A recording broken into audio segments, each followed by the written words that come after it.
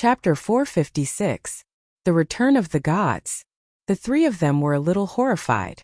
The Martian hunter was an alien, and he could only say that he knew about Earth's mythology. Most of the so-called knowledge here was the knowledge that Diana had popularized to him. Thea could perceive that the magic content in the air was increasing. Although it was only a flash in the pan for the long existence of Earth, it was distributed among 6 billion people. She also associated it with the emergence of mutants in the next few years. She didn't believe that it had nothing to do with this matter. Diana was only left with shock. It was a surprise to occasionally see a brother, but if there were hundreds of them, she would go crazy. Although she had been in human society for many years, with the broadening of her vision and the change of perspective, she was no longer very convinced that the idea that Ares was behind the human wars. But deep-rooted thinking was not so easy to change. She was 30% expectant of her brothers and sisters, 60% fearful of them, and there was still a feeling that she couldn't explain. Haha. But you don't have to worry. Not all of them are interested in this world. It takes time to wake up from the kingdom of God and accumulate strength to come here. The lion-like man laughed heartily, suppressing the malice in his body. He now felt unusually relaxed and couldn't help but say a few more words to them. He seemed to have thought of something, and his expression became a little more serious. But a long time ago, there was a prophecy that the eldest son of Zeus and Hera would step on the corpse of his brother to ascend to the throne of the Father God. This prophecy corresponds to all the children of Zeus. Amazon girl, you are also in the prophecy, so you have to be careful. After that, Hercules laughed self-deprecatingly. Zeus, that coward who likes to play tricks, his father Kronos overthrew his grandfather, and he overthrew Kronos. Now it's his turn to be overthrown. Haha. Hercules had no respect for his father. It was as if he was talking about an unimportant passerby. But it was not his fault. Zeus, the main god, was too philanthropic. He had created a huge pantheon by himself. 80% of the heroes, demigods, and true gods in Greek mythology were related to him. This big boss was too good at creating. Troubled times, Thea had to sigh. Compared to the new gods in the Apocalypse Star, the ones who were about to jump out now were the old gods. They could barely be regarded as minor problems. Their divine power was weak, their abilities were easily restrained, they had almost no power of faith, and their personalities were particularly strange. Now was not the ancient times. As long as they did not jump out at the critical moment, the Earth's current power was not afraid of them. The only thing to worry about was the firstborn. This was Diana's strongest opponent in the original spacetime. Thea estimated that this firstborn, who even Zeus was afraid of, was stronger than Diana and Hercules.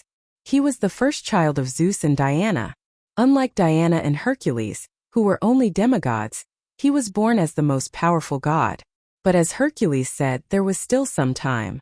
The so-called arrival of the gods sounded scary, but in fact it was just a few gods who did not give up trying to make their presence known. Hercules wasn't prepared to explain too much.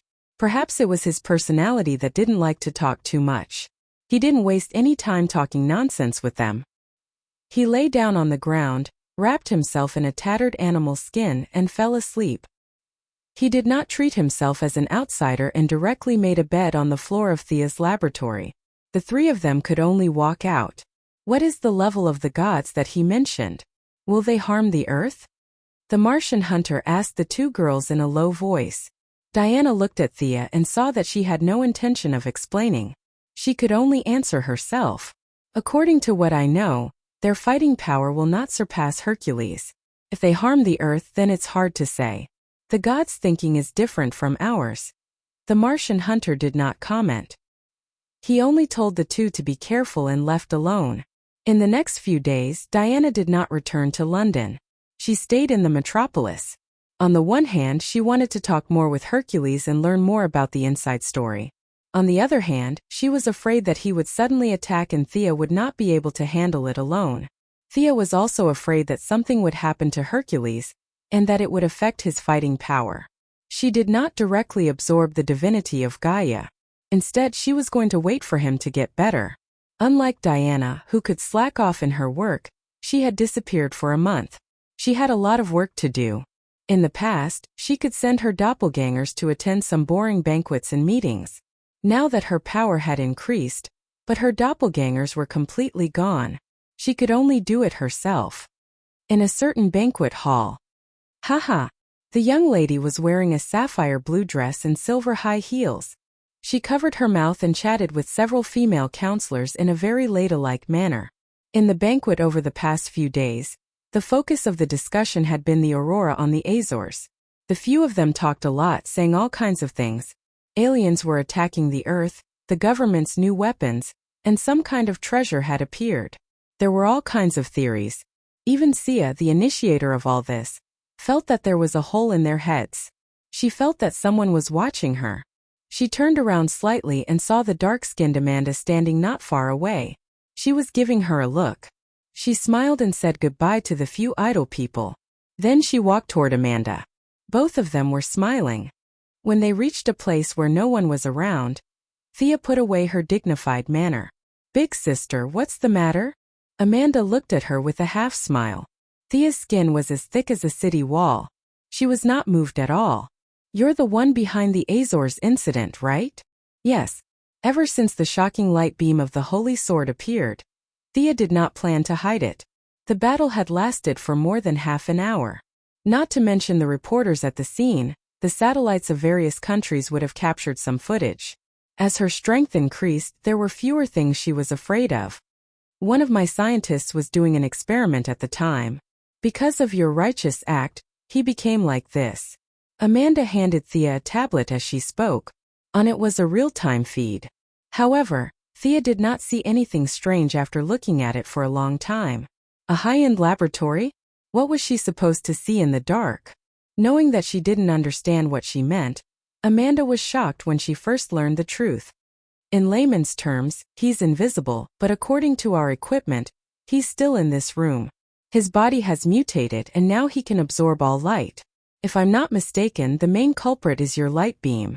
How is that possible? Nothing is impossible.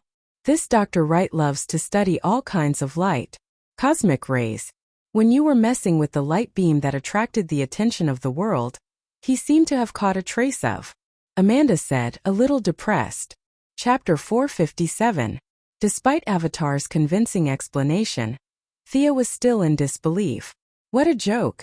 That was the light of purification from the Sword of Victory and Oath, the supreme holy sword of Celtic mythology. Now you're telling me that a human scientist captured a ray of light through technological means? This was not light in the traditional sense. This was the light of wisdom, the light of desire. What kind of technology could capture this kind of light? She had planned to fool Avatar, but now Thea's curiosity was piqued. She had to see this rare thing. Avatar wanted to use her knowledge to heal her subordinates, while Thea wanted to see this strange scientist. The two hit it off and soon arrived at the headquarters of the Heaven's Eye Society. Other than Laura Michaels, the only other person who came to greet them was a black man, Dr. Mist. This man was covered in light green magic circles and wore a red cape. He looked serious and unsmiling, standing there like a statue. Even Avatar, who was his direct superior, did not look at him, let alone an outsider like Thea. Thea found it funny that he was pretending to be an expert. The man's ability to reflect all spells was a joke to her. He would not be able to withstand any spell that was slightly more powerful. However, since he was a member of the Heaven's Eye Society, Thea was in no position to comment. "This is the place." Lara led them to a room. When she pushed the door open, the room was even darker. Thea guessed that the man was being assimilated faster for some reason. "Save. Save me. This thing is eating me." A middle-aged man's voice came from the room. However, his voice was very faint, as if he was talking through a blanket. Thea quickly left the place. Avatar and the others did not know what she was going to do, but they quickly followed her. After walking for a few hundred meters, Thea stopped. She looked into the distance and heaved a sigh of relief. What's wrong? Is it going to explode? Avatar could not help but think. Thea was stunned for a moment before she realized that they had misunderstood her. She found it a little funny. It's not an explosion. I don't know how he did it, but I do have something to do with your doctor's condition. If I get too close to him, his assimilation speed will start to accelerate until he becomes a beam of light. No one can help him. He can only save himself. Have him design a costume that produces light so that he can absorb it. After that, it would be best if he stayed in a dark room. What should we do now? Amanda asked. Use your strongest searchlight on him. When the light energy in his body accumulates to a certain level, his body will regain its balance. Don't worry, it's not a big deal. I'll be leaving first, Thea said casually. On the way back, she felt that it was very strange. This unlucky guy who had absorbed the light from the holy sword was probably Dr. Light. Thea was really curious as to how the other party was able to collect such extraordinary light. Was this also a sign of the coming of the great era that Hercules had mentioned? Realizing that her purification had caused a lot of chain reactions, Thea felt that the incident with the Heaven's Eye Society was not a coincidence. Perhaps something had happened to other people in other places that she did not notice. She sat in her office and ordered the artificial intelligence. Organize all the strange things that have happened in the past few days. Gideon searched quickly. Various hospital archives, traffic reports, forum news and gossip were quickly recorded. Thea browsed quickly. A homeless man died in a high-end conference center? Isn't this? Injured people in a zoo, 3 dead and 7 injured? This doesn't seem to be a big deal. As she browsed quickly, a piece of news finally caught her attention. 3 days ago, 2 hours after Thea released the light beam, meteorologists believed that the ocean currents in the North Atlantic Ocean were disturbed. The originally calm sea surface was affected and kept accumulating energy. When this energy moved to the east coast of the United States, it turned into a downpour and a thunderstorm hit the metropolis. A very famous radio host, Leslie Wales, stubbornly took a helicopter to do a live broadcast on that day. The strong storm destroyed the helicopter. At the critical moment, Superman stepped forward and saved the woman. Unfortunately, she was really unlucky. After Superman pulled her out of the helicopter and landed on the ground, a bolt of lightning struck Superman. Superman reacted quickly and pushed her away in a tenth of a second. However, he did not expect that there was a wire next to their feet. The lightning in the sky passed through the wire and struck the broadcaster. Student Clark, who was struck by lightning, was fine. He did not vomit blood nor did he transmigrate. However, Leslie Wales, who was not far away, did not have such a physique. She was electrocuted on the spot and died not long after being sent to the hospital. Thea shook her head and smiled bitterly. She was really a butterfly this time. When she flapped her wings in the Azores, there was a thunderstorm in the United States. Based on her intuition, Thea felt that the woman was not dead. There was no breath at that time. It was just the process of her body readjusting. Dr. Light was closely watched by the Sky Eye Society, so it was difficult for her to make a move. However, this woman was not a problem. Her ability was very similar to the Electric Man from Marvel Next Door. She could control and absorb electricity. With more effort, she would be a useful subordinate. She picked up the phone and ordered Death Knell to move the woman's corpse out. Half an hour later, Thea saw her target. She had to admit that it was a bit tragic. Her whole body was carbonized. Her clothes hung on her body in pieces and her hair was all white. The person who dealt with the corpse did not pay much attention and only roughly wiped it. She could barely tell that it was a woman from the appearance. Is there something special about this person? But she seems to be completely dead. I've seen her program before. It's not bad. It's a pity. Death Knell leaned on the table and asked. Not to mention that he had seen it, Thea had also seen the program hosted by this lady. In order to cater to the market and attract attention, she scolded Superman every day. Many people such as Thea had secretly watched it. She suspected that Batman had also watched it. Lex Luthor also watched it on time every day. It was not easy for ordinary citizens to count, but she had a place in the hearts of superheroes and villains. From the big picture, this woman was vulgar and unscrupulous. In order to curry favor, she could be said to be unscrupulous. She was definitely not a good person in the traditional sense. In fact, thinking about it carefully, one could also see her helplessness. She came to a place like the metropolis alone to make money and become famous. If she did not have proof and a resume, who would hire her? After several considerations, she chose to be a streamer. The next step was to choose a target. This program had to have a selling point, right? This woman's characteristic was that she was good at sarcastic. Who was she sarcastic about? Sarcastic about Thea? Sarcastic about Luther? Half an hour later, she was put in a sack and thrown into the river. She did not dare to scold these people in power. At this time Superman, who was also very famous and would not take revenge on her, entered her sight. Once the program was broadcast, it was indeed well received. Miss Wales seemed to have found a golden finger. Following that, she could not stop scolding Superman until today. Chapter 458. Thea's supervision allowed her to see inside her body. As a biological symbol, her blood circulation had been completely destroyed by the raging electric current. All her organs were basically carbonized, and only her heart and lungs were still beating slightly. This was the result of the residual electric current assimilating with her body. However, this process was extremely slow. In theory, she would be able to come back to life in 17 or 18 years. Of course, this was under the premise that her body had not been buried or destroyed by someone. Taking into account the fact that she was thrown into the morgue alone without any attachments, it was obvious that she would not have survived if she had followed the original path. This woman was similar to Poison Ivy. Both of them had external objects entering their bodies, causing irreversible changes in their life forms. The only difference was that Poison Ivy's life force was too strong, while this woman's life force was too weak. Connect her to the nutrient solution, max output. Thea signaled death knell. 3 thick needles were inserted into her severely necrotic skin, and various nutrients were injected into her almost dried-up body.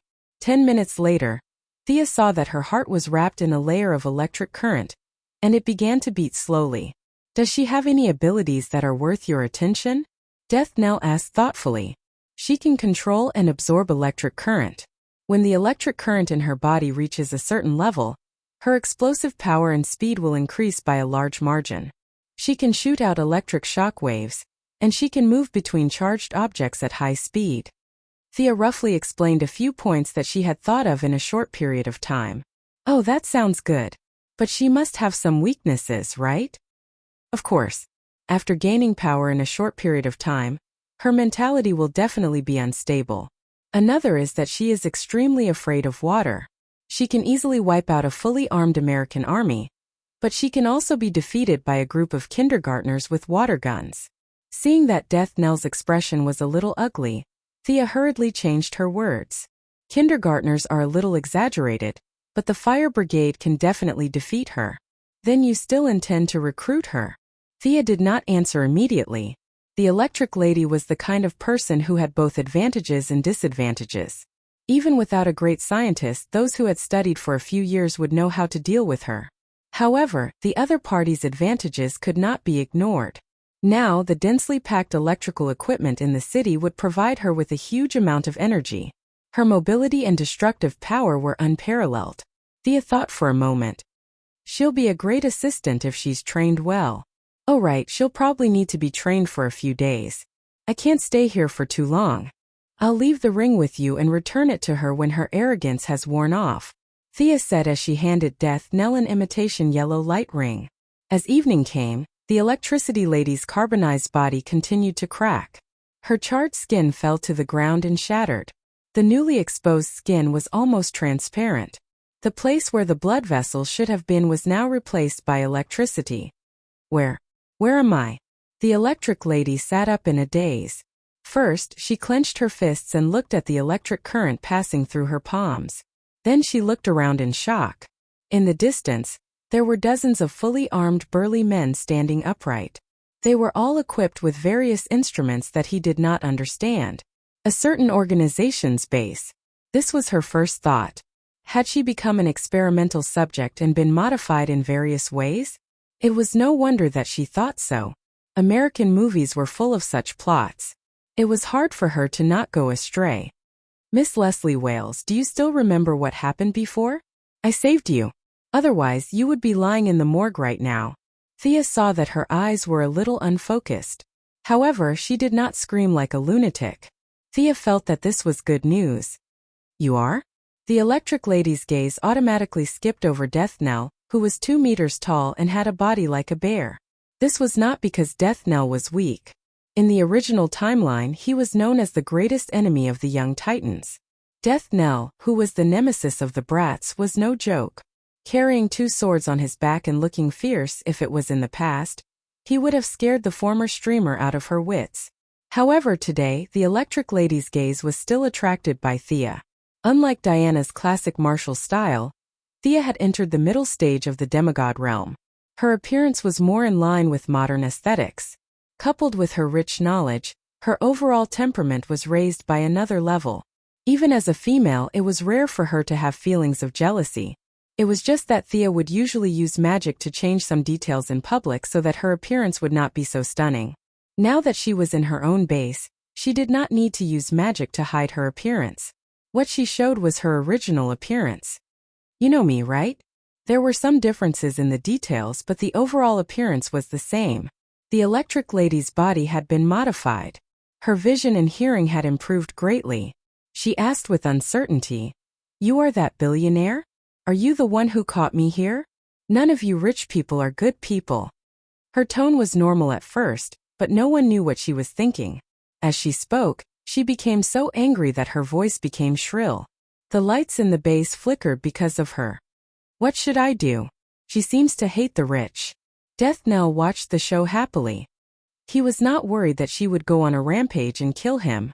Now that his agility and strength had surpassed the limits of a human, he was not afraid of any metahumans.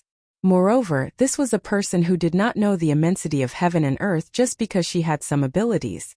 Thea did not comment. The Electric Lady did hate the rich, but it was more of an electric current that affected her emotions. She could not control herself. "I am a god." The Electric Lady became angrier the more she thought about it. What little rationality she had left was replaced by a crazy electric current. Her eyes rolled back and she floated in the air. The electric current in the base was crazily converging on her body. A few guards seemed to want to rush in, but they were stopped by Death Knell. Thea was speechless. This guy was different from Dr. Light. Dr. Light was a middle-aged man with a wife and children. He had a happy family and a good income. He was a middle-class person. This broadcasting lady was not doing well.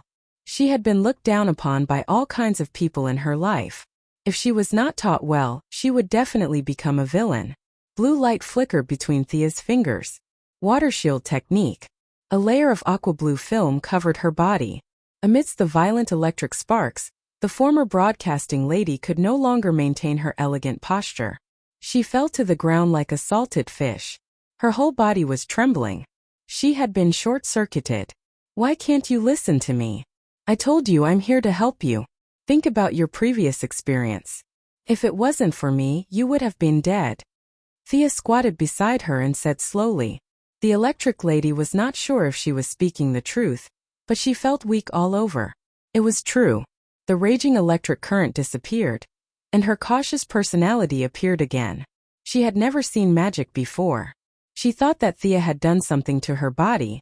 That was how it was portrayed in movies. Thinking that she had become a fish on the chopping board, she became completely obedient. She showed a fawning expression and waited for Thea to continue. Chapter 459. Good girl, stand up on your own. Don't make me do it myself. Thea was taller than the Lightning Lady. She stroked her hair as if she was petting a cat. The Lightning Lady's body was numb. She had already forgotten that she was shouting that she was a god a minute ago. She stood up trembling like a quail. Thea waved her right hand and used a simple water extraction spell to suck away all the remaining water on the Lightning Lady's body. Seeing such an unnatural scene up close, Miss Leslie Wales did not dare to act rashly even though the electric current in her body was running again. "Very well, control your temper. What I want to say is that you're not a god. You're just a lucky guy. If it weren't for my help, you'd still be in the morgue." "Me? Oh." As her mind cleared, she finally recalled the electric shock. "Superman didn't save me?" Thea laughed. This was the typical attitude of the citizens of the metropolis. They usually scolded Superman loudly, but when something happened, they felt that Superman should save them. How much did they pay him to be a nanny? It could be said that these people were spoiled by superheroes. Unfortunately, Superman didn't save you. Of course, his ability doesn't include healing. At that time, you were already in a state of suspended animation. He didn't notice. The lightning lady looked at the surroundings. It was creepy no matter how she looked at it. She asked hesitantly, "Can I go now?" Thea laughed. "What do you think?" The lightning lady's emotions rose again. She gathered a large amount of electric current between her hands again. "You can't stop me." Thea looked at her watch. She still had to eat with Diana later. She really didn't have time to waste with her. She signaled Poison Ivy, who had just walked over, to deal with her. She walked out herself. "Don't go." A dazzling electric light struck Thea's back. This kind of attack was scattered and messy. Thea didn't look back. She directly set up a magic barrier behind her. It blocked the electric light without any ripples. The aqua blue teleportation door opened. She stepped through it and left the underground base. Where did she go? Thanks to the huge amount of information in the current society, a living person just disappeared right in front of her eyes. She had only seen such a bizarre thing in novels. Could it be that the portal just now was? No one answered her question. A huge plant emerged from the floor and wrapped her up in 3 layers. "Poison Ivy, you broke my floor again," Death Knell said speechlessly. Poison Ivy, who was walking over from afar, shrugged her shoulders and didn't seem to care at all. "Is this woman our new companion? What a bad temper. I'll leave it to you. I still have things to do." Death Knell threw a ring to Poison Ivy. Thea left it behind. "Give it to her when the time is right." Seeing how Death Knell ignored her and walked away, leaving behind a woman with green skin and red hair, Electric Lady felt that she was being looked down upon. "Don't go." She tried to release the electricity around her to burn this strange plant that was binding her. However, she miscalculated. Poison Ivy's plant wasn't from Earth but from a peace-loving, high-tech planet. It didn't have any special abilities other than absorbing electricity. It could absorb anything that was related to electricity. Poison Ivy didn't intend to use it in battle, and only kept it for fun out of curiosity. Now that it had come in handy, even she was surprised. Ah! Let me go. Let me go if you dare." No matter how hard Electric Lady released the electricity, the plant in front of her looked half dead, as if it would turn into charcoal in the next moment. However, after 10 minutes, Electric Lady's continuous discharge was a heavy burden on her body. She didn't know how to communicate with plants, but she could observe that the plant in front of her had undergone many subtle and indescribable changes. Poison Ivy was overjoyed. The joy of the plant was her joy. She was still cheering for Electric Lady. "Continue, don't stop." Thea left Electric Lady's violent temper to Poison Ivy's slow-witted temper. She was prepared to teach her a lesson. She shouldn't always think that the heavens were number 1 and she was number 2. The prosperity of the metropolis had returned to normal. The citizens on the streets and alleys resumed their daily lives. Thea left the underground base and was currently shopping crazily with Diana in a nearby store. Both of them were extremely tall. With their height and good figure, they could always wear long skirts as short skirts. Even though many of the clothes looked good, they couldn't fit the two of them. This had always been their problem. Of course, the young lady could call 100 assistants to buy clothes for her, but Diana enjoyed the pleasure of shopping, so she followed them out without a care. Long-sleeved ladies' blouse, round-collared autumn and winter long-sleeved wool coat, casual professional trousers, spaghetti straps, miniskirts, long boots, and various high heels. They didn't care if it was useful or not. Both of them bought a huge bag. You're out shopping too? What a coincidence, what a coincidence. The two of them bought a huge pile of clothes. The clothing store owner personally escorted them out of the store. They bumped into Clark Kent and Louise Lane. Diana habitually greeted them. The two of them didn't expect to bump into each other on the streets. After all, no one had supervision and superhearing 24/7. Although Thea had changed slightly, her overall appearance hadn't changed. Those who had seen her before could still recognize her. On the surface, she and Clark knew each other, but they weren't close. However, Diana shouldn't know Clark. Louise Lane turned her head to look at her boyfriend in confusion. Then she looked at the extraordinarily handsome Diana. Her mind was filled with questions. "I'll explain later." Bro Superman smiled sheepishly. Seeing that Thea and Louise were about to leave, he quickly stopped them. "Thank you for saving Jimmy. It's my treat. Let's have dinner together." Louise seemed to have thought of something but didn't interrupt. The two girls looked at each other. They hadn't eaten dinner yet. Let's have a big meal together. Clark Kent wasn't a poor man. His family owned a farm, so he didn't need to hire anyone. He alone could take care of 10,000 people. In the metropolis, the Daily Planet wasn't a street tabloid. By reporting first-hand information about many superhumans, Clark received more bonuses than the editor-in-chief. He held a very high position in the hearts of the media workers. Otherwise, the scene of Luther urging him to shake hands with Bruce wouldn't have appeared in the movie Dawn of Justice. Aside from his identity as a hero, not just any Tom, Dick, or Harry was qualified to shake hands with a billionaire. There were even rumors that this year's Pulitzer Prize would be awarded to him. Louise Lane was a stealthy rich woman. Because of her father's fame, the merchants didn't dare to take her money for fear of being captured by her father for human experiments. Plus, after working at the Daily Planet for so many years, she spent little and earned a lot. It was hard for her not to be rich. Chapter 460. They found a high-end restaurant and chatted as they ate. Were you the ones who saved Jimmy? Are you all superheroes? Did you know him before? The him Louise was referring to was naturally Clark. Her IQ wasn't low, and being a reporter was a profession with strong analytical abilities. Superman had specifically mentioned Jimmy's incident, and connecting all the clues together, it wasn't difficult to discover the truth. Louise knew Superman's true identity, but she didn't expect that there would be a superhero among the people she knew. Furthermore, he was a billionaire. Her only question was whether both women were heroes or if one of them was. Thea and Diana looked at each other and nodded. Louise could be said to be the closest ordinary person to a superhero. Her father and her boyfriend knew about Thea's true abilities, so it was not unacceptable for them to tell her. Oh, Louise suddenly realized. So you really saved Jimmy? Who's Jimmy? Diana did not know who Jimmy was. Thea saw that the restaurant was quiet and no one was paying attention to her. She reached out and tapped the table lightly. With a water mirror image, Jimmy Olsen's image was reflected. Diana looked at the image and felt that it was familiar. Oh, it's him. He's quite a brave person. Thea pursed her lips. This was called being dumb, okay? This was not bravery at all. Louise was completely convinced when she saw this. She curiously tapped her finger on the water mirror. Her finger was clean and there was nothing there. Seeing that they were open about it, Superman sighed in relief.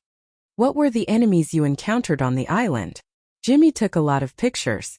Were they aliens? These things had been explained several times, and Sia was very familiar with it. She told him everything from the beginning to the end. Superman sometimes frowned and sometimes pursed his lips. When he heard that the enemies were all wiped out and that the Justice faction had one more Hercules, he felt much more relaxed. What Thea said had little impact on Superman. Whether it was gods or evil, it was the same to him. However, these things were a little unsettling to Louise. The Greek gods, the will of the world, and the Atlanteans were all contrary to her original worldview, especially when she found out that Diana was the daughter of the King of Gods, and that there was another well-known god who was currently recuperating in Metropolis. She was completely at a loss for words. Saint Hercules. Superman was a little excited when he heard these names. Unlike the Martian Manhunter who had lived for hundreds of years, Superman was still a young man according to the age of the Kryptonians. It was inevitable for him to be competitive, but he also knew that it was not the right time to suggest a fight, so he suppressed the urge. Now that they had a preliminary understanding of each other, it was easy to chat. Thea was mainly concerned about Superman's recent encounters. Superman was a little puzzled when he mentioned that some unknown forces had been attacking him with missiles recently. Thea pretended to be puzzled, but she knew that Luthor had started to collect Superman's genes to make clones. To clone someone like Superman, whose genes were perfect, required a lot of preparatory work. Even with the help of the Kryptonians who had surrendered, Luthor's workload was so heavy and cumbersome that it made him lose a lot of hair. It should be known that Earth's current technological level could only clone some animals. Even someone like Sia, who had scoured space for scientific and technological knowledge, could only clone ordinary people. Mr. Luthor was too careless. He directly went for the most difficult one and chose the hell difficulty as the starting point. Sia did not know what to say, but this person actually succeeded. It was truly shocking. As for the missiles that attacked Superman, Poison ivy controlled the plants and collected some samples without anyone noticing. Thea only took a few glances to know that Luther was the one behind it. He had installed a lot of nanomachines on the missile warhead, coupled with invisible kryptonite needles. He was using these things to silently collect Superman's cells. At present, only Thea and Luther had the technology to use miniaturized equipment and knew how to use kryptonite. Since it wasn't Thea who did it, it went without saying who was behind it. When Thea saw the nanomachines picked up by Poison Ivy, she realized that Luther had mastered the atomization knowledge she revealed on the spaceship. This man was really amazing. Although he didn't understand a lot of things at the time, he remembered everything Thea said on the spaceship and went home to study it. Just by looking at the nanomachines he made, she knew that he had put in a lot of effort. The only good news was Luther's personality. He was arrogant, proud, and wanted everyone to look at him. This personality determined that he wouldn't study the atomic suit. He wanted to make an indomitable robot and beat Superman to the ground. He wouldn't become invisible to a microscope to deal with Superman. The Atomic Man's philosophy and personality were too different from his. If one day he really became invisible and unknown, he would rather die.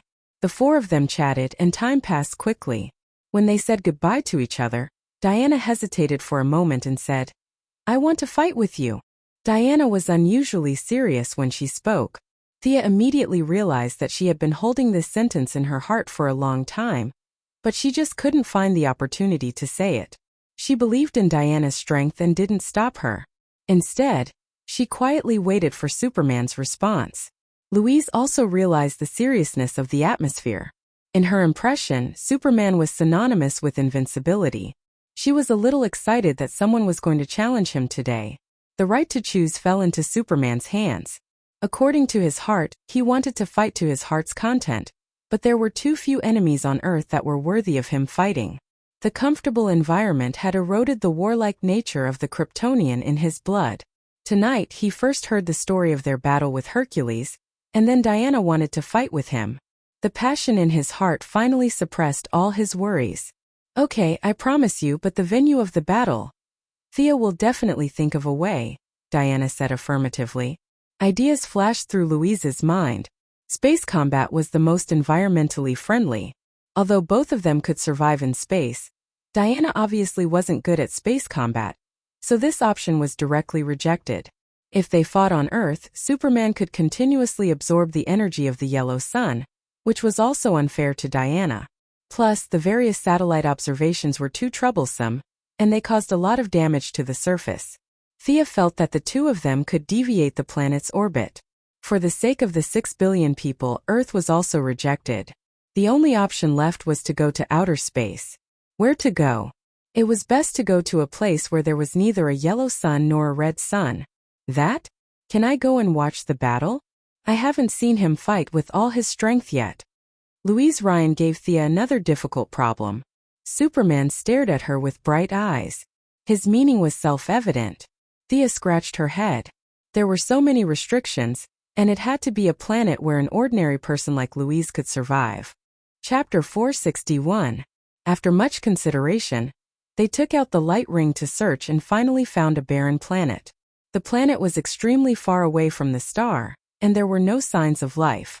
Even if the two of them deviated the planet's orbit, they were not afraid. Most importantly, there was oxygen on the planet, which was suitable for Louise, an ordinary person who was not afraid of death. After telling them about their discovery, Superman and Diana naturally agreed. They had wanted to fight for a long time, but there were too few suitable battlefields. Go to another planet? How do we get there? Louise's worldview was about to collapse as she hurriedly asked her own question. Don't worry, there's oxygen there, but there's not enough light. It's a little cold. After saying that, Thea gestured for them to go to a more secluded place. The distance was a little far, so the preparation for the teleportation would take a little longer. Calculating the distance, positioning the space, establishing a connecting passage, strengthening the magical power, stabilizing the space turbulence. This kind of long-distance teleportation was much more troublesome than teleporting inside Earth. The lady took out her staff, and a magic circle painted with purple stripes gradually appeared on the ground. Although she did not understand what it was, The highly educated Louise still felt a very complicated geometric beauty from it. "Oh right, do you want to change your clothes? It's best if you put on your battle suits and Louise's winter clothes." Thea only thought of this when she was halfway through the magic circle. The three of them nodded in unison. Sia opened 2 portals for them, and they went back to their own homes to change their clothes. She also told them to hurry up and come back before the portals disappeared. After that, she lowered her head and continued to work on the ultra-long-distance teleportation. Louise stepped through the portal uneasily. The first time she encountered this kind of spatial displacement, she was shocked. When she came to her senses, she realized that she was already at home. She touched the tables and chairs in her house. There was no mistaking it. This was her home. She then looked back at the portal that was glowing blue. "What kind of ability is this? Do you have this ability?" She grabbed Superman, who was looking for her winter clothes, and asked nervously. The honest young man shook his head, indicating that he did not have this ability. Seeing that his girlfriend wanted to ask more, he could only explain. "Thea's ability is mysterious. It's different from mine." "That tall woman is no match for you, right?" Superman didn't dare to answer this question casually. He thought about it seriously and said, "I haven't fought her before, so I don't know. She is a very powerful warrior. You won't get hurt, right? It's too dangerous, so let's just forget about it." "I don't think I'll lose. This battle is necessary because I'm also a warrior." Superman, who had always been obedient to his girlfriend, said resolutely. Louise understood his personality, so she naturally wouldn't try to persuade him anymore. Hearing her boyfriend say that he wouldn't lose, she felt much more relieved. Her worries disappeared, and the reporter's interest in gossip reappeared. He rubbed his chin and asked, "The relationship between the 2 women is?" Superman was not that gossipy. According to what he knew about the Kryptonians were born through genetic modification. Relationships between men and women were normal. There was nothing to be surprised about. He quickly changed into his blue clothes and red cloak, then put on a down jacket for Louise. The 2 of them hurriedly stepped through the portal. The moment he stepped through the portal, his attention was attracted. At this time, Diana had changed out of her flaxen short skirt. Her long hair was let down, and she was wearing her signature Greek-style armor. She carried a sword, a shield, and a silver guardian bracelet on her back. She was quietly waiting for them. The 2's fighting spirit reached its peak in an instant, but they were still worried about Earth, so they forced themselves to hold back. "Okay, let's go in. This is a deserted planet named Alaru according to the universal name. It's 5 light-years away from Earth and 24 light-years away from Krypton." Thea finished drawing the portal. Unlike the blue portal that could be opened easily on Earth, this portal was purple in color. Just maintaining the portal consumed 20% of her magic power. After checking it carefully and confirming that there were no mistakes, she walked in first. Diana followed closely behind, and Superman comfortingly pulled Louise into the portal as well. The few guys with extraordinary physiques did not feel anything, but the ordinary Louise suffered greatly. It was as if she was thrown into a washing machine. Her body was fine, but her brain felt like it was violently thrown out by centrifugal force. She could not tell if it was dizziness or pain, but she felt like she was floating when she walked. It was similar to being drunk. Fortunately, Thea's magic power was far better than before. She woke up as quickly as she fainted. She shook her head and began to observe the surrounding scenery. This was a dark planet. The clouds were thick, and only a few rays of light shone on the ground between the gaps. There was no vegetation to be seen with the naked eye, and the sky seemed to be covered in sand. The environment was worse than Arabia. The only good news was that there was oxygen here, but it was very thin. She tightened her coat and came to Thea's side. She asked curiously, "There's no sun here? You said it's 5 light-years away from Earth." There's actually a star shining here, but it's very far away. Plus, the star has entered a period of decline." Looking at her nonchalance, Louise could not help but ask, "Aren't you worried about your partner? Will Miss Prince be in danger?" Thea shook her head and did not answer the question. Logically speaking, no one could defeat Superman without kryptonite. However, Diana, who was also wearing a full set of godly equipment and had reached the peak of a demigod, was only one step away from becoming a true god. Thea did not think that she would lose. She was actually looking forward to this battle. Seeing that she had no intention of continuing the conversation, Louise also held back her desire to speak. She only glanced at Thea's short skirt and short sleeves. Thea was dressed like she was shopping. She was a little speechless when she compared herself to her trembling in a down jacket. Thea was secretly amused. If it were anyone else, they would have already gone back. However, this curious woman had no intention of backing down. She was currently staring at the two people in the distance with shining eyes. "Are you good at aerial combat or ground combat?" Superman floated 3 meters above the ground and asked politely. Although Superman opened the battle calmly, Diana still read something new in his words. He was putting psychological pressure on her. She immediately retorted, "Do you prefer to fight with weapons or bare-handed combat? Then let's fight according to what we're good at." Realizing that his opponent did not want to engage in aerial combat with him, Superman was a little disappointed. As for weapons, there was no Superman sword in this world. He did not use any weapons. He flew directly into the air and looked down at Diana. He knew that his opponent was good at defense. This meant that she wanted him to attack first. He did not hold back. His legs suddenly stopped in the air and angled down at a 45-degree angle. He maximized his speed advantage and rushed toward Diana as fast as lightning. Diana did not use her sword and shield directly. After talking with Hercules for a few days, her martial arts had improved greatly. According to Thea's original words, she already had the intention of gaining the upper hand after making the first move. At this time, seeing Superman rushing at her, she was extremely calm. She quickly judged the opponent's several attack points. When the two were about to come into contact, she sidestepped to avoid the first wave of impact. Chapter 462. Then, without waiting for Superman to stop, Diana stretched out her hands and grabbed Superman's red cloak. Using all her strength, her feet, knees, waist, and arms, she spun a few times on the ground at high speed. Then she suddenly released her hands and smashed Superman onto a rock. Boom! With a loud bang, more than half of the mountain that was hit collapsed. Rocks flew everywhere, and a strong vibration was transmitted to the ground. Thea and Louise, who were miles away, could feel the obvious vibration. "Will Clark be okay?" Louise asked nervously. Thea had supervision and was very engrossed in watching. Only then did she realize that Louise couldn't see anything even though she was craning her neck. She used magic to control the ground under her feet to fly into the air, and cast a long-distance vision spell on Louise. After thinking about it, she still had to ensure Louise's safety when the two of them fought until the sky fell and the earth cracked. Louise was watching a battle of this level as an ordinary person. If it were someone else with fewer tricks up her sleeve, they wouldn't be able to protect her. Thea used her light ring to conjure a small house. The two of them sat in the house and watched the fight outside. Thea was very proud of her conjuration. Even Superman's full-force attack couldn't break it. It was more than enough to resist the aftermath of their battle. This level of wrestling couldn't even be considered a warm-up. Only Louise showed a panicked expression, but when she saw Thea's calm face, her nervousness gradually subsided. Superman didn't stay in the mountain for long.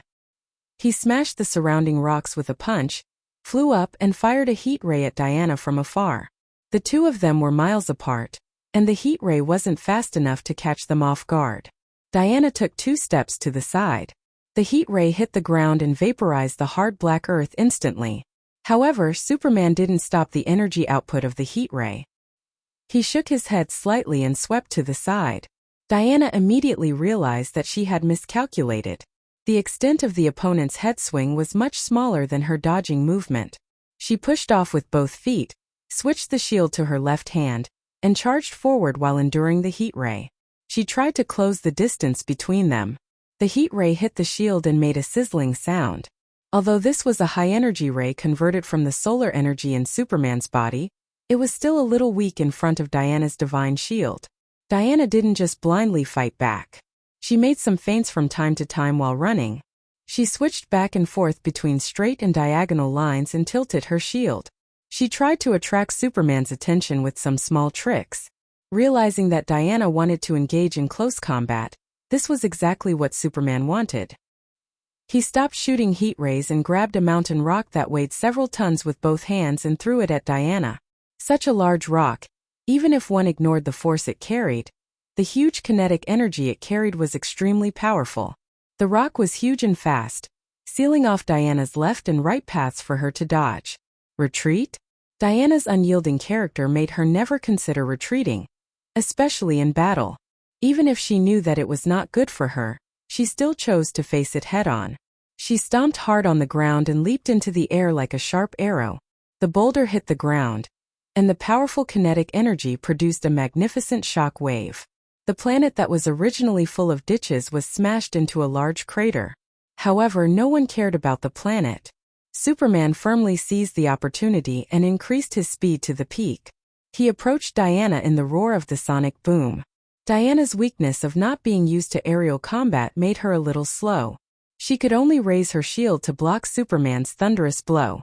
The invisible wave centered on the two of them spread from mid-air in all directions. The center of the two of them was still a long distance from the ground, but the aftermath of the shock still made an irregular round crater on the ground. Thea saw this scene and nodded secretly. Not to mention Diana's background, Superman's strength did not exceed her expectations by much. If her future enemies were at this level, although she might not be able to defeat them, it would not be too dangerous. However, Milady also remembered that Superman and Luthor in the original spacetime had said that he had never used his full strength in a battle. Many years of living on Earth, rational, moral, legal, and all kinds of messy things made him spontaneously shackle himself. It was difficult to judge where his true strength lay. Diana's situation was similar to Superman's. The Guardian Silver Bracelet provided her with a strong defense, but at the same time, it also restrained her own strength. Diana's real strength would increase by 100 times when the Guardian Silver Bracelet was unsealed. According to Thea's estimation, Diana would be able to kill gods like a child at that time. It could be said that they were two warriors fighting with shackles. Superman's was an artificial morality, and Diana's was a fear of her own life and the divine power of gods. Both sides did not want to cross their own bottom line. Although the battle was fierce, it was not fatal, which was why Thea did not object. "I am an Amazon warrior. I am the daughter of Zeus and Hippolyte," Diana shouted loudly, gradually falling into a disadvantageous position under Superman's fierce attack. She began to artificially raise her momentum. "I am someone's grandson, someone's son." This was a very classical way of fighting. Many legendary heroes had this habit in battle. If the enemy was also a person who respected tradition, then he had to remember the other party's family tree at this time. When he defeated the opponent, he could very pretentiously trample on the enemy while saying, "Someone's grandson, someone's son. Someone was defeated by me." To some extent, this was a classical literary version of the family tree. Superman could read all the medical books on Earth in 5 minutes. He was not a muscle warrior, and his level of knowledge was very high.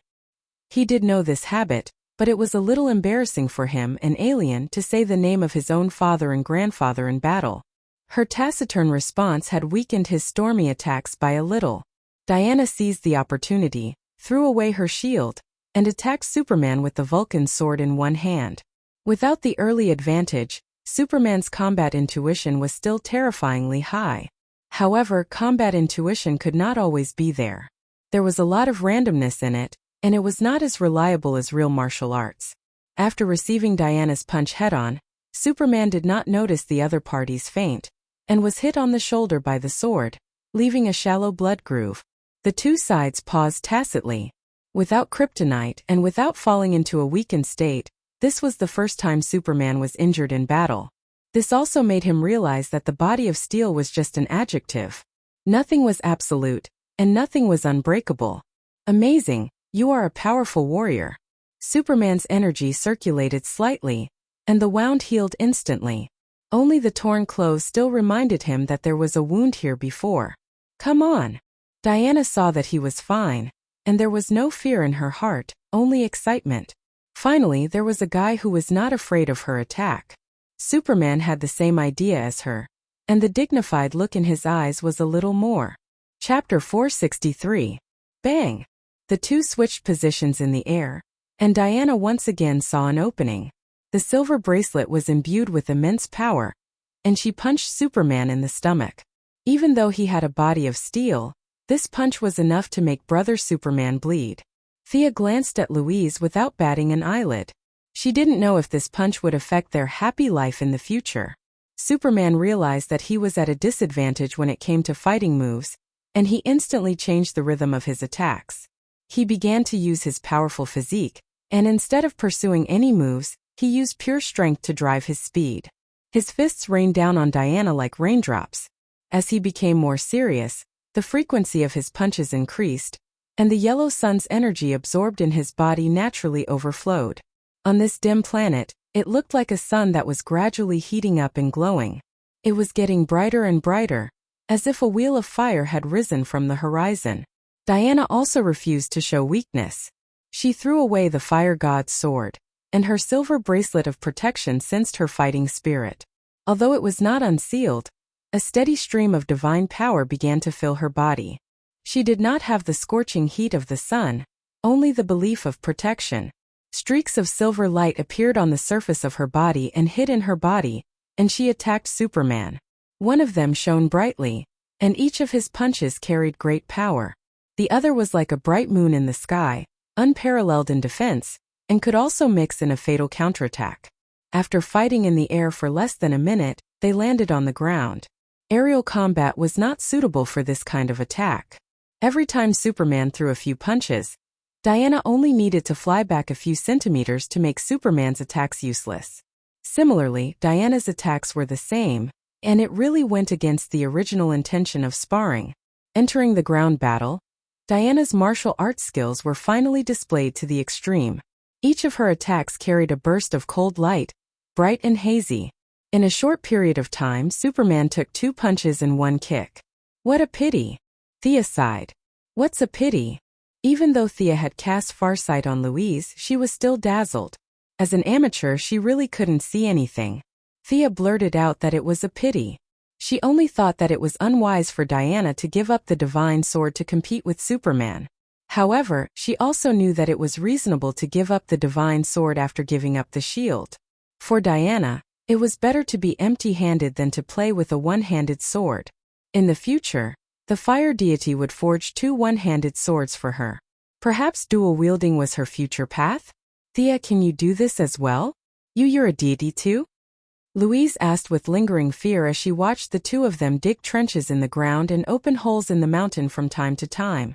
The eldest young mistress laughed. This question was too unprofessional. What should she say? Bragging that she was a demigod would be too much of a show-off, and there was no need for that. I'm just an ordinary earthling. I can't compare to them, haha. Louise rolled her eyes at a place where she couldn't see. Normal people. Who are you kidding? I'm an ordinary earthling, okay? Especially when Superman and the others were fighting farther and farther away. Thea could only control the materialization under her feet to catch up with them. This further confirmed Louise's thoughts. She was the only ordinary person among the 4 of them. As the energy used by the 2 of them increased, the destruction of the planet began to show. Superman had already scanned the area with his supervision early in the battle. This planet did not even have many microbes, let alone intelligent life. He had no qualms about destroying it. Diana was even more so. As long as she was not an earthling, the life and death of extraterrestrials had nothing to do with her. Even if the planet was destroyed, the few of them could go back. They had no qualms about fighting. Ah! Diana exerted force with both hands, lifting up an entire piece of the ground and throwing it at Superman. Such a crude way of fighting suited Superman's intentions perfectly. He raised his right fist and jumped up, punching through the flying object. At the same time, not to be outdone, he looked left and right. Suddenly, his eyes lit up. He flew to the side, exerted force with both hands, and pulled up a mountain that was dozens of meters tall and weighed hundreds of tons from the ground. When he raised it above his head and was about to throw it, he suddenly noticed something. His eyes could not help but look into the distance. Diana reacted quickly. She realized that something had happened and stopped attacking. Seeing Superman lifting a mountain like a gorilla, Thea wanted to laugh. When she saw the change in their expressions, she also noticed that something was wrong. She switched to her supervision and looked in the direction Superman was looking. After searching for 1,500 kilometers, Sia finally noticed something strange. 2 alien spaceships landed on the surface of the planet one after another. The first spaceship was equivalent to the crash of a fugitive, and the second spaceship was the pursuers if nothing unexpected happened. Little death-courting expert landed on the ground with Louise. She did not know what had happened. She looked at Superman nervously.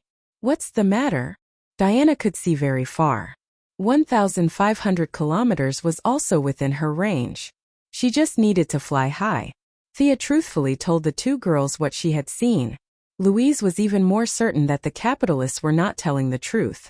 "How could an Earthling like you see 1,500 kilometers away?" Superman put down the mountain regretfully. It was tiring to keep lifting it. "What should I do? Or should they meddle in other people's business? Did they say anything? Can you hear them?" Thea asked Superman. As the only man present, Superman listened seriously. He was a little speechless. "I can hear them, but I don't understand their language. So troublesome." Thea let out a long breath. Even running to a deserted planet to watch a show could cause such a drama. This proved that Superman and Diana were very lucky to be the children of the world. If she was here alone, she could just retreat. Diana might be able to take care of the matter in front of her. Even if she was thousands of kilometers away, she might not care. Unfortunately, Superman and his wife were also in the group. These 2 were enthusiastic people. They were the kind of people who could not sleep if they did not take care of other people. Thea could only bite the bullet and join in. She glanced at the 30 or so people in front and behind. They were all armed with technological weapons, but she could not tell how strong they were. She could understand a few mainstream alien languages. If she really could not, she could translate through the light ring. The only thing that limited her was that her hearing was not that good. She softly chanted an incantation and released Morgan Le Fay's reality simulation. She then released a water mirror spell, projecting the movements and voices of the other people onto the mirror. It was convenient for her to translate in real time. She saw a group of people chasing after the person in front. The person in the back shouted from time to time. The person in front was tightly covered. There seemed to be lead in his clothes. It was impossible to tell who he was.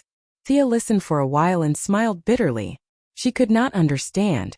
She could only take out the light ring. After listening for a while, she said to them, "The person in front is the Princess of Tamarin. She's called Corian. The people behind are the soldiers sent by her sister to kill her." Chapter 464. The vendetta within the royal family, the antagonism between family members, and the influence of Earth's movies and TV series made it easy for them to analyze some of the inside stories here. Everyone could see the intentions in each other's eyes. Save them. Superman was worried about leaving Louise in this desolate place. However, neither he nor Diana had the ability to take his girlfriend and fly at high speed while protecting her safety. The big burden was handed over to Thea again. Who asked her to have so many tricks up her sleeve? She conjured a plane and carried her straight into the distance. 1,500 kilometers passed in the blink of an eye for them. They arrived at the scene of the battle almost at the same time. They saw Princess Corleone, known as Spark, turning back to attack the enemy from time to time. Her palms would shoot out some kind of green energy shockwave, but she seemed to be injured. Her steps were messy, and it was difficult for her to aim.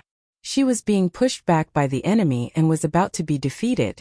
The 4 idlers descended from the sky, which made them a little puzzled. Without supervision and superhearing, they thought this was a deserted planet. They didn't expect to meet intelligent life forms. Thea and Louise sat in the plane. It was yellow and they couldn't see what it was.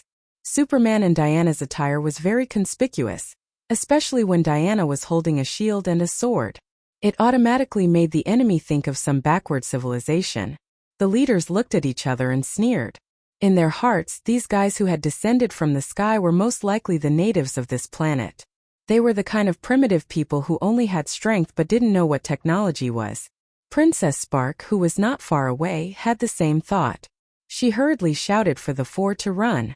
Although they didn't speak the same language, Superman could still judge from the other party's behavior that the one in front who told them to run was a good person, and the group behind who raised their technological weapons were bad guys. There was nothing to say. Fight.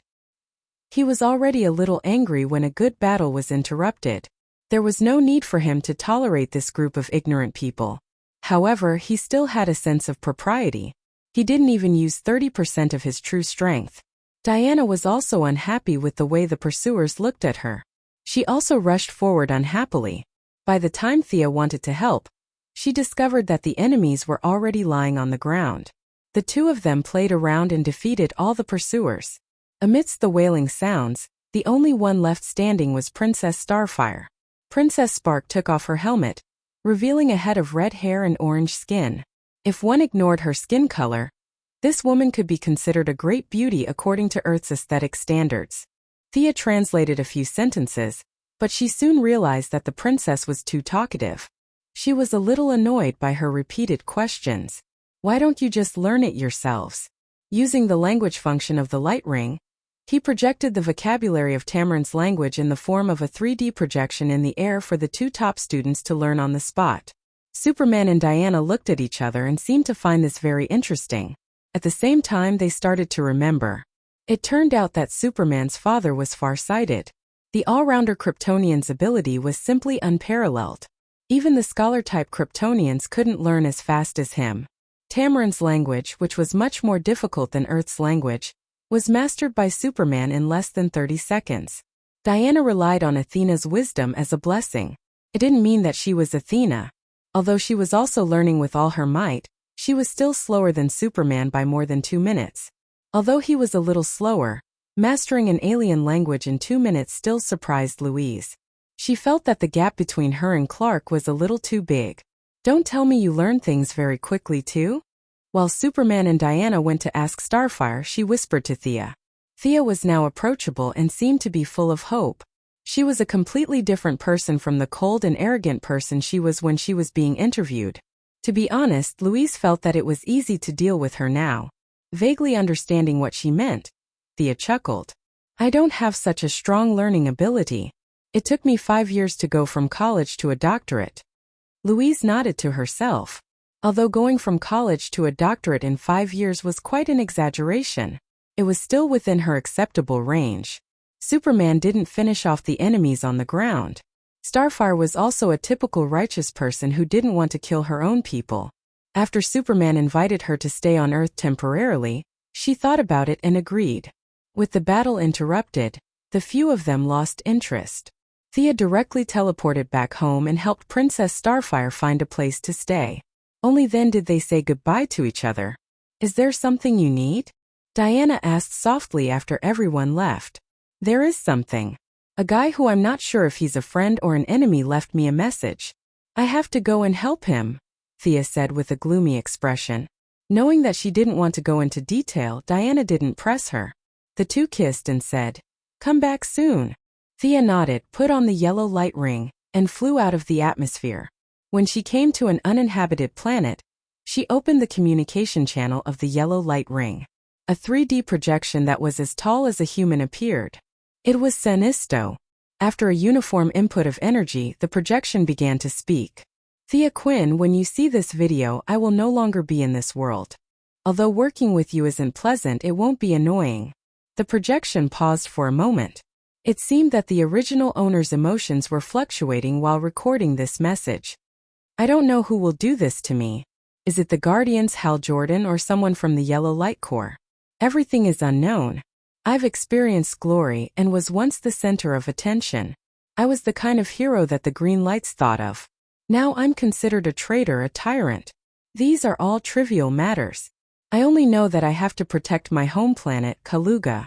That's a responsibility that's higher than my life, higher than anything else. The Yellow Lantern Corps is shrouded in fear. When I'm not in this world, their existence will destroy my home planet. Help me take care of Kruga. From today onwards, the Yellow Lantern Corps will be yours. Arkilo and Lisa Dracker will pledge their loyalty to you. They are elites who can control fear. You have to be careful of Mungo's son. He is a man with great ambition but little talent. My departure will definitely give him an opportunity to take advantage of. I've never been wrong about people. I know you'll help me. After the video ended, Sia snorted in displeasure. Sinisto was asking for help, yet he had put himself on such a high pedestal. He didn't even say a word of thanks from beginning to end. However, he did know Thea very well. She really wouldn't reject such a request that was almost like a dying wish. Strange, if he's no longer in this world, why didn't that part of the yellow light ring return to me? Did it blow up directly? Or did someone tamper with it? Her first suspect was the little blue guardians who had lived for hundreds of millions of years. These guys had unfathomable strength. It was hard to say if they were controlling something behind the scenes. Chapter 465. The planet controlled by Jared was not far from Corriga. Thea ordered the official members of the Light Ring, the Dead Man, and Fiora to meet up with her there. She tried to find Sinisto's last traces based on the faint connection she had with the lamp ring. This was the wreckage of a planet. Countless cosmic dust was floating here, and from time to time, there were boulders that could not bear the weight and broke into pieces under the influence of gravity. Thea followed the guidance of the light ring and gradually approached this area. There were still many traces of battle here, and emotional energy was still filling this place.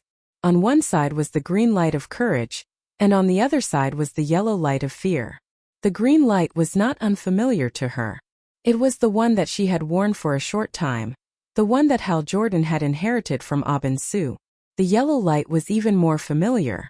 It came from the same source as her light ring. It was Sinisto. She looked into the distance and did not see any corpse. When she was about to explore deeper, a figure suddenly flashed not far from her side. The white-haired, blue-skinned guardian wearing a red suit and a white robe was looking at her thoughtfully. Only one. Thea looked around blatantly and found that there was only one guardian in front of her. She put away the teleportation gem in her hand. She nodded slightly and said, "Respected guardian, what alarmed you and made you leave the main planet of A that you have guarded for hundreds of millions of years?" "Hello, Earthling, we meet again. You can call me Gantz," the little blue guardian said expressionlessly. "Oh, it's him?" Gantz could be said to be the only guardian who still had feelings. Maybe it was because he was kind by nature, or maybe it was because the ring of the first Lantern Warrior Huarong was sealed in his body so his feelings were not completely erased. This guy could be said to be the only guardian left who could be dealt with. Thea followed his advice and said, "Lord Gantz, is there anything I can help you with?" She could not see the depths of their strength on Oe that day. Now that she was a demigod, she finally had some understanding of the strength of these guys. Strong. Really strong. She just used an imperceptible spirit power to sweep the edge of his body, and it was easily bounced off by an indescribable force. The guardian named Ganser looked at her blankly as if he didn't know. Thea gritted her teeth. No one she knew was as strong as him.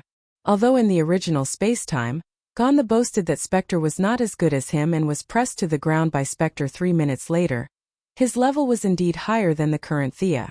Thea felt that she had to at least become a new god or fuse with the Parallax monster to be able to compete with him. Gonza didn't mind her little tricks. Perhaps it was because of the billions of years that they had spent together, but there were too many people who wanted to test them. They were all immune to it. Do you think Sinisto did the right thing? He used his own order, his own understanding, to plunge the planet into a vortex of fear. Hal Jordan disagreed with his actions and the two fought. You and Hal are both from Earth. What is your point of view? Thea really didn't think about this question. Half an hour ago, Kaluja's explosion had nothing to do with her. She was as busy as a spinning top every day. How could she have the time to think about it blindly? After thinking about it seriously, she had to admit that the various philosophical works on Earth were very rich. Predecessors had already come to a conclusion on this matter. She just had to modify it slightly and add in some of her own understanding to become a new theory. Sinisto used his own power to establish the order of the planet. He enforced the law and judged the people on the planet. He required everyone on the planet to live according to his plan. From birth to death, he arranged everything neatly. Earth has a special term for this kind of thing. It's called a utopia. It means a utopia that can't be done. No one on Earth does this. Without the intervention of supernatural forces, the ancient sages only tried this utopia in some small colonies. Reality told them that it doesn't work at all. Gonza was just listening in a daze. Now that she had caught his attention, the powerful guardian couldn't help but ask, "Why?" Freedom. People don't have freedom or the right to choose. They lose their life goals, expectations, and hope. Everyone falls into numbness and trifles, wasting their time doing nothing. Hope. Gandha muttered to himself. Thea's words were getting smoother and smoother. She didn't care if he was listening or not. She continued. The ancient sages of Earth gave up the utopian idea. We are walking on a free and unrestrained path. Let me give you a negative example. Krypton. You know about Krypton, right? Gandha nodded. He knew about such a famous planet. He also had a premonition of what Thea was going to say next. Krypton has the best genetic modification technology in the universe. They screen the babies at the embryonic stage and use a huge algorithm to calculate the future direction of the child. Before they are born, they have already determined their future direction. Every Kryptonian understands their mission when they can remember. Like a machine, they do their own things in a cycle. Their planet was eventually destroyed. Only one Kryptonian who gave birth naturally escaped. His parents gave him the right to choose. The glory of humanity is now sprinkled on Earth. This is the birth of a great soul. Gandha seemed to be thinking about the truth behind her words. Hope, is it? Hope can change life. Only hope can save them? He muttered to himself. Slowly, he seemed to understand some truth. There was a hint of emotion on his emotionless face. He stepped back emotionlessly and threw a residue wrapped in energy to Thea before disappearing. This is the remaining part of Sinisto's ring. I have collected it. You should be able to use its power. Sinisto was only banished to the antimaterial world. Don't worry. According to the records of the Book of Ura, his story has not ended. Take care, Earthlings with ideas. We will meet again. It was not until this person disappeared without a trace that Sia looked at the ball of energy. She was not worried about Sinisto. This old man first served the Green Lantern, then the Yellow Lantern, then the Green Lantern, and then the Yellow Lantern again. In the records of the Green Lantern history, he seemed to have returned to the Green Lantern for retirement. Sinisto's life had been changing between Green Lantern, Yellow Lantern, and White Lantern for a short period of time. It could be said that his story had just begun. It was not an exaggeration to describe him as having 3 ups and downs. Gandha kept talking about hope. Was this a sign that he was going to establish a Blue Lantern? Thea shrank her neck. In all honesty, she was just talking nonsense. There was no special purpose. Chapter 466.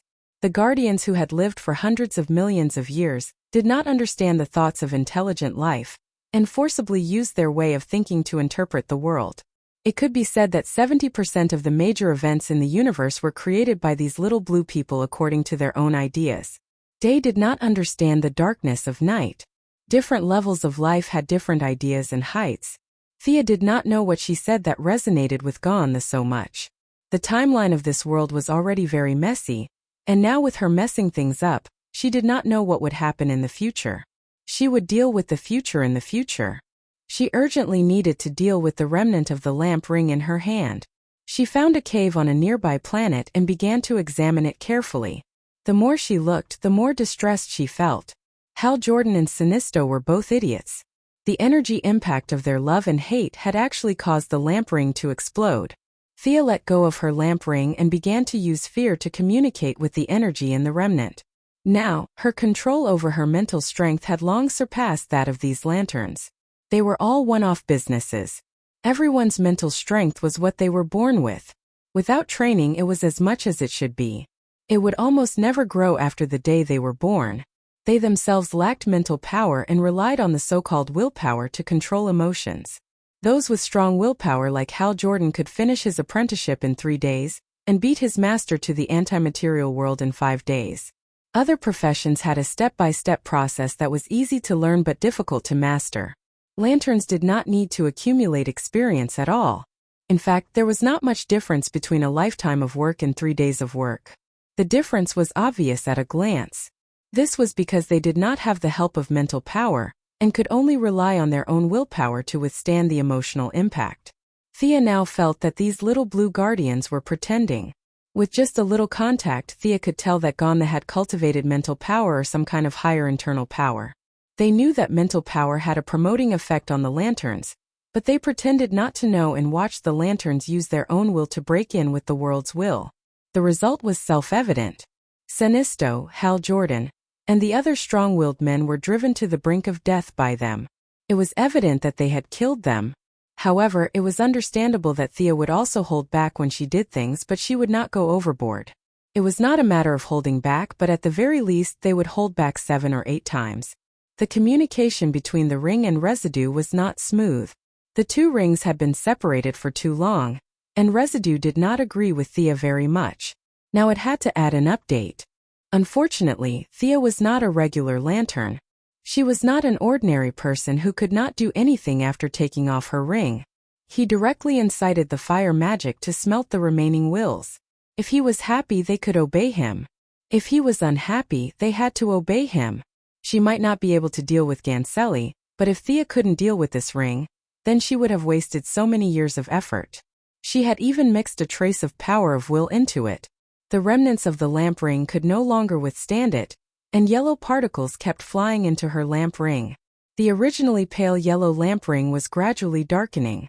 The weak resistance was suppressed by force, and the strong resistance was transformed by power of will.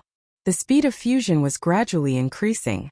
Thea tried to imprint her spiritual imprint into the ring during the fusion period. The ring almost did not resist, and it acquiesced to her ownership. With this imprint, her control over the ring had deepened a bit.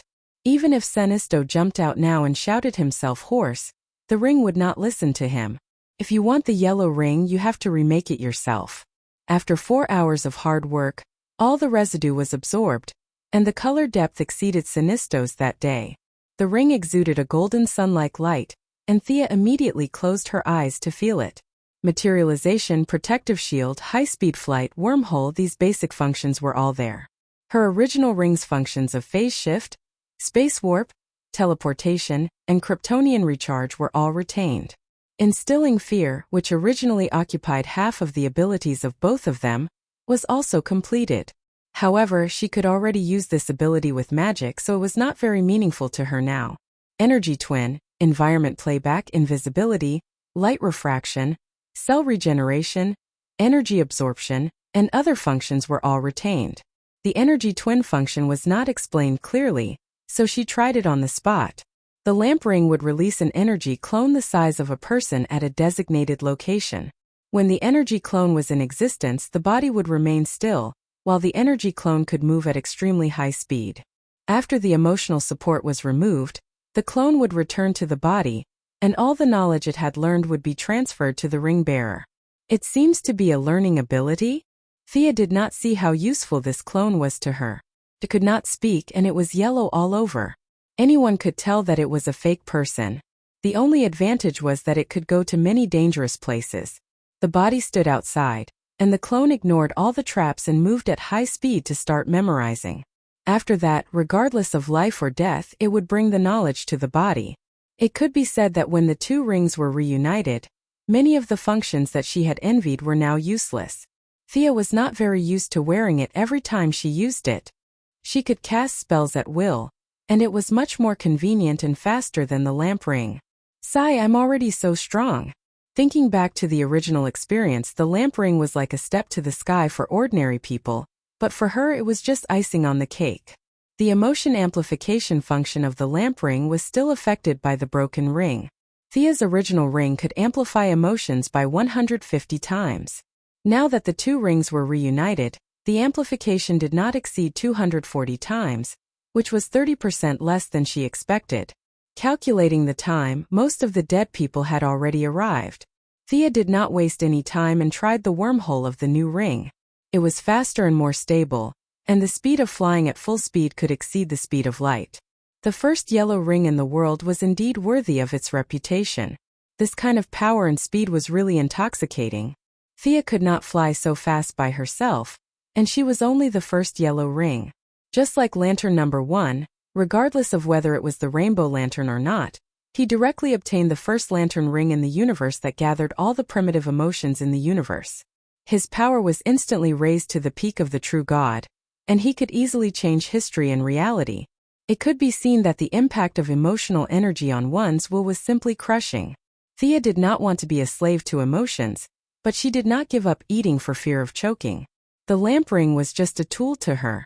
If it was not for the fact that she automatically changed into the tights every time she wore it, she might have been able to use it a few more times. Now it was dispensable. When she arrived at Gruder's planet, the 3 official members of the Yellow Lantern Corps, Deadman, Fiora, and Gruder, were waiting for her. Sia briefly explained the situation.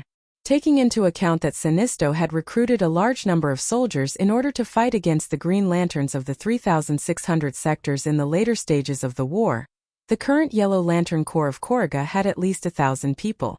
More than 1,000 temporary workers who had not been confirmed by the Book of Parallax. Chapter 467. 1 man against 1,000 men sounded very majestic, and the visual impact was very strong. However, it was best not to use it if the difference in strength was not as great as the difference between heaven and earth. There were countless strong people in history such as Darkseid and Thanos. They were all arrogant and brave, but they were all pushed down by the righteous side and rubbed against the ground. Although Thea did not think much of the Yellow Lantern soldiers, she might not be able to win against hundreds and thousands of them. Unity is strength. This was applicable in 99% of situations. It was unrealistic to attack by force. Kruga's civilization level was not low. Even if it was not comparable to Krypton, which was a level 8 civilization, it was at least level 6. Unlike Earth, where aliens could come and go as they pleased, it was like a market. Kruga had a defense system. Although there was a large population on Kruga, their civilization level was only slightly higher than the natives. Space warships were out of the question. Fiora had gathered some neutral mercenaries in the universe and had a few warships, but the character of the mercenaries was hard to predict. They could be used in a favorable battle, but with such a large number of enemies, it was possible that they would defect to the enemy directly. The enemy had more people, and their defense system was intact. They had fewer people and they had to attack. There was only one choice in front of Sia, and that was to organize a small team to carry out a surprise attack, as had been done countless times in movies. She instructed Fiora to get the few people on Earth. They could not fight in space, but their fighting ability on the ground was off the charts. She began to contact Sinisto's supporters in Kruga. The more guides there were, the better. The first person she contacted was Lisa Draka, who claimed to have a certain precognitive ability. Unfortunately, she could not get through. She also knew Akiro, who was mentioned by Sinisto. He was a tall and burly blue-skinned alien. He was the training officer of the Yellow Lantern Corps. Akiro had once gone to Earth alone to gain Thea's approval. He was loyal and honest. Although he was a barbaric guy, Thea had a good impression of him. Unfortunately, she could not contact this guy either. Needless to say, it must be because of Sinisto's disappearance. His ambitious subordinates had defeated his loyal subordinates. She could not contact the members of the Light Ring. Fortunately, she had other means to contact others. Asona, can you hear me? Telescopic vision, supervision, imaging technique, and the light refraction and projection function of the Light Ring. Spells, abilities, and the 3 abilities of the Light Ring were integrated together and began to communicate across light years. Who? The purple alien woman on the other side of the camera was a bit surprised. She stared at the water curtain that suddenly appeared in front of her and asked tentatively, "Thank God you're still alive. I'm Thea, remember? I'm Sinisto's." Thea thought for a long time. Was she related to Sinisto? It was almost unrelated. "I'm Sinisto's colleague. We've met once before." Thea could not think of anything good to say, so she could only give a vague answer. The purple alien woman nodded calmly. "I have a deep impression of you. Sinisto complained many times that you took away his supreme power." Thea almost vomited blood. She knew that Sinisto had said something bad about her behind her back. Although this woman was not a member of the Light Ring, she was the highest commander of the Koruga Defense Force. At the same time, she was also Sinisto's lover after his wife died. The two must have talked about her after they did something indescribable. That was why this woman had a deep impression of her. Having an impression was better than not having one. "How's the situation in Koruga? Sinisto left me a message. Is there anything I can help you with?" The purple woman, Asona, said stiffly. "Koruga does not need another dictator. Sinisto betrayed his people and betrayed me. Koruga does not need any lanterns, green or yellow. We don't need any." After that, she threw something that looked like a weapon at the water curtain. However, it was useless. Thea's water curtain was invisible. If she did not cancel it, no one could do anything about it. After throwing things for a long time, Asona threw a tantrum and looked at the water curtain with a serious face. What do you want? I want to fulfill a promise. Or rather, help Sinisto get rid of his Yellow Lantern Corps and liberate Korriga. And after that? Thea thought for a while. The unqualified Light Ring members will be stripped of their rings and sent back to where they came from. I'll take the rest with me. In the future, Earth would be the center of the universe. Other than Sinisto, no one would care about a planet like Korriga. This answer was out of Asona's expectations. She was a very decisive woman. What do you need me to do? Help me find a secret room. I want to take the team directly to Korriga. As the person in charge of the planet's military force, Asona immediately thought of a few words. She did not know that Thea did not have enough manpower. She only thought that the other party was not going to launch a large-scale attack. This was very much in line with her intentions. Okay. Asona agreed without hesitation. Before ending the call, Thea told her, collect information about the Corps. See you later. After that, she began to set up a long-distance teleportation circle. The Light Ring's foundation had increased greatly, so there was no need to abandon it. At the same time, she was also worried that Asona would do something bad to them. The teleportation circle was reinforced with magic and emotional energy at the same time. Could last for a long time and the channel was stable. Without a specific method, even a nuclear bomb could not destroy it.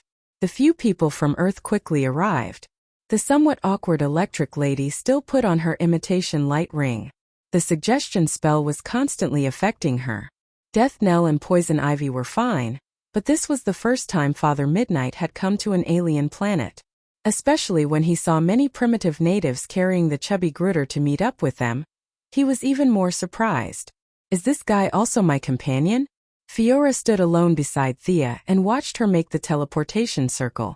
Death Knell and Father Midnight came from a mixed background, so they had more in common. After that, Grutter joined their conversation. On the other side, Death Knell was bragging with Poison Ivy and Electric Lady. They also brought some people with them. There were alien subordinates recruited by Fiora and native warriors controlled by Grutter. Death Knell also brought more than 100 elite soldiers and his daughter, Rose Wilson, who was also a powerful warrior. Another thing that caught Thea's attention was that Death Knell had recruited a psychic.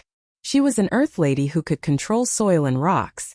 However, she was too young to be used as the main force. As for her subordinates, she did not think too much.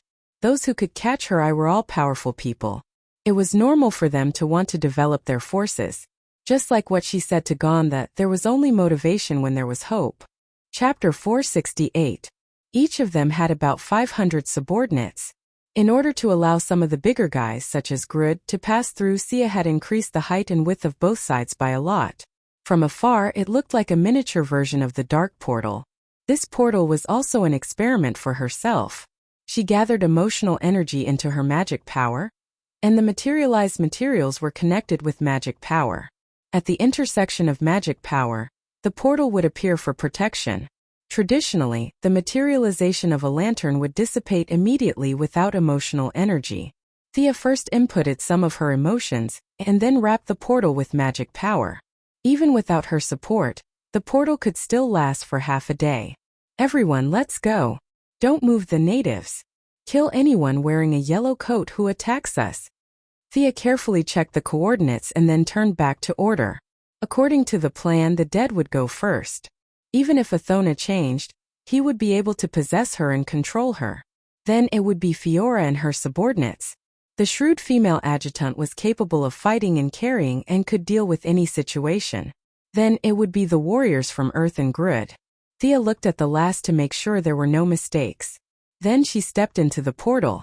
On the other side, the battle scene did not appear. It seemed that Athona was a very trustworthy person. Thea walked out of the crowd. Although she did not like the clothes, she was here to take over the army today. She still changed into the somewhat shameful tight combat suit. What's the situation now? Thea asked Athona, who was also fully armed. The defense of this planet was too comprehensive. The interference of metal and various electromagnetic interference were affecting her supervision. She wanted to find the central power source of the yellow lights, but she could not find it even after looking for a long time. This close friend of Sinisto looked at Thea's yellow combat suit. Her pupils shrank a little, but she quickly got rid of the unnecessary emotions and said loudly, "Come to our headquarters. Those Yellow Lantern villains are destroying our city everywhere." With Death Knell and Fiora, two experienced veterans, Sia arrived at the frontline command of the Korriga Resistance Army. It could be seen that Sinisto was not unprepared for the possibility of a rebellion. He had equipped some of his compatriots with weapons that could counter the hard light of the lantern rings. However, Korriga had been peaceful for too long, and many of the Yellow Lanterns were notorious bandits. The rebellion army lost 15 cities in an extremely short period of time, and a large number of elites died in the first wave. If Thea had not intervened in time, it would have only been a matter of time before they were exterminated and enslaved. Do you know what a central energy source is? Thea was worried that she might not be able to express herself clearly, so she showed her a portable lamp with a charging ring in her water mirror. It's something 100 times bigger than this. Have you seen it before? Do you know where it is? Asona had indeed seen it before. After all, it was impossible for a lantern that was several hundred meters tall and completely golden in color to go unnoticed. Sinisto might be able to hide it, but such a large item had very high requirements for a place to hide it. I've seen it before. I think it's in the depths of Satara City. Sinisto had hollowed out 20 kilometers underground and placed a lot of things there. Asona recalled. What are you going to do? My ring can control the central energy source. It will take back all the energy in the ring. When dealing with some unarmed alien criminals, I'm sure the resistance army will be enough to deal with them, right? If the ring loses its power, then what about you? Asona's meaning was self-evident. Thea smiled brightly. Even Asona, who was also a woman, was a little dazed. Haha, to the Sinisto army the ring is everything. But to me and my men, it's just one of the means. We have crossed the distant sea of stars, traveled through time and space, and witnessed the rise and fall of civilizations. The power of a mere lantern ring is too insignificant for us. Haha. Asona did not understand. Thea was bragging without paying taxes. She had bragged so much that if one did not look at her, they would have thought that she was the heavenly father of the new creator planet. Asona's eyes were filled with stars. She did not believe it, but the previous conversation and teleportation made her realize that the woman in front of her had an ability that Sinisto did not have. She no longer bothered about the lantern ring and explained to them in detail what they needed to pay attention to in Satara City. Half an hour later, the assault team led by Thea had arrived at the outskirts of the city. There were all kinds of detection equipment in front. She did not dare to charge in with her invisibility spell.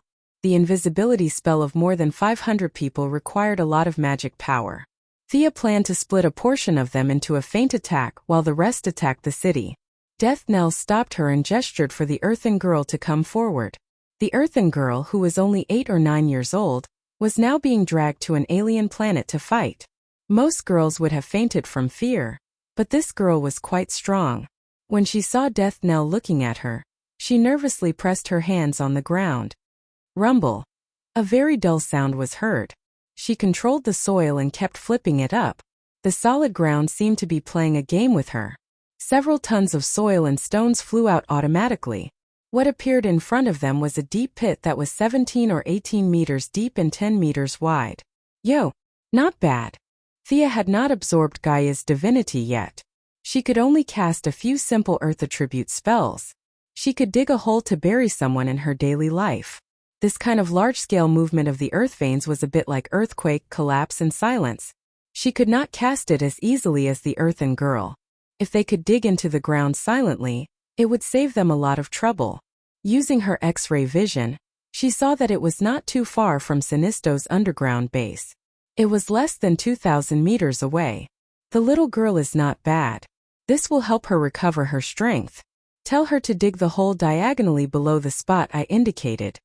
This little girl was too young and was not worth her time. She would need at least 5 or 6 years to grow up. That was too long. Thea threw Death Knell a gemstone that could recover his strength. It was better for him to give orders to his subordinates. Death Knell was very excited. As Thea had more and more talented subordinates, his importance was declining. He urgently needed to prove his worth, so he was determined to bring the 9-year-old earthen girl out. Okay. Death Knell nodded heavily at the earthen girl. Because of her ability, she was treated as an oddball in the village. If Death Knell had not saved her, she would have been burned to death by the villagers. Seeing Death Knell's signal, just like a manga character, he was filled with motivation as he desperately needed recognition. His eyes shone brightly, and his psionic ability was fully activated. Following Sia's mark, he dug deeper. The young lady did not feel guilty about hiring a child as she constantly controlled the earthen girl. 10 degrees to the left. A little more. Chapter 469. After 10 minutes of hard work, a tunnel that was 1,000 meters deep and 10 meters wide was opened. The Stone Lady's ability consumed her mental strength and stamina. Her stamina was replenished by the technological potions, and Thea helped her activate part of her mental strength.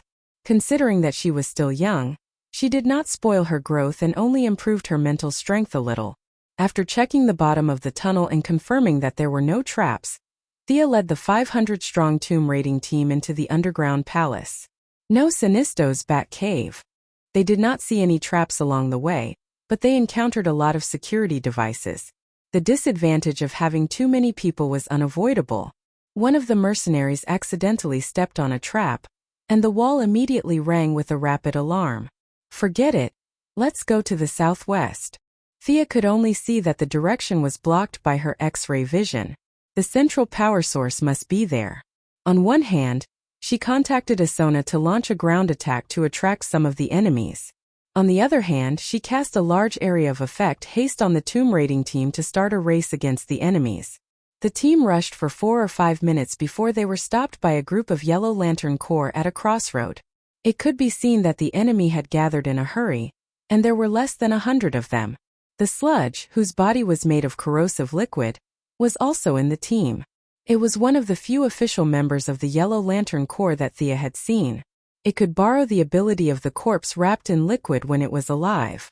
It was difficult to judge this guy by the human sense of good and evil because it was not even a living creature. It was even more out of the question whether it was a traitor or not.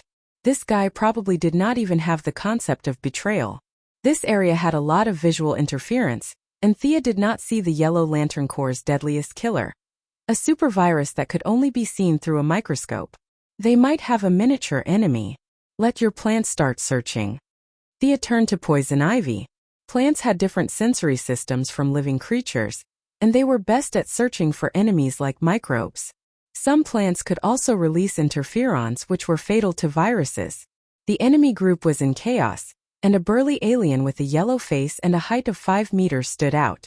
Master of the Book of Parallax, are you here to congratulate me on conquering Kaluga and becoming the leader of the Corps? The alien's orange eyes automatically looked at Thea. Who are you? Thea pretended to be confused. She recognized this burly guy at a glance. Little Mungo or Mungo II. His father, Old Mungo, had attacked Seaside City on Earth in Sia's memory. But in this space-time, Old Mungo had led the so-called army that had conquered the entire universe to attack the main planet of Ura. She didn't know if he was crazy or he didn't take medicine. Gonda could not defeat the Spectre in a one-on-one fight, but this did not mean that the Guardian Blue Men were weak. It was just that the Spectre, the vengeful spirit of God, was too strong. Furthermore, there was not just Gonda on the main planet of Ura. There were 6 other Guardian Blue Men with the same combat strength. In addition, there were 7,200 official Green Lanterns, a considerable number of reserves, and a small number of elite Supreme Green Lanterns with modified bodies. Facing such a powerful force, Mungo, who was full of confidence, crashed into it head-on. This wasn't the Green Lantern Corps that Hal Jordan had led after the Lights Out incident, and there were only a few of them. What greeted him was the Green Lantern Corps at their peak. A green sea that covered the entire planet of Ura crushed his invincible army into dust. Similarly, his body, which had been tempered thousands of times to the point of being able to attack Superman, was shattered into pieces. The result of tens of thousands of people attacking him was that his head was sent to Ura's showroom. Sinisto had taken in his son, who was now standing in front of Thea. It had to be said that his genes and physique were indeed extraordinary. When others wore one light ring, he might feel that the effect was not strong enough, but he wore 4 rings of the same attribute.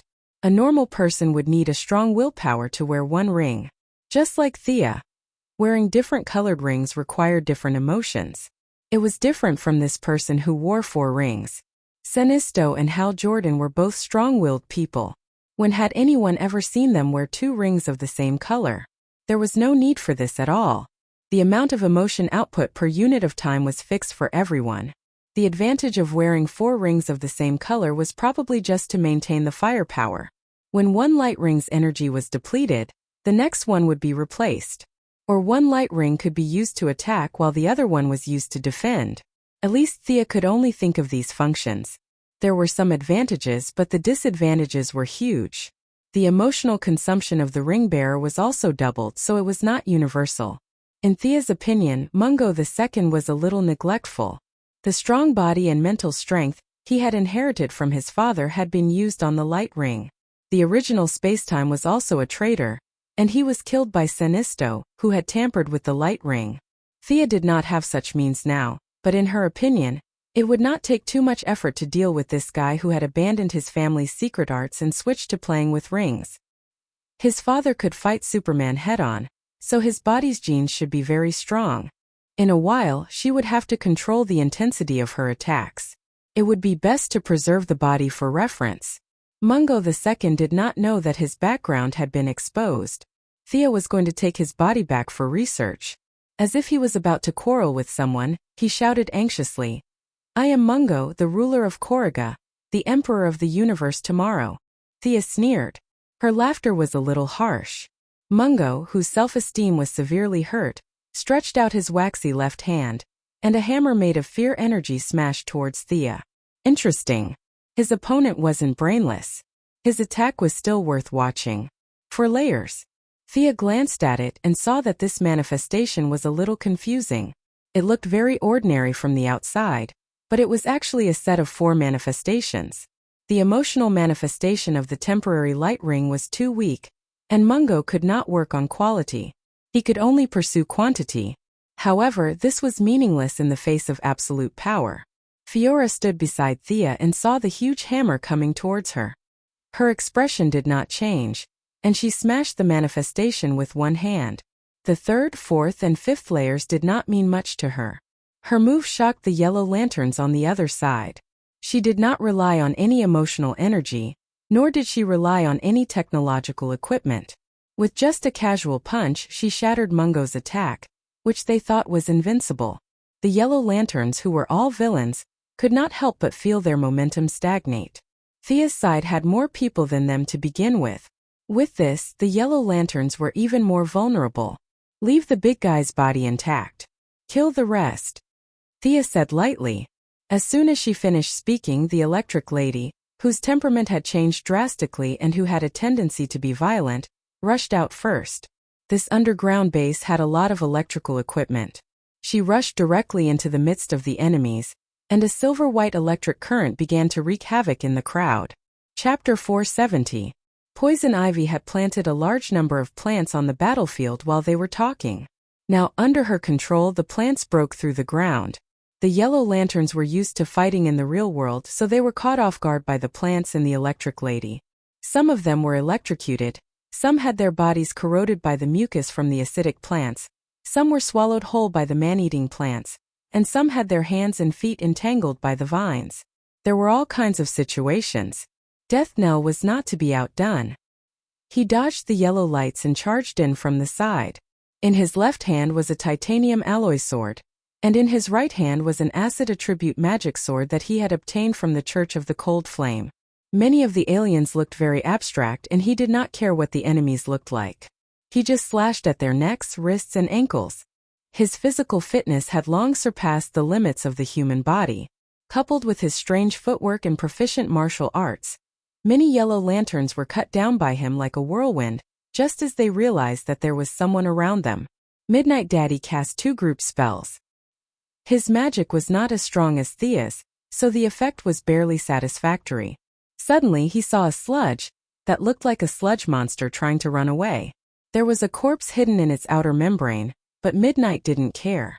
The corpse looked like an alien, and it had nothing to do with his ancestral spirits on Earth. He chanted a spell and forcefully controlled it. Not to mention, the ancestral spirit of Earth was quite powerful. It used magic to communicate with the corpse, and under the influence of its psychic ability, the corpse extended a bone claw from the body of the sludge. The sludge that was running away was severely injured, and a large amount of liquid in its body flowed out from the wound. Midnight Daddy followed up with another attack. He put his palms together and caused the corpse to explode inside the sludge. This official member that was personally recruited by Sanisto and registered by Thea exploded into a puddle of acid. Its weak cell walls could no longer sustain the loss of energy in its body. It fell to the ground and did not move anymore. Thea took out the parallax book. Following the death of the sludge as an official member, there was a record of its life in the book. Its life history slowly emerged with its death. This thing was originally born on a barren planet. In an accident, an unlucky interstellar traveler's spaceship crashed on this planet, and its corpse coincidentally fell into its body. Only then did it slowly gain self-awareness. Even with the parallax book, it was difficult to determine whether the consciousness in the sludge was the consciousness of the unlucky interstellar traveler, or the remnant consciousness of the barren planet. However, its corpse was also very valuable for research. Thea first used her ring's high authority and magic power to stop Huang Ring from looking for a new ring-bearer. She had no choice but to do so. If she killed one, Huang Ring would find another. That would be an endless cycle. Fortunately, there were only a few official rings, and the rest of the temporary rings did not have the ability to find new ring-bearers. Thea had just wrapped up the corpse of the sludge when she saw another ring fly into the air. Who died?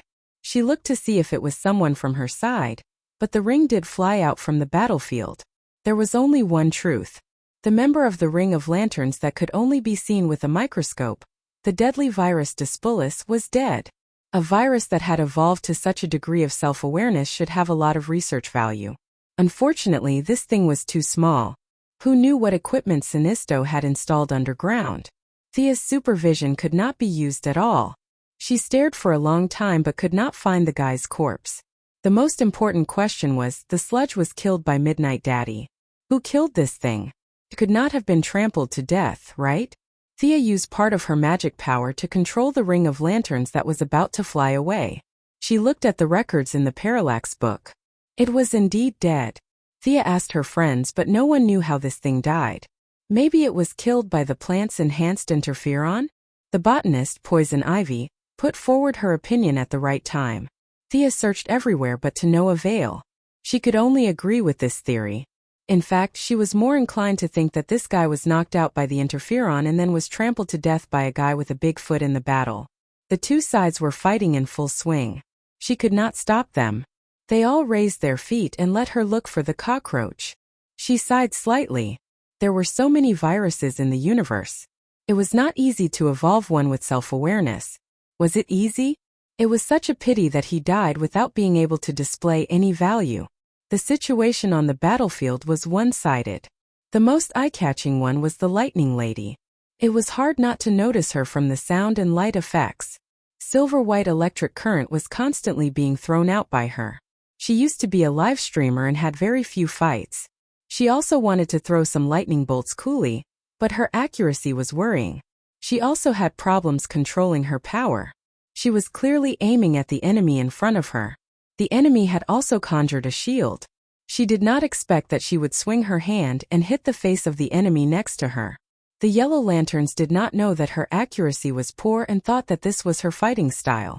A group of people came over to besiege her. The Lightning Lady was least afraid of being besieged. Coupled with the fact that she could not control the electric current, her AoE damage could be said to be number one on the scene. Coupled with the fact that she would occasionally flash out of the encirclement and run from one group to another to release electric current, the Yellow Lanterns were beaten to a pulp. Not everyone could be like Senisto and Thea, who could create a giant to protect their entire body. Most people could only conjure a part of their body armor. Everyone was suffering from the electric current. Unless they were a special life form, there were not many who were immune to electric shocks. I can't fight like this. Originally, when he saw that Thea did not make a move, and the seemingly fierce Fiora did not join the battle, Mungo too, who considered himself the emperor of the universe, also stood still. Now he felt that he had to make a move. Although it was a little embarrassing, he was still prepared to get rid of the lightning lady who was the biggest threat to his side. He took a step forward and was instantly stunned. He could only feel that something was squeezing into his body, and at the same time it was as if a giant hammer was hammering his head. He did not know that this was the cooperation of the dead man and Grud. One was drilling into his body, while the other was forcefully controlling him. His willpower had already been worn down by the 4 lantern rings. Now that he encountered the skills of these 2 hooligans, he kept losing ground in his spiritual world. The control of his whole body had already been squeezed out by 1/3. It would be strange if he could still move. Seeing that the generals were fighting beautifully, the morale of the soldiers on Thea's side was greatly boosted. Deathnell's daughter was particularly eye-catching. Her fighting style was very similar to her father's. Her double swords flew up and down. Her strength, speed, and skills were not inferior to Thea's in the past. The natives brought by Grud were also quite brave. Every day, they carried this several tons of gorilla and ran around the mountain. A few of them had really trained their strength. The javelins that were as thick as an arm were thrown by them, leaving afterimages. The throwing objects of the leader of the strong men could even shatter the shield. Chapter 471. Mungo too was dragged into the spiritual world by Grudra and Deadman to play tug-of-war. Sludge and Supervirus were directly destroyed, and the remaining yellow lanterns died one after another. If it weren't for the constant return of the Lantern Ring members from the battlefield on the ground, they would have collapsed long ago. However, they had no coordination ability and no command system. There were too many loopholes in their fighting style. Facing Thea, who had the upper hand, they were beaten to a pulp. One after another, 2 after another, 3 after another. It seemed that they were still persevering, but the number of people who supported Mungo was rapidly decreasing. Many people had begun to think of a way out. Seeing that the situation was good, Fiora, the adjutant, as the highest combat power second only to Thea, personally came out. On the battlefield, enemies and allies were mixed, and powerful moves were not suitable to be used. This was a little restrictive for Superman Supergirl, who could punch a hole in the ground and break a mountain with a kick, but Fiora didn't have this problem. Her combat skills were already very delicate. The Kryptonian combat skills she used back then were no longer suitable for her body that had skyrocketed. However, she still had her combat experience. If Superman was like a farmer with infinite strength, then Fiora was like a thief with full strength. Her figure was extremely fast as she weaved in and out of the crowd. None of her attacks were a match for her. These ordinary materializations were completely defenseless against her. After killing more than 10 people in an instant, she walked to the side of the dazed Mungo too. She signaled to Deadman and Grudra in the distance, and the 2 people, orangutans, withdrew the control at the same time. Mungo was dizzy and didn't understand what was going on. He saw Fiora grabbing the top of his head with one hand and his chin with the other. With a crisp crack, the giant's neck was directly broken by her. His tenacious vitality prevented him from dying immediately. His lips moved slightly as if he wanted to say something, but unfortunately, his vocal trachea was destroyed. He tried for a long time but couldn't say a word. The lantern ring on his hand was still shining, as if he wanted to do something. However, the loss of vitality also took away his willpower. His vision became more and more blurred, and he vaguely saw himself becoming the emperor of the universe. In the end, he completely died in his imagination. If it was a fair fight, Mungo too wouldn't lose to Fiora by much. However, the reality was just that helpless. The 2 gangsters had forcefully controlled him, and he didn't even have the chance to reveal a single bit of his strength before he was directly killed. Thea was very satisfied with the cooperation of her subordinates. They skillfully defeated the boss on the other side, and she didn't even need to do anything. This man is a warrior. He deserves a proper burial. Thea put Mungo's body away after she finished speaking. It was definitely inappropriate to talk about dissecting the enemy in front of her subordinates, so she told a little white lie. When the remaining Yellow Lanterns saw that their new leader was dead, they no longer had the will to fight. Some of them quickly summoned their aircraft and fled in all directions. Some of them even surrendered and waited to be taken in. Thea was not obsessed with moral cleanliness. She had a lot of bad people under her command. Regardless of whether they were good or bad, she would take them all in and screen them out later. She didn't send anyone to chase after them. As long as she took control of the central power source and took back all the energy from the light rings, these people would be in for a good show. The lucky ones might fall directly from the sky, the weak ones would fall to their deaths on the spot, and the strong ones would fall to their deaths. The unlucky ones would fly out of the planet into space, and their rings would suddenly lose power. Those who didn't have the ability to survive in space could only wait for death. As for those who ran the fastest and had the worst luck, it was possible that their rings would lose power as soon as they entered the wormhole. Thea really didn't know what kind of horrible things would happen to them. The resistance forces were scattered. Under the guidance of a few people who led the way, the large group entered the passage without any obstructions. After walking for a short distance, Thea saw the incomparably huge central power source of the yellow lanterns. It was the same shape as the usual charging lanterns, but it was 100 times bigger. How uncreative! She looked around the huge power source and was a little dissatisfied. Back then, Sinisto had spent a lot of effort to accumulate that small ball of yellow energy to such a large size. However, this shape was a little speechless. The central power source of the green lanterns on Ura's main planet also looked like this. However, this was mainly because the little blue people didn't have any artistic cells. After billions of years, their brains had become rigid. You Sinisto can't be that unimaginative, right? It was exactly the same except for the color. From this, one could see how deeply the green lanterns influenced Sinisto. You're here. Why is it you? Thea separated a bit of her mental power into the central power source and accidentally bumped into the creature inside. The Parallax Demon's main body was sleeping inside. He didn't expect to meet Thea, who wasn't afraid of him. Thea also didn't expect this guy to be hiding in the central power source. The Parallax Demon didn't have any good way to deal with this human, who had feelings of fear, but wasn't afraid of him. The Parallax Demon was afraid of the existence that she was afraid of. The Parallax Demon didn't dare to conjure the images of those powerful unknown existences to scare Thea.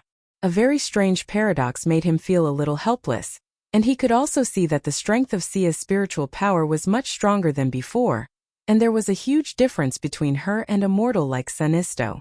He asked casually if he wanted to possess her, or if he wanted to have a strong power. You don't want either? Fine, I'll go back to sleep. You go do your thing. Thea didn't care about this kind of external fake power at all.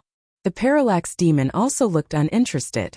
After a simple routine, the Parallax Demon fell into a deep sleep. Retract all the energy in the light rings, Thea ordered decisively.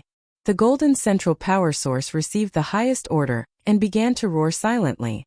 The entire planet could see yellow light gathering there. The light rings on the scene didn't differentiate between friend and foe. Except for Thea's own ring, all the energy returned to the main power source. Even in the distant outer space, accompanied by all kinds of unbelievable screams, yellow energy flew out of the light rings and gathered at Kaluga.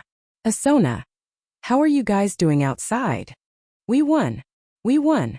It could be heard that the commander on the other side was so excited that he had forgotten his surname as he spoke incoherently. The rest of the battle was nothing to write home about. The tens of thousands of Kaluga resistance army fought against more than 1,000 unarmed aliens. It was a massacre.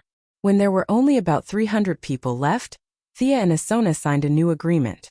Both sides officially stopped fighting, and the defense of Kaluga was finally over. Asona needed to reclaim their cities. 15 cities were lost, 6 of them were in ruins. Countless lives were lost, and the loss of all kinds of resources was astronomical. Asona was busy and so was Thea. She had to accept the current members and identify the good and the bad. Some of the rings were confiscated and sent back to their original planets. Chapter 472. She did not care if the ex-Yellow Lamp members would return home and continue to wreak havoc. Lisa Draka, Aquilo and the other loyal followers of Sinisto were also rescued by them.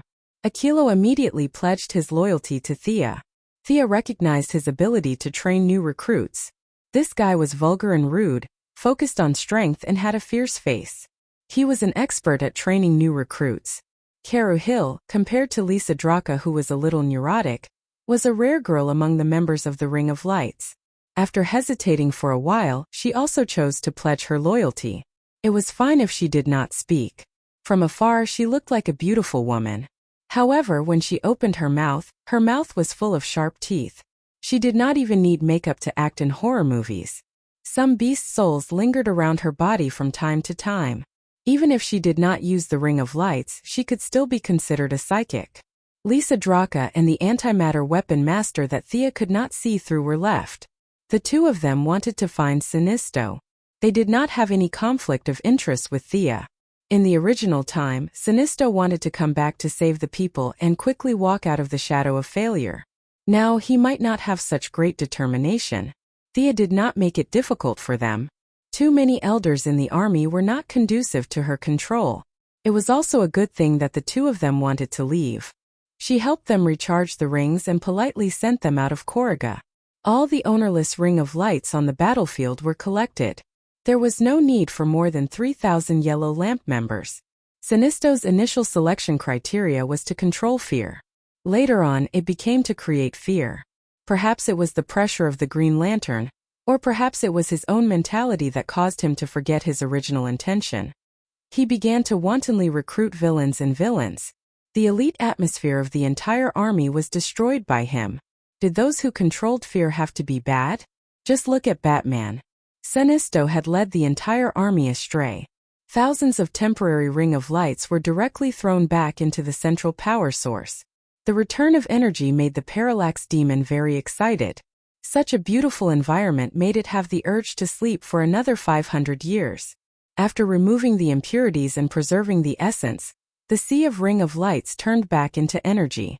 Thea cut a part of it and distributed it to her subordinates. Deadman.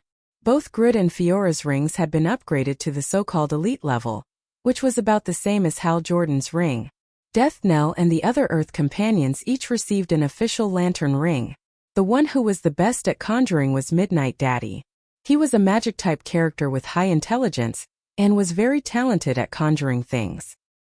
He directly conjured a creature that looked like it was made up of various animals, and looked very much like an evil god. The Poison Vine Lady and the Lightning Lady lacked imagination, and the use of the light ring was more for them to wander around. Death Knell's materialization was similar to Hal Jordan's. They were all machine guns, rockets, planes, tanks, and so on.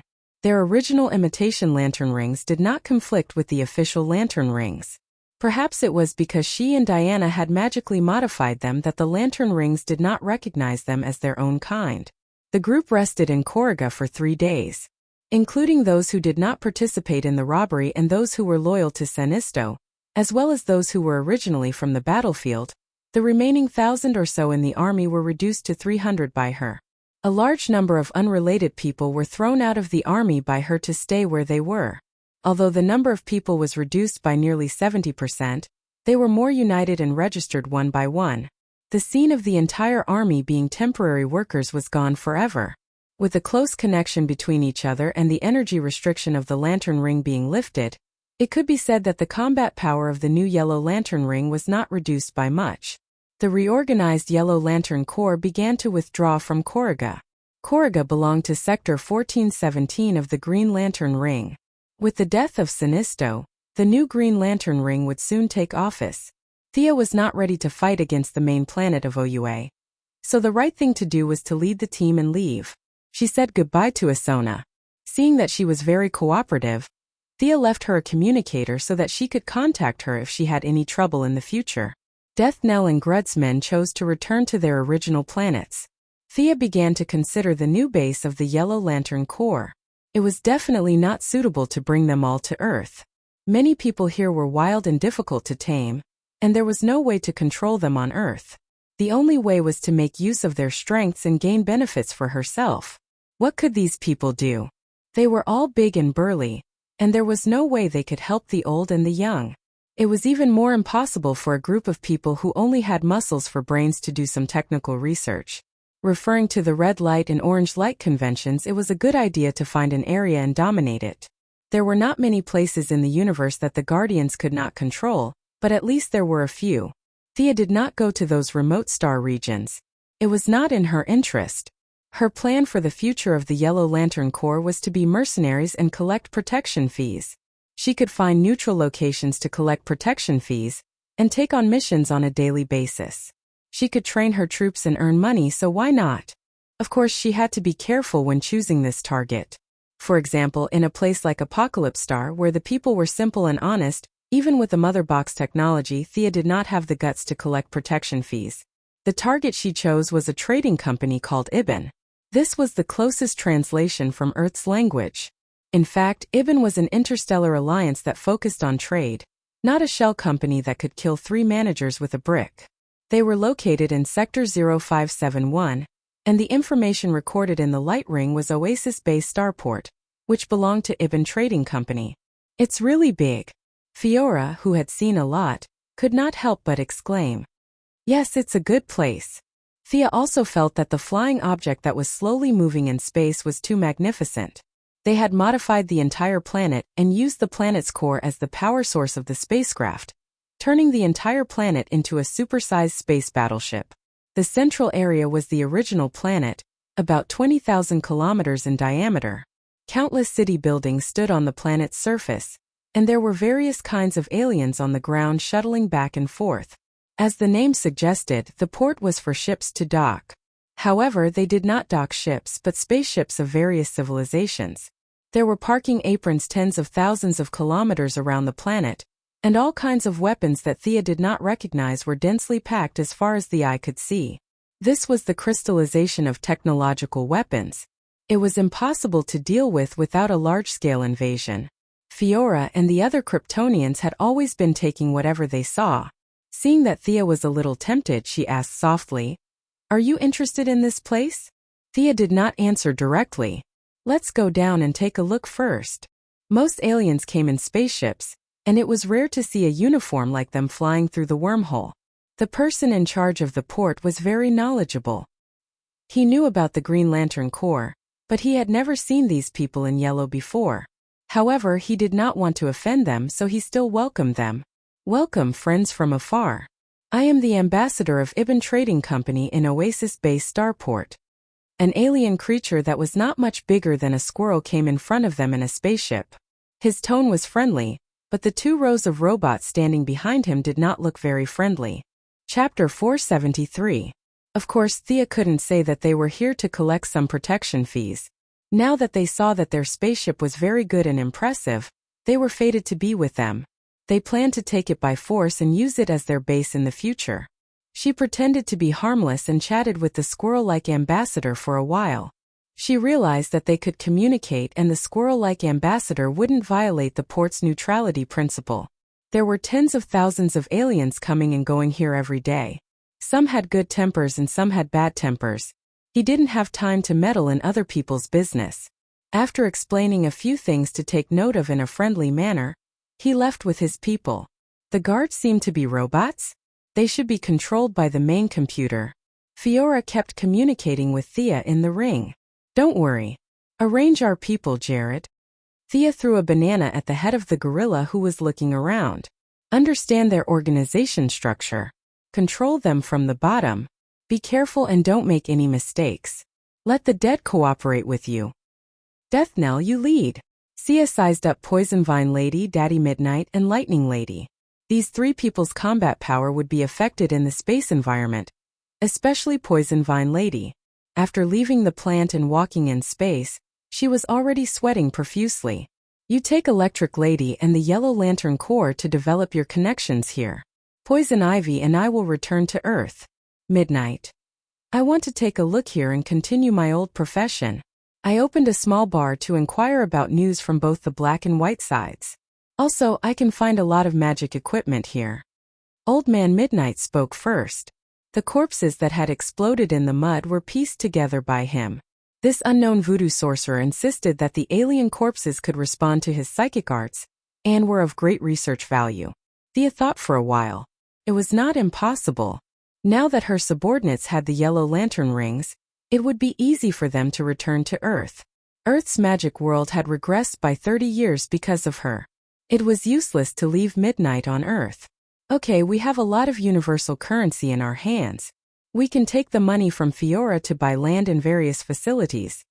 No matter if it was General Zod or Sinisto, they were both rich people. Thea had ransacked their collections. Even by the standards of the universe, she was not poor. She wanted to slowly take control of the entire army. The entire process required both coercion and enticement. As long as she occupied this lucrative port and this trade alliance, loyalty and cohesion would naturally come. Investigate their main control computer. Brainiac is still a threat, so they won't develop artificial intelligence. At most, they'll use artificial intelligence. They'll create a few robot rebellions, and we'll help him solve the problem. After that, we'll be able to turn the tables. A few of his confidants knew about Gideon and nodded. Everyone split up. None of them were 1 or 2 years old, so they didn't need Thea to guide them step by step. The few people from Earth got rid of their initial fear and found that these aliens were not a big deal. Thea strolled around.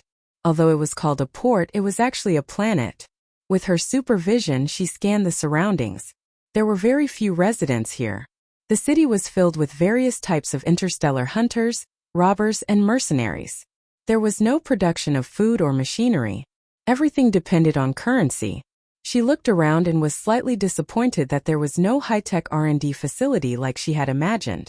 She left a few messages and returned to Earth with poison ivy. Thea returned to the metropolis first and found Diana. Only then did she know that Hercules had gone through another round of treatment. His own willpower was now strong enough to kill the tainted consciousness. He stopped after a little treatment.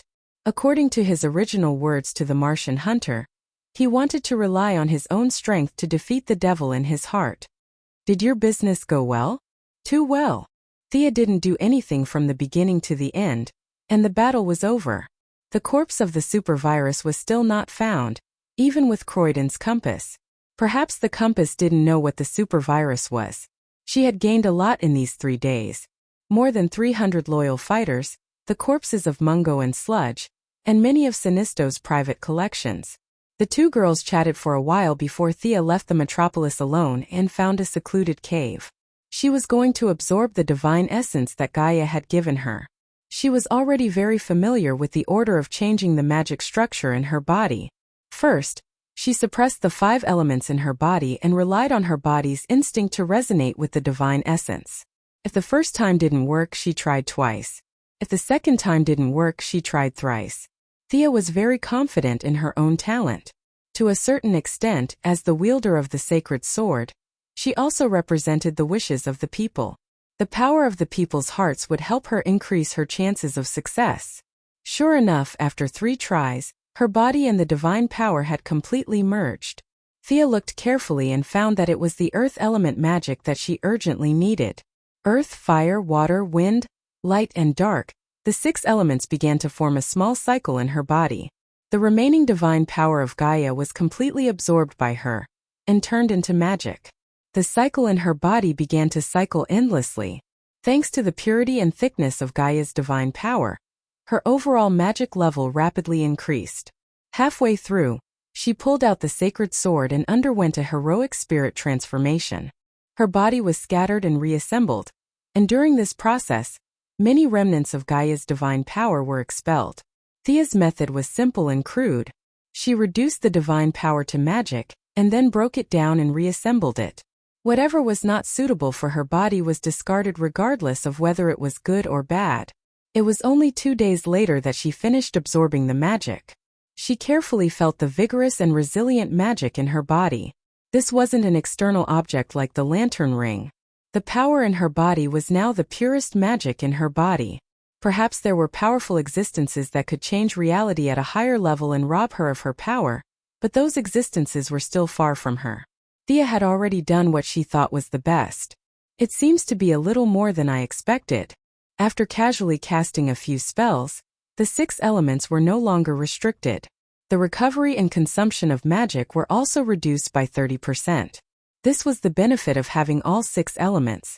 At this time, her magic had already recovered to the level before she cut off her doppelganger. The previous problem of her body being stronger than her magic had been solved. Magic had once again returned to the top of her list of abilities. This made her feel quite gratified. Otherwise, it would be really embarrassing to be a mage who swung her fists every day. The increase in magic only guaranteed her future direction and height, but there was no qualitative change in her current combat power. She needed more magic or divine power. Let's not talk about whether she could win or not. The attributes of the gods were too simple, so it wasn't her best choice. Black Adam and Shazam were the two targets that she had never given up on. These two were rare people with balanced attributes. As long as she could obtain the power of either one of them, Thea was confident that she could raise her strength to the peak of the demigod realm. Chapter 474. After becoming a demigod, one would become a new god.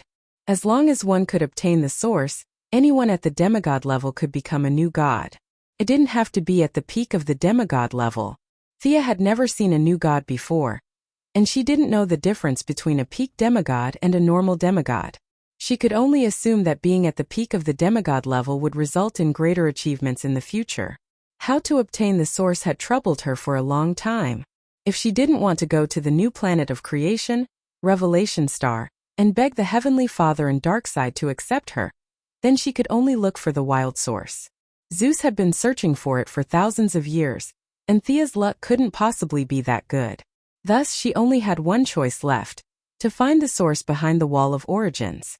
At first, she wanted to master the 7 emotions, evolve into a white lamp, and enter the Wall of Origins.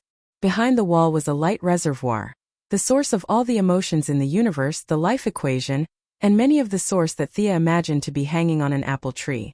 This method was dangerous and uncontrollable. Kyle Rayner could enter after turning into a white lamp. Could she do the same? Kyle lost his memory after entering the Wall of Origins. No one knew if there was something affecting him inside. It was even hard to say if the person who came out would be Kyle himself. Thea wasn't a risk-taker. As long as there was a 10% chance of failure, she would be very careful. Fortunately, another method appeared not long after. With the help of the Holy Sword and her new talent, she could use the Holy Sword to communicate with the masses. By paying a huge amount of willpower, she might be able to change the rules and lure the source out from behind the wall. Many grains of sand made a tower, and many a little made a mickle. Eventually, the impossible became possible. This method seemed much safer than banging her head against the wall. Of course, the premise was that Sia had to do a lot of things related to order. It was impossible to hook up the source with the praises of hundreds of people. According to her own calculations, saving old ladies on the roadside and helping the disabled like Superman would at most count as a portion of the power of will. This level of savings would need at least 1 billion to hook up the source. There was still a long way to go. It wasn't just the matter of willpower. Black Adam and Shazam were still nowhere to be found. The clones of the little brat Billy Batson had been made quite a number. They could even form a wrestling team. However, old Shazam still needed a few more years to complete his mission. He lived in the subspace, and if he did not come out, no one could enter. Billy was quite easy to deal with. All he had to do was seal his mouth and have the clone with the voice most similar to his shout Shazam. After obtaining the power, he could gift it to Thea. That's right, it was a direct gift. There was no need for any ceremony or sacrifice. It was safe and fast, and there would be no trouble in the future. Black Adam was much more troublesome. Thea only remembered that he was sealed somewhere in the Middle East in the original spacetime. It was the famous archaeologist Dr. Savannah who found the place where he was sealed and released him. As long as he could find the location of the seal, things would be easy. Black Adam's strength wasn't bad, but it wasn't to the extent that he couldn't be looked directly at. She could set up a trap in advance. When he came out, a group of people would surround him and beat him up. After that, they would knock him out and draw his blood to clone him. The key problem was that they couldn't find him. Thea not only planted spies in Dr. Savannah's expedition team, but also in several large expedition teams near the Middle East. However, after spending a lot of time and money, they couldn't find anything. Everything seemed to be telling her that the time wasn't right. She still needed to continue to endure. When she returned to the metropolis, she immediately began the preliminary preparations to do good deeds. Faced with the dazzling array of various difficult and complicated diseases in the market, there was no panacea. Even if there was one, she wouldn't immediately release it. Thea chose 2 diseases that were considered to have a large number of patients to begin the preliminary research and development. Amyotrophic lateral sclerosis, which was a type of motor neuron disease, Patients generally only lived for 2 to 5 years and there was no cure. In addition, she chose spontaneous interstitial pneumonia. The patients only had half a year to live. The only treatment at present was a lung transplant, but the success rate was pitifully low. With her profound knowledge in genetics, she led the scientists of her own group to research for half a month. The 2 new drugs began to enter the clinical stage. Compared to Luther's advanced technology, she was only developing 2 special drugs. She was not afraid of suspicion at all. However, speak of the devil. She had just left the laboratory for 2 days when Luther came knocking on her door. Seeing that he dismissed his entourage, Thea asked calmly, "What's the matter?" Both of them were in the metropolis, but they adhered to the principle of not seeing each other. This was the first time she saw Luther since the Kryptonian incident. The madman who wanted to pull Superman down from his pedestal was a little emotional today. This was a little different from his usual calm style.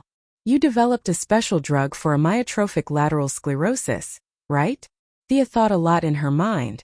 She didn't expect him to mention the special drug. Anyway, they had entered the clinical stage. They basically knew what they needed to know. In the future, they would rely on special drugs to treat patients. There was nothing to hide. Thea nodded and readily admitted it. "Can you let me see the current clinical report?" "So urgent?" Thea was a little confused. She didn't want to steal trade secrets directly. The 2 companies were so large that the market for 1 or 2 special drugs was too small for them. "Sure." Thea took out a thick report from her desk and handed it to him. She had no doubt that he could understand it. Luther could indeed understand it. He was also a person who had gone a long way on the path of cloning. Genetic science was not a problem for him. However, Thea relied on the knowledge of the entire universe and the Kryptonians. He had to rely on self-study, so there would definitely be blind spots that he missed. He read the first few pages of the disease introduction very quickly. He only paid attention to the treatment process and results later. Thea was busy with her work. Luther could read freely. However, it was impossible for Thea to serve him tea and give up her seat. The room was extremely quiet. Only the rustling of Thea's writing and the rustling of Luther's paper could be heard. "My sister has the same disease." Luther finished reading the report and let out a long sigh. He seemed to be talking to himself. "Lena Luther?" Thea was a little surprised. The well-behaved little girl was still holding the shares of her new company. They hadn't seen each other for a long time. "Yes, it's been a year. I also want to develop a new drug, but I haven't been sure." "Your drug? Are you sure there won't be any side effects?" Thea smiled. "It's rare to see you so worried. Of course, I have my own confidence. You've seen the experiment report. I don't need to explain too much to you." Luther suppressed his excitement and said, "Good 3 times in a row." He didn't talk nonsense and directly opened the door to leave Quinn Merlin Group. Chapter 475. Thea did not intend to use such a special drug to suppress Luther. She was going to gain fame anyway, so it did not matter who she gave it to.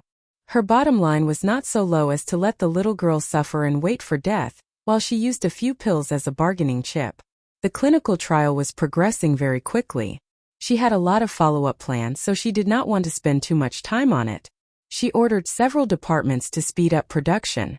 Luther had seen the composition of the medicine, but he did not dare to give it to his sister directly. He also hoped to see her special drug on the market. Many patients were treated as guinea pigs. He had to wait and see for a while. The more patients there were, the more confidence he would have. Quinn Group's public relations was focused on the new product, and Luther was quietly pushing it from behind. The 2 of them worked together, and the various procedures were completed very quickly. Countless social elites helped the government to promote the magic of the 2 special drugs. The president urgently sought help from his staff. He almost thought that the whole country had contracted these 2 diseases. He was relieved to know that only a few people had contracted these diseases. He had to give face to the elites from all walks of life. Even if it was a poison, he had to approve it. He skipped the layers of approval and directly signed the approval for the special drug to be on the market. It was a terminal illness in modern medicine, but it was not a big deal in the field of genetics. They only needed to slightly adjust the internal structure of the gene. Thea's special drug had been on the market for a week. and the two diseases had been classified from terminal illnesses to the level of colds and fevers. Seeing that countless patients had been cured without any sequelae or complications, Luther bought a bunch of medicine for his sister. The little girl, who was originally lying in a wheelchair, regained basic mobility after 3 days. She was completely normal after 5 days. The little girl, Lena Luther, did not have as many concerns as her brother. She personally went to thank him. The two of them were very polite and complimented each other. Because of their opposing sides, they did not talk too much. However, from Lena's words, Thea could tell that Luther had made progress in his research on Doomsday. As for Supergirl's uncle, Norn, and the other 3 Kryptonian elites, they had all been killed by Luther. As a result of the battle of wits between the simple Kryptonians and the Earthlings, they had offered up their bodies and all their knowledge. It took Luther a lot of time to digest this gift. Now that the seed had been planted, all that was left was to water it and wait. With the corpses of the Kryptonians and the genetic technology that he had pieced together, it was not difficult to develop the remaining Doomsday genes on his own. After all, this was the super biochemical weapon that the Kryptonian scientists had developed based on their own bodies. The characteristic of the biochemical weapon was that it could be spread widely, and its structure was not difficult to construct. With Luther's intelligence, he could easily discover the huge opportunity of breeding in the Kryptonian cells. In this time and space, there was no pseudo-artificial intelligence on the Kryptonian spaceship to remind him. He probably did not know the name Doomsday, but it was enough to know that this biochemical weapon could harm Superman. Unlike in the movies, the military was also busy researching the Kryptonian genes. They did not have Luther's high intelligence, but they had the geographical advantage. When General Zod's spaceship was broken into 3 pieces, they collected the wreckage and reverse-engineered it. Coupled with the little information left in the spaceship, they managed to achieve some initial results by relying on the strength of numbers. What surprised Thea even more was that the military had forcibly conscripted the mad scientist, Dr. Avio. Without caring about the cost, they had started Project Demogorgon. A large amount of manpower and material resources had been poured into this project. It could be said that they had carried the spirit of seeking death to the extreme. Thea could stop Luther, but the military was more troublesome. These people were stubborn. Only when they saw the power of Doomsday would they be able to extinguish the fantasy in their hearts. Thea's plan was to sit back and watch Doomsday cause a ruckus. Then she would come out and clean up the mess. She wasn't the one who planned this, nor was she the one who supported it. No matter how she looked at it, she had nothing to do with Doomsday. The scales of order would only reward her for bravely jumping out at the crucial moment, and would not blame her for it. However, she was not going to just sit around and wait. Some basic preparations still had to be done. She had collected a lot of kryptonite in the early stages. It was more than enough to make a few weapons. However, she did not completely trust her memory. Reality had changed too much. If she did things according to her fixed thinking, it would be troublesome. She began to carefully study Doomsday's cells. She had done so several times. She could not understand why Doomsday, who resembled the holy warrior of the DC world, could not use the same move twice. It should be known that Doomsday was able to withstand Darkseid's Omega Ray in the later stages. Omega Ray represented the source. Doomsday's body could evolve without limit. Every time he was killed, he would be immune to the previous fatal damage when he was resurrected. This ability was not something his body possessed. It was provided by the continuous evolution of his cells. Sia's research showed that each of its cells was actually a tiny individual. Doomsday was more like a collection of wills. Its body relied on a special kind of energy to pile up all its cells, forming a powerful individual that the world saw. From the looks of his cells, did this guy have a soul? On the surface, he did not have a soul in the traditional sense. However, the collective will formed by the many cell wills was extremely chaotic. This made him immune to most control magic in the world. Thea tried to duplicate a few of his cells. She found that they fused very quickly. However, they devoured each other to evolve. The madness revealed by this made her a little scared. This was not a creature that should exist in this world. The Kryptonian scientists had not come up with a countermeasure for tens of thousands of years. She also did not plan to destroy it in the path of science. The advantage of having all 6 elements was that Thea could cast any spells. She could even cast some more powerful combination spells. The cell's ability to absorb the 4 elements was top-notch. They hated the light element and did not like the dark element either. Thea experimented with both light and dark spells. Finally, she found a spell that worked. It was aging, a spell that combined the dark element, wind element, and water element. The vitality of the cells affected by the spell decreased visibly. In order to resist the spell, the cells would release all the vitality in the cells in an instant. For a short period of time, the vitality of the cells would be boosted. After that, the output of magic would increase, and the cells would quickly die due to exhaustion. After experimenting with a few spells, she also tested the power of emotion. The emotion of fear was the same as the will of death and destruction in the cells. Doomsday could not replicate the emotion of fear, which was contrary to its basic form of existence. However, fear could not do anything to it. Chapter 476. The last test was the Holy Sword. In theory, the crystallization of the will of all living beings could kill Doomsday. Thea tested it 3 times in a row. Even the reborn cells of Doomsday could not figure out the principle of the Holy Sword. It could not be simulated or replicated at all. The only drawback was that the Holy Sword would consume too much power to deal with the crazy will, and it could not kill it completely. Thea felt that Doomsday probably had something similar to the Source in it. It symbolized the idea of destruction in the universe. As long as this behavior existed, it would never die. The Holy Sword was the last step. If the kryptonite failed to kill it, Thea thought of a safe way to seal it. This was the traditional method summed up by countless heroes in the process of dealing with the Great Demon. The space technology of the Kryptonians was not top-notch. Hundreds of people could escape from their so-called shadow area if they were slightly affected by the energy waves. Thea just looked at it and gave up. The infiltration of the neutral port in the oasis was still going on secretly, but it was not a problem to buy a few high-tech cages at a high price. Fiora sent her 3 different types of sealing devices in a day. Thea's plan was to use high-tech, the lamp, the ring, and magic together, and then throw it into the corner of the universe. Originally, the Wall of Origin was a good choice, but she was afraid that it would cause other unforeseen events. If this thing evolved to the extent that it could break the wall, who in the universe could withstand it? The sealing devices of several civilizations had their merits. To combine these technologies with Thea's own ability, she still needed to do a lot of preparation. It was not Sia to write down her good deeds in her diary without leaving her name. She did not have such high awareness, not to mention at such a time when she needed a lot of praise. The 2 special drugs were a great success, and dozens of patients who were about to die were pulled to the metropolis by her for a live press conference. The patients did not deliberately put on a show. They wept and cried about the joy of their desperate situation. The reporters took photos crazily. Thea said a few words and left the scene to the CEOs of the group. She saw Bruce Wayne, who was in a suit, was winking at her and asking the people around to leave. The 2 of them walked to a place where no one was around. She asked, "What's the matter?" "Yes. Do you recognize this symbol?" Bruce said as he drew a big omega for her to see. "Omega, aren't you asking the obvious?" Thea had a vague guess. Bruce thought about the language again and again.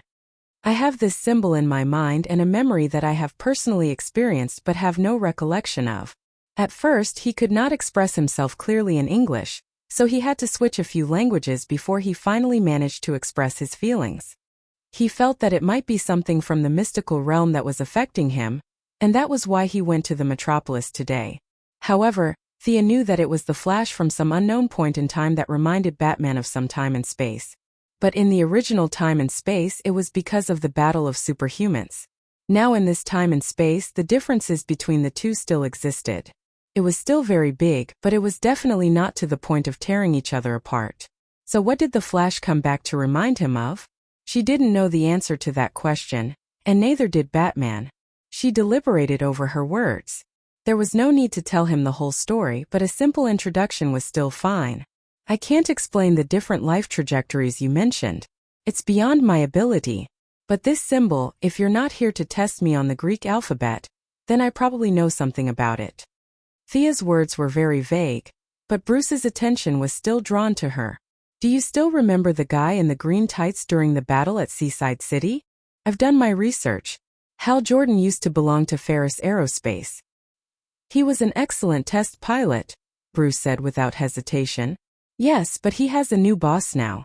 He now belongs to the universe's police force, the Green Lantern Corps. He's in charge of this area of Earth. What I want to talk about is his new employer. They are the oldest race in the universe and now they call themselves the Guardians. You know, I'm the Yellow Lantern. I used to be close to the Green Lanterns. Bruce wanted to say, what the hell do I know? But when it came to such secret knowledge, talking about the universe and ancient races at the drop of a hat sounded very impressive. Like a detective, he listened attentively and nodded against his will. In the records of the Guardians before them, there was a group of people outside this world. They called themselves the New Gods. They lived in an untouchable place. Because of their ideals, personalities, and other reasons, the New Gods split into two. One was the righteous father, and the other was the evil dark side. In fact, Thea didn't want to use such a superficial division of good and evil, but she couldn't reveal too many details. Why was he so familiar with an untouchable place? If Bruce asked, she wouldn't be able to answer.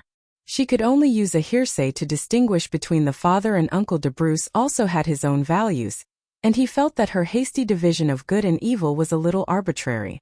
But considering that Thea was most likely repeating the records of her predecessors, he didn't say anything. The Omega symbol you described represents the evil lord, Darkseid. Thea spread her hands, indicating that she only knew that much. Bruce nodded. Thea didn't explain in detail, but his doubts were finally answered. If he was asked what his relationship with Darkseid was, he would say that he had nothing to do with it. The two of them had nothing to do with each other. Bruce was protecting his own land, and Darkseid was spreading evil across the universe. These things were completely unrelated.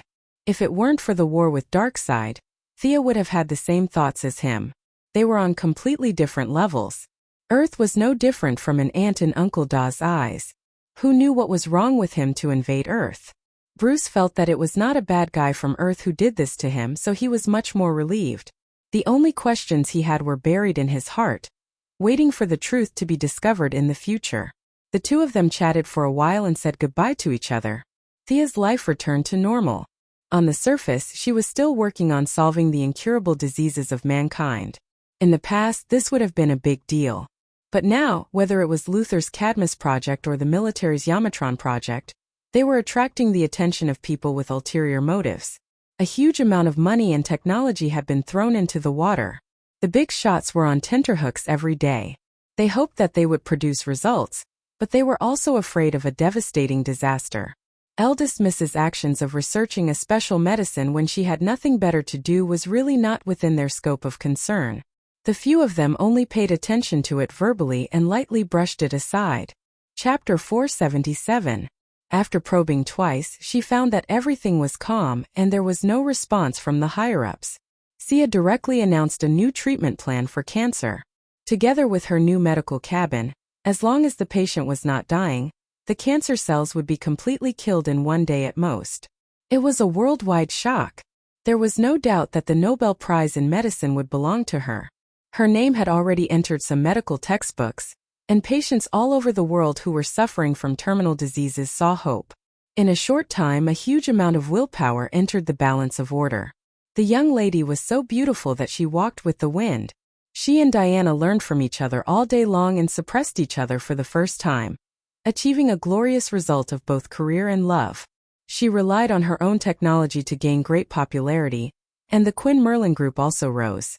More than a dozen scientists in the medical department did not sleep every day to compare experimental reports, for fear of mistakes. Many young people also came to apply for jobs. It was fine if the pay was low, but they wanted to add the name of the Quinn Group to their resume. Scholars and scientists from all over the world came to visit.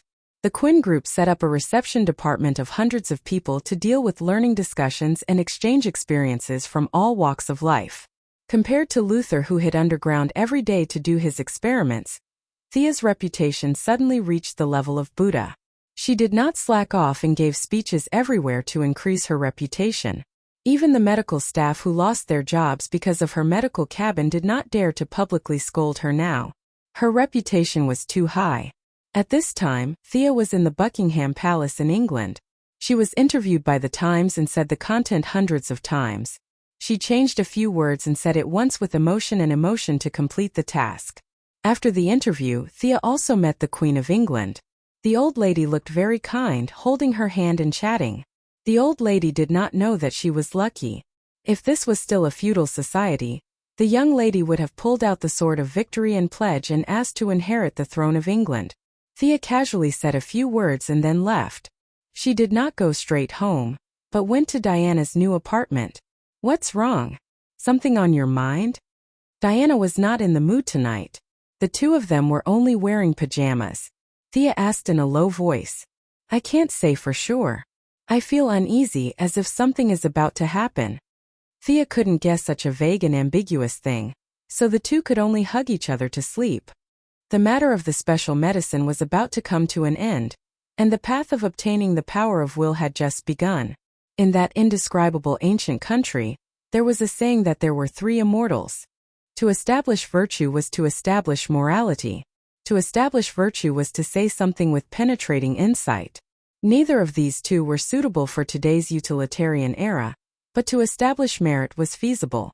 In fact, the starting point of Luther and the military's plan was also related to this. They were either billionaires or high-ranking officials, so they didn't have many pursuits for themselves. This was why they came up with the so-called Cadmus plan and the Yameden plan for the future of humanity. The starting point was good, but their actions were too self-centered, and they didn't really put the welfare of the ordinary people first. They never considered what ordinary people lacked. Instead, they considered what they should give to ordinary people. This so-called democratic system was, in fact, an elite system for the minority. Thea herself was also a beneficiary of this system. She didn't have the sentiments of those great sages who claimed to change certain realities. She could only do what she could to make the lives of ordinary people better. Physical illness was the first step and cultural dissemination was the second step. Ordinary people on Earth were too backward. They didn't care about dark side, and many people were unwilling to believe in the existence of aliens. They stubbornly followed their own path of life, working, studying, and living. This was the current situation of ordinary people. Thea hoped that through her own efforts, she could change the minds of ordinary people. Aliens weren't as bad as in the movies. Many alien technology products were very convenient and should be introduced. She even encouraged some scientists to go out instead of cooped up in the laboratory thinking about how to blow up Earth. The road had to be taken step by step. At the very least, some ideas had to be changed. Otherwise, it would be too tiring for her to be the only one leading the way. She couldn't drive a car to work in the morning and take a maglev back home at night. The technological leap wasn't that fast, so she needed some time to adapt. As for the new breakthrough, the scene of Superman and Diana learning the Tamaran language gave her some inspiration. Learn the universal language. General Lane and the others had just taken their seats in the Alien Management Committee, when Thea dropped a bombshell and asked them to discuss it. The meeting this time was very important. The black man, Digger, had come as a temporary service member and handed over documents to the representatives. He was also a little nervous because as a middle-level member of the administrative committee, he was also required to learn the common language. God had mercy on him. He only knew English and a few Afghan phrases like surrender and kneel down. Learning something as high-end as the universal language was giving him a headache. He was having a headache because his perspective was too low. The other participants understood the implications, especially when the military was trying to crack the Kryptonian spaceship.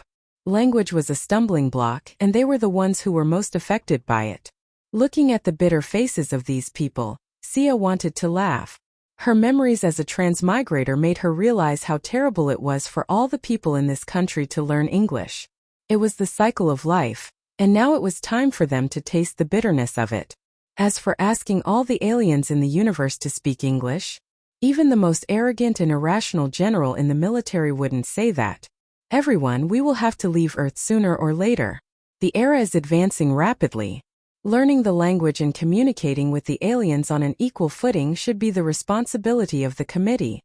Thea easily put the project on her shoulders. The white people who slaughtered the Native Americans had the most right to say what would happen if they didn't communicate with the aliens. Dr. Quinn, what do you mean? Joan Finch was a 50-year-old middle-aged woman who represented the government in Kentucky. She had no problem convincing her constituents, but she couldn't help but tremble when she was in a weak position and had to communicate with the aliens. Thea saw her sallow face and knew that she had misunderstood. This pure politician probably thought that she was going to attack with a spaceship. What I mean is very simple. It's just a preliminary preparation. Based on the principle of voluntary participation, we will neither advertise nor ignore it. We will publish a set of teaching materials in the name of the committee. Anyone who wants to learn can buy them. The middle-aged woman's face regained some color. General Lane and Steve Trevor were both patients with persecutory delusions. For them it was always good to be prepared. Unless Earth conquered the universe, learning the alien language was a hurdle that couldn't be avoided. Chapter 478. The committee's daily expenses were in the hundreds of thousands, so the learning materials that were mentioned didn't cost much. Several people agreed with Thea's proposal, but each of them went back and told the big shots behind them about today's far-reaching, small matter. The few big shots had higher expectations. Perhaps some of them only wanted to preserve what they had, but this was not something they could change. When the aliens came knocking on their door, they would be the first to suffer losses. Compared to Luther and the military's method of focusing on making big weapons, Sia's method of silently moisturizing things made people feel comfortable. It was not difficult to guess their thoughts. If Luther succeeded and wanted to use force to gain more power, who among the politicians would give him a place? Or let him wipe out everyone and become a dictator? Thea's method was very popular with the politicians, and no one stopped her. The learning materials that she wrote in the name of the committee chairman were quickly produced. There was no shortage of people with foresight. The first 100,000 sets of learning materials were sold out before they even entered the market. People like Luther directly bought 1,000 sets and distributed them to the people in the company. Those who couldn't learn were directly kicked out. Bruce Wayne also bought a few sets and prepared to give them to the Bat team. Leaders of various countries, foreign affairs personnel, spy organizations, whether it was the king or the president, more or less bought a few sets. It wasn't a nuclear weapon, and the Americans were open-minded enough to let them pass, as they had the intention of dealing with the big trouble together. After that, Thea urgently produced more than 100,000 sets. This time the sales were relatively weak. Many ordinary people thought it was an April Fool's joke, and only a few people realized something. But after all, they were the minority, and their opinions were quickly drowned in the laughter of the crowd. Thea didn't care too much about this. Fixed ideas were not so easy to break. The seeds of hope had been sown and would slowly grow. Seeing that Batman's team was not tired of learning, the young lady didn't forget her own brothers. Although Thea felt that the average education level of the Green Arrow team was only in junior high school, she still brought a pile of learning materials back to Star City. When she returned to the secret base she opened, the current Green Arrow base, she found that there was one more person there. Roy Harper, Thea's lover in the original space-time, was currently being trained by Oliver. It's so lively. Thea wanted to laugh when she saw the bustling scene in the base. 2 green arrows, 1 black arrow, and 1 red arrow who had yet to graduate. This must be the Star City Archery Club. When she walked into the base, the 4 of them were training in full swing.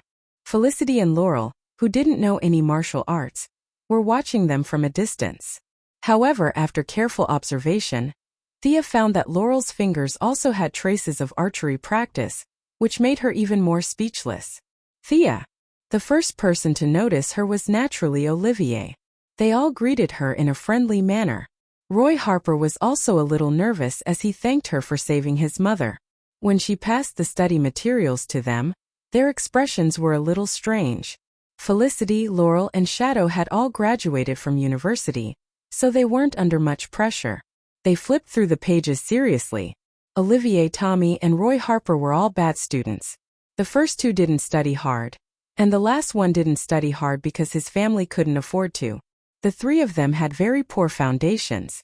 Even though Thea had made it easy to understand when she wrote it, they still had bitter expressions on their faces. Thea felt that they could all learn. Olivier and Tommy's bodies had been modified by God's blood and geno fluid. Their learning ability had surpassed the average level of smart people. As long as they put in the effort, it would be easy for them to learn. They chatted briefly. Thea found out that Olivier had met Batman through Laurel and Barbara's recommendation. Both of them had similar beliefs and experiences. Plus, Thea was a senior superhero. As a senior superhero, Batman told Green Arrow a lot about his experience. Green Arrow, who had been wavering, finally decided not to kill. After seeing the training of the third-generation Red Robin, he also had the idea of training an assistant. After that, the brave and tenacious Roy Harper came into his sight. After getting the approval of the team, he began to train the young man. Under the relentless attacks of the archery club, the security of Star City had recovered. Olivier even defeated the Death Archer in a one-on-one battle and handed the captive of the Death Archer to Amanda, who came after hearing the news. With their series of victories, the underground forces of Star City were forced into hibernation. After leaving the Green Arrow team, Thea went to see Moira. Her mother had entered the second year of her second term as the mayor of Star City. The mother and daughter had a few intimate words. Moira had already let go of her daughter. She had flown too far and too high. Do you think my next step should be the Congress or the White House? Moira enjoyed the feeling of power in her hands. She knew that Thea now had great influence.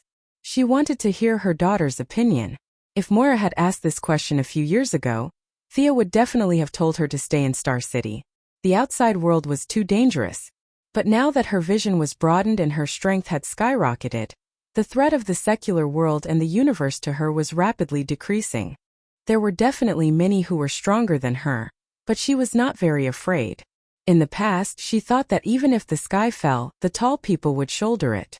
Now she thought that even if the sky fell, they would shoulder it together.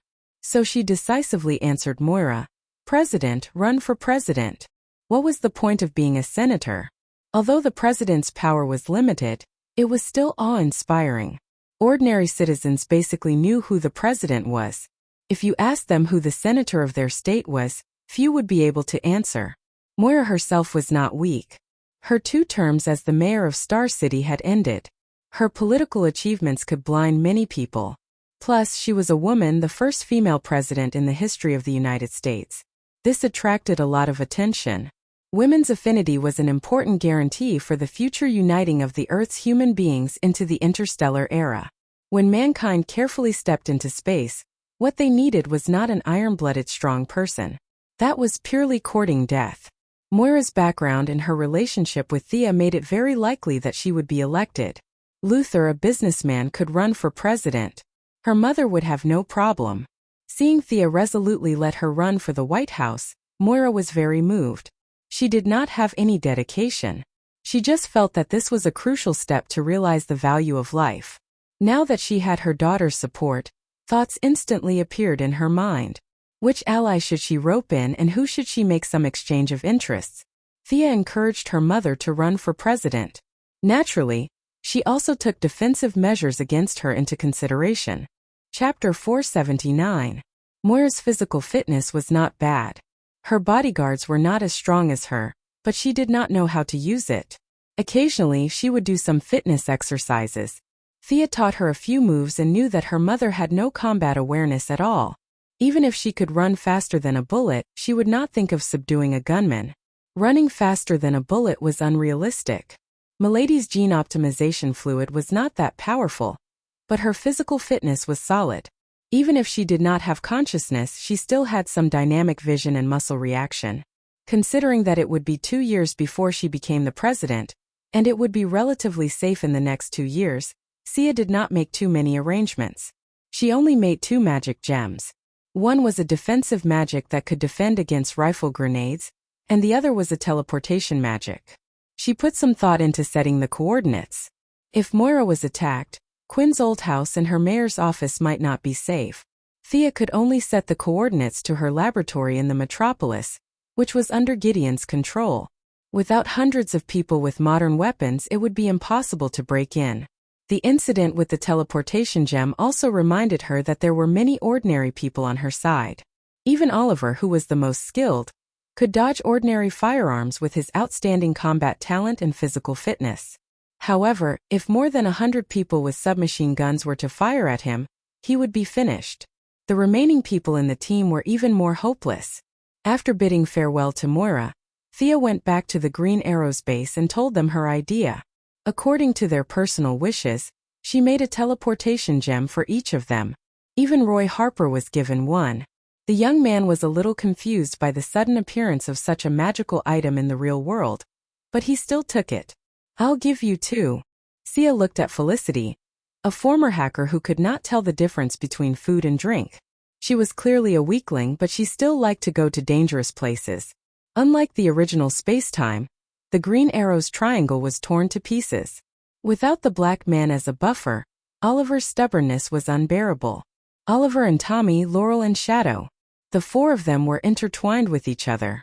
Outsiders would feel dizzy just by looking at them. No one would want to get involved. In this space-time, Felicity and Oliver's relationship was only SOSO. Although she didn't go to the metropolis to take care of her mother, she stayed in Star City instead. She only helped out a few times because of Laurel, her sister. She stayed in the Green Arrow team as a family member.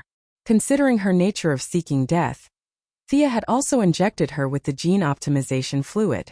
However, she was the same type as Moira. In layman's terms, she was trash. It was useless to give her the physique of a new god. She made a few gems on the spot and taught them how to use them. Thea told them to learn the common language well before she left Star City. Her relatives and friends all had teleportation gems, and Diana naturally wouldn't forget about it. Although Thea didn't think that there was anyone who could beat Diana to the point that she couldn't fight back, she still had to be prepared. Diana's thoughts were similar to what she had expected. She was about to run away. Could Earth still be saved? However, she still accepted the teleportation gems modestly. With Thea's frequent actions, more and more people, not just in the metropolis, realized that aliens did exist. There were few fools in modern society, especially after seeing that the officials didn't refute the rumors but instead acquiesced to them. Many citizens felt anxious. Thea's learning materials finally caused a sensation. A large number of citizens began to scramble for them. However, she soon found that there were many pessimistic voices on some small forums and social media sites. Aliens were invincible, Earthlings were weak. There were all kinds of opinions. She was overreacting. She saw that the power of Vow on the order scale had decreased by a small amount. She felt that people's hearts were unpredictable. What should she do? Increase the publicity. It was nonsense to tell ordinary people about the Guardians and the new gods. Moreover, Thea couldn't personally tell them about this. She couldn't possibly explain to ordinary people how she knew about this. Therefore, it was necessary for an alien to tell the story. Princess Starfire, whom she met a while ago, was a good candidate. First of all, she was a righteous person. Even if she was scolded, she wouldn't do anything extreme. Secondly, her appearance. If one didn't look at her green eyes, she would definitely be a beauty. In fact, if one got used to it, green eyes wouldn't be unacceptable.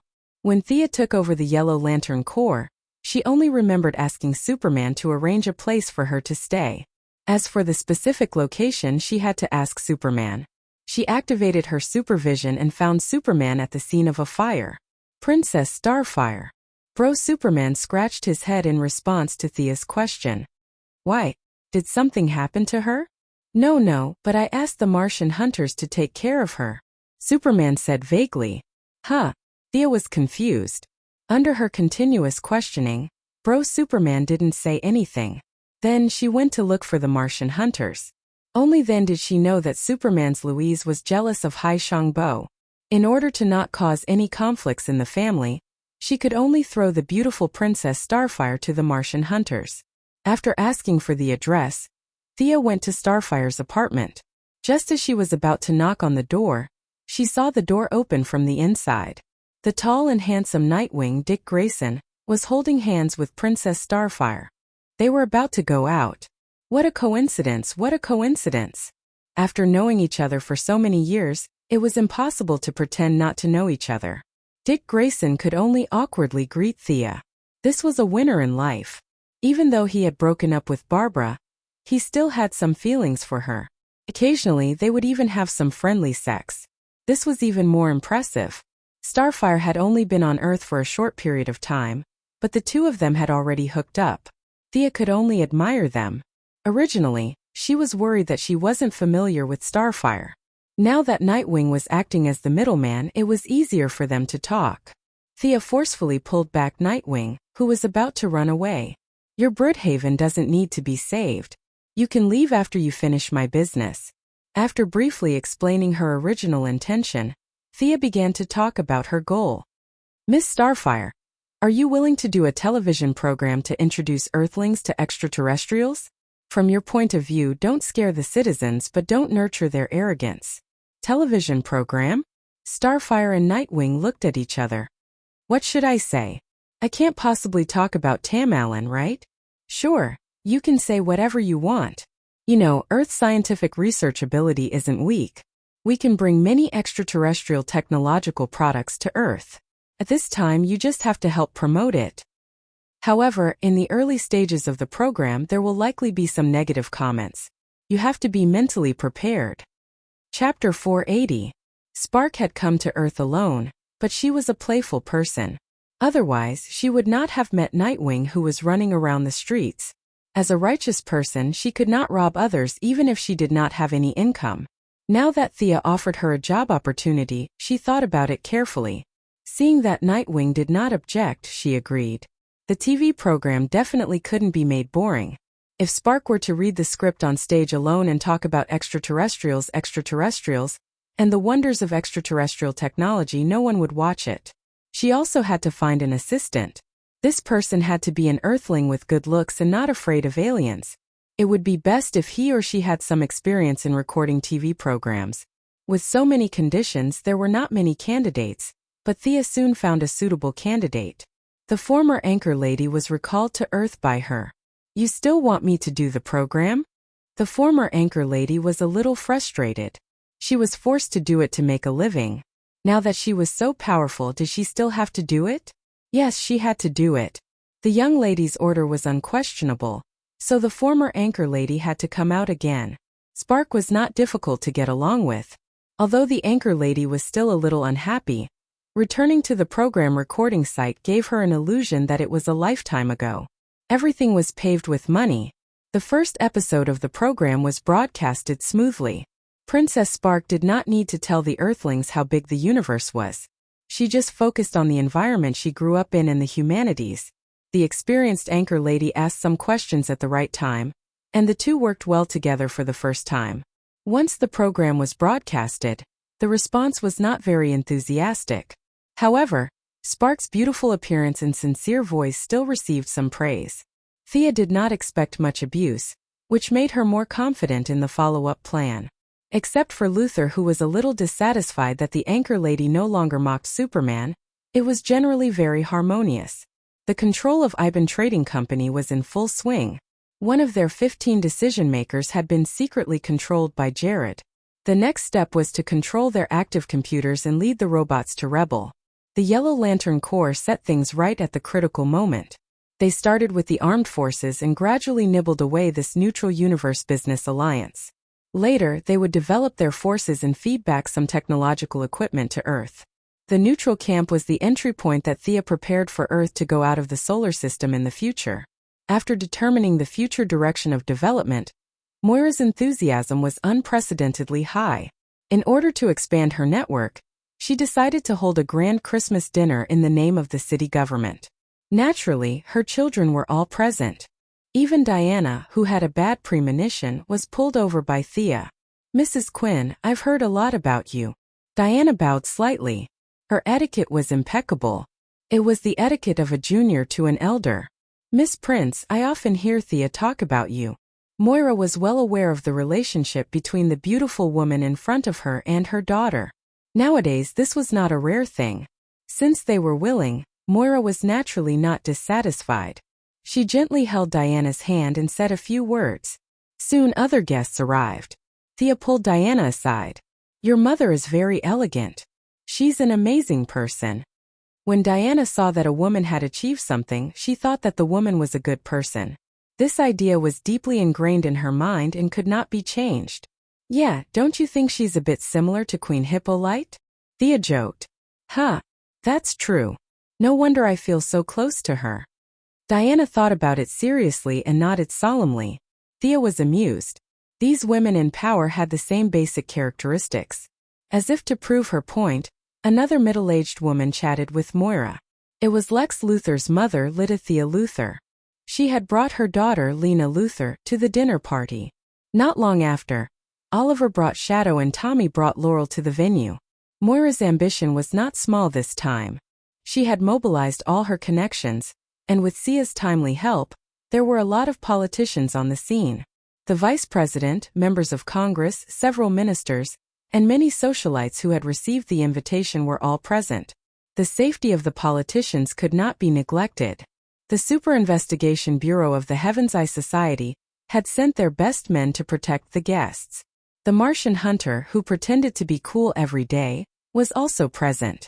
Not only was he present, but the Gotham tycoon Bruce Wayne and this year's Pulitzer Prize winner, Clark Kent, were also present. Thea's eyelids twitched when she saw them. However, they had to pretend not to know each other.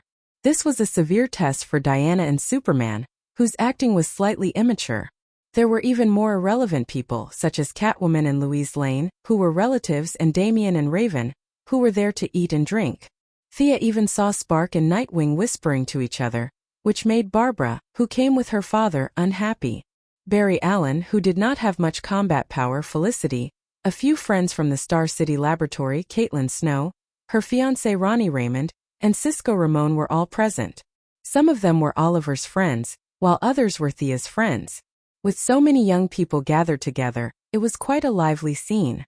Seeing Thea sizing up the venue, Diana was a little puzzled. What's wrong? Did something happen? Of course, Thea could not say that with so many heroes with the luck of protagonists gathered together. She would not be surprised if a dark side jumped out in the next second. She laughed awkwardly, indicating that she was fine. However, things in the world were always unpredictable. When you thought of something, the good might not necessarily come, but the bad would definitely come. Pretending to walk past casually, Clark Kent whispered to her with his old-fashioned eyes. There's a group of people 5 miles away, armed with guns. They seem to be coming here. Also, there seems to be a mole in this venue. Thea immediately activated her supervision to observe the interior of the venue. She did not notice it before, but now she realized that some of the staff present had fierce looks and a fierce temperament. Even though they kept their heads down, she could still see that they were up to no good from the corner of her eyes. Following Superman's instructions, he observed the movement 10 miles away. It was indeed a small gang. There were more than 30 people, and they were armed with all kinds of guns. The leader was a tall and strong man. He was discussing something in 2 trucks. They were heading straight for the city hall. Thea heaved a sigh of relief. There was nothing to be afraid of. She did not know the soldiers, but she had seen a picture of the leader. Wasn't that the brick wall who had recently disappeared? The waiters in the venue were Keanuway's men, codenamed White Porcelain, of the Triad. Thea even saw a few men with indescribable Manon characteristics helping in the kitchen. Chapter 481. In addition to a few spies in the venue, their leader, nicknamed White Porcelain, was wearing a wig to cover up her white hair. She was wearing a high-slit cheongsam and was greeting guests at the entrance. Thea felt sorry for them. There were so many heroes here, it would be safer for them to rob the White House. They were so stupid. The heroes here could beat the shit out of them. However, there were so many heroes that they had to worry about. Who was going to do it? Uncle Ranjan, can you control their minds? Thea contacted the Martian hunter telepathically. The result was as she expected. The Martian hunter refused without hesitation. I won't use my ability on ordinary people. You deal with it yourself. Thea sighed. Fortunately, Superman was a warm-hearted person and volunteered to deal with the people in the brick wall. They could detect abnormalities with their special abilities. Some of the bodyguards and agents of the politicians also noticed the abnormalities of these people. Agents sounded powerful, but in fact they were only at a slightly higher level than ordinary people. If they took action first and caused a commotion, they would directly destroy the venue that Moira had carefully prepared. This was something that Thea would not allow. Also, the identities of many superheroes could not be exposed. This made her a little cautious. After whispering to Thea to make a big noise to attract the attention of the agents in the venue, she whispered to Oliver. Keanuway's people are in the venue. How many are there? Oliver's eyesight was the best among humans and had been strengthened repeatedly. Now that it had reached a higher level after receiving Thea's warning, he immediately looked at the scene and found a lot of clues. 5. Don't make a scene. The 4 of you and Diana each take one of them nearby and deal with them. Don't disturb Mother. After receiving Thea's signal, Felicity had a conflict with the waiter. After many years of being a vice president, she was full of dignity and scolded the waiter until he apologized repeatedly. Thea directly cast a slow spell on the 5 people in the venue. Time was tight, and they couldn't make any big casting movements, so the power of this spell was reduced to the minimum. It could only make them fall into a trance for a while, but that was enough. They split up. There were still 4 enemies in the kitchen, so Thea left them to Batman's team. Seeing that Batman and the others pretended to go to the toilet and led Nightwing, Barbara, and Catwoman to the kitchen, Thea also found her target. With her face almost frozen from smiling, Chana Wei, who was dressed as a greeter, was just about to catch her breath when she saw one of her targets, Thea Quinn, walk past her.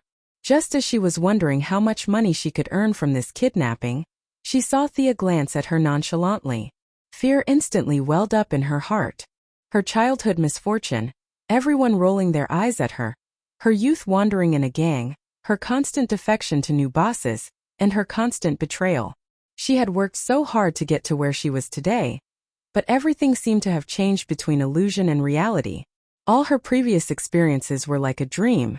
She had walked through her life again. A few subtle changes made her feel like she had fallen into an abyss. She was no longer the leader of the triad, but a beggar by the roadside waiting for death. She was still hiding under the bridge in the cold wind, a pitiful person waiting for help. This can't be real. This can't be real. She murmured softly, but her voice was so soft that she couldn't even hear it. Her willpower was not bad. Thea nodded slightly. Many ordinary heroes and villains had stronger willpower than those with superpowers. This was the difference between suddenly gaining power and gradually gaining power. However, this was meaningless. She was now using a new application of supervision and fear. It was an allusion to the Taoist dream of golden millet. However, those were all good dreams. Her modified version was a nightmare, and each time was worse than the last. Chana Wei quickly entered her third dream. Her consciousness was stuck in the memories of the past. Subconsciously, she was scared out of her wits. She could no longer tell if her previous glory was still there. Unparalleled fear was rapidly growing in her heart. Finally, after the 6th dream, her willpower was defeated. Her eyes lost focus, her legs went soft, and she fell straight back. For her, a long time had passed, but in fact only a second had passed in the outside world. As she fell to the ground, Thea, who happened to pass by her, directly grabbed her. She may be malnourished. I'll help her to the side to rest. Facing the curious eyes of the other greeters, Thea explained. They did not suspect anything. This was the metropolitan hero, the winner of the Nobel Prize in Medicine. She was a super rich person. There was no need to lie to them. They did not know the truth, but they felt that Thea was very humane and a good person. They all looked at her with admiration as she carried Chana Wei away.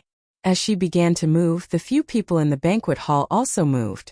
In a real battle, no one was afraid of this group of nameless soldiers. However, if they did not want to attract attention, they would need to be prepared.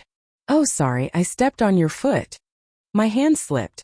Is your clothes okay? With all kinds of messy excuses, he dragged out all the enemies who had been affected by the slow spell and were dizzy out of the hall, then tied them up and knocked them out. Batman and Superman also moved quickly. In order not to expose the true identity of the heroes, everyone chose to knock the enemies out. The banquet was in progress. They could not leave for too long. Moreover, with more than 40 people tied together, it was too easy to be discovered. Thea directly tied them together and threw them into the portal. On the other side was Oliver's lair. They pretended that nothing had happened and returned to the banquet hall to eat and drink. It was as if the group of more than 40 people did not exist at all. The Christmas banquet was extremely successful. Moira could not stop smiling. There were still many people who understood her intentions. Many people expressed their support for her candidacy. She was so excited that she drank a lot of wine. After the banquet, Thea sent her home and then rushed to Oliver's place to see the results of his interrogation. Superman and Batman did not participate in Star City's affairs. Diana also went home early.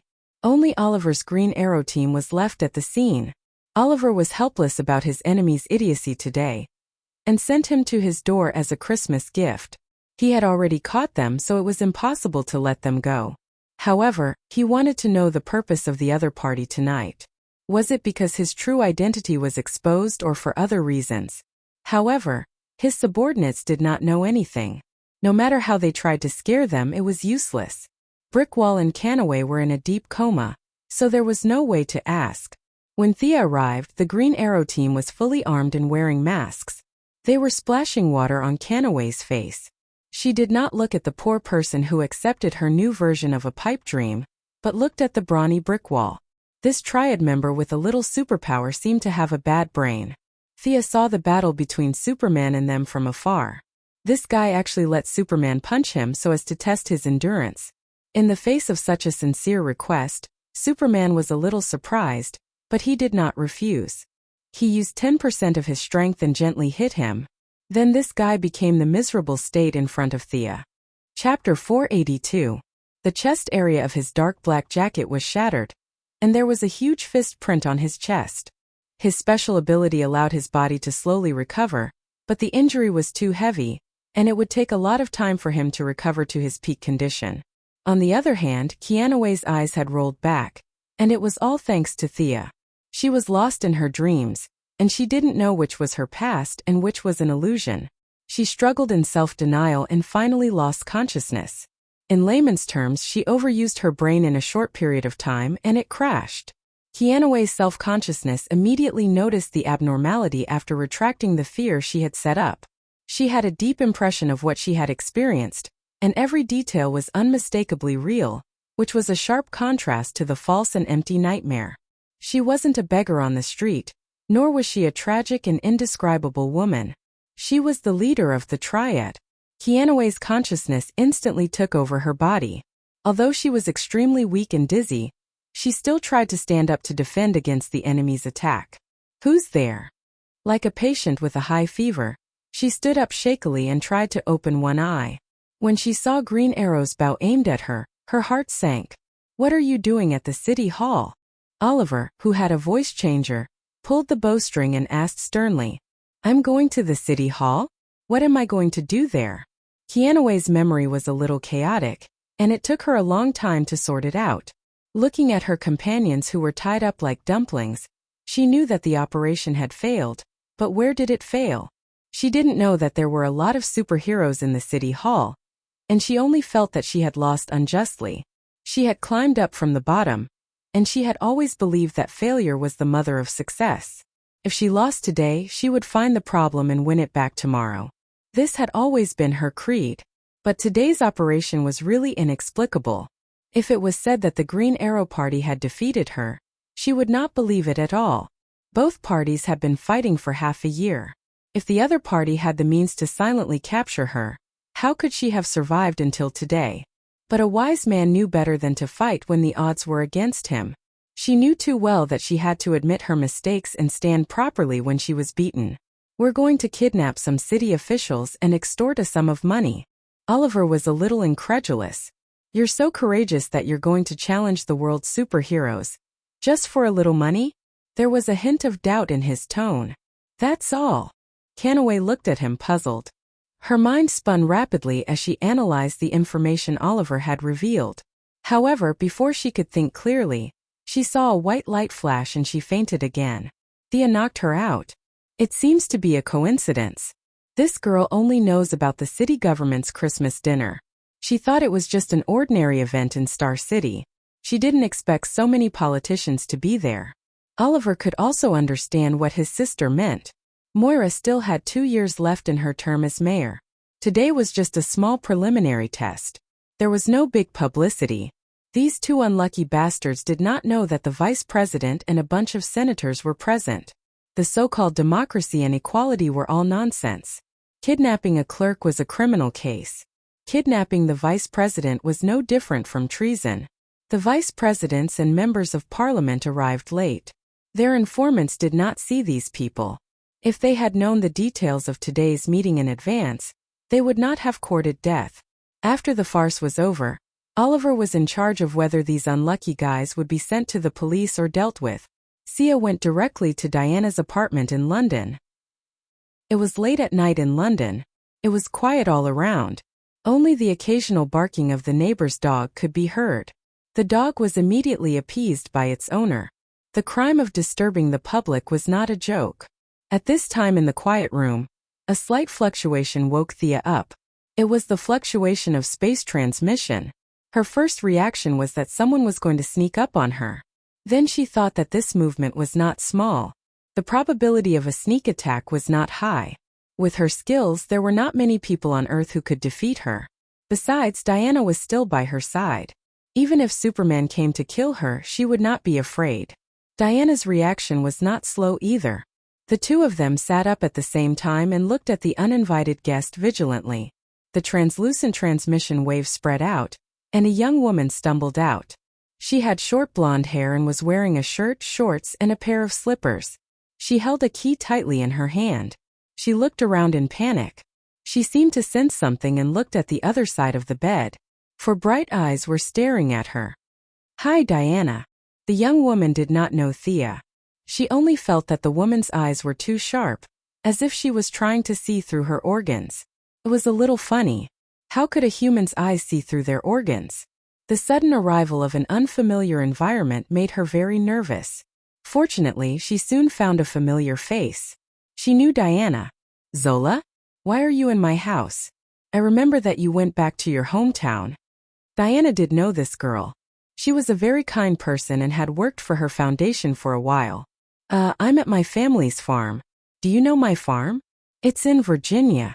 But a strange blue-skinned man came and said that he wanted to protect me.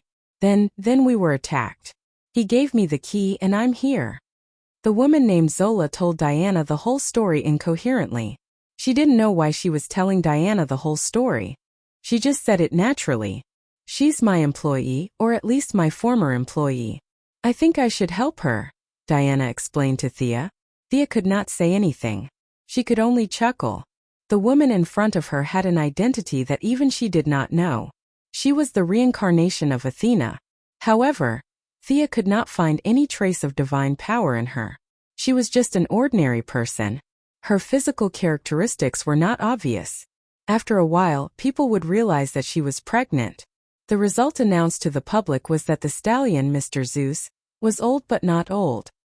He had given Diana and the others a new brother and sister. The actual situation was that this main god was hiding from his eldest son and putting on a shocking show. The one who was born was not his son but himself. According to Sia's understanding, his main account could not be leveled up anymore. And his level had been maxed out, so he took this opportunity to level up a side account. If he could get the source in the process, the old god would become a new god, and that would be even better. Thea kept looking at the young woman. She was a little disappointed. She was just an ordinary person, at least before the will of the gods. There were no flaws at all. As for the blue-skinned freak that she mentioned, it should be Hermes.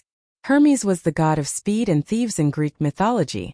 However, he seemed to be honest, but he had other intentions. Seeing that Diana seemed to want to get involved, Thea could only go with her. She would meet Ares soon and accidentally kill the god of war in battle. Thea had to stop her. Chapter 483. It wasn't because Thea had a close relationship with the god of war, but because the god of war's godhood was a trap. Diana had killed the god of war and automatically obtained the god of war's godhood. 5,000 years ago, this would have been a good thing. However, at this critical juncture where the old god had fallen and the new god had risen, it would be too much of a trap if she didn't become the old god instead of the new one. The girl named Zola watched them change. In the dim light of the night, she felt that Thea looked familiar, but she wasn't sure. She didn't want to say anything, especially after seeing how close the two girls were. "How do we get there?" Diana asked. "I think the key in my hand can take us back," Zola said before Angelina could. Thea glanced at it. It was an exquisite magic item without any traps. She nodded at Diana, and the three teleported away. As soon as they left the teleportation portal, two sharp arrows shot toward them one after the other. With two muffled sounds, Thea and Diana reached out and grabbed an arrow at the same time. They were using the Assassin League's famous grabbing technique. Although the ninja master couldn't win against the two girls even if he did somersaults, his martial arts skills were praiseworthy. Some techniques were very useful at any time. As the person closest to Thea, Diana's martial arts skills were naturally affected. Facing the incoming arrows, The two girls both chose to use the Assassin League's grabbing technique. Casually throwing the arrow on the ground, Zola stepped back in fear. The two girls fearlessly looked at the enemy approaching from the dark. Clatter, clatter. Two tall horses with majestic torsos and slender limbs came out. There was a knight holding a bow on each of the horses. However, when they walked into the night, the three of them finally saw what they looked like. They were not knights at all, but centaurs. The places where the horses' heads should have been were replaced by human bodies. Their upper bodies were covered in mud and blood. The human heads were also twisted out of shape like stomped watermelons. Their eyes were blood red, and the sounds coming out of their mouths were like the howls of humans and the roars of horses. This is not a natural creature. It seems to be the product of some kind of magical transformation, Thea said in disgust. She vaguely remembered that these two were sent by Hera, the Queen of Gods. The Queen of Gods, who was known for her jealousy, naturally wanted to kill Zora, who was pregnant.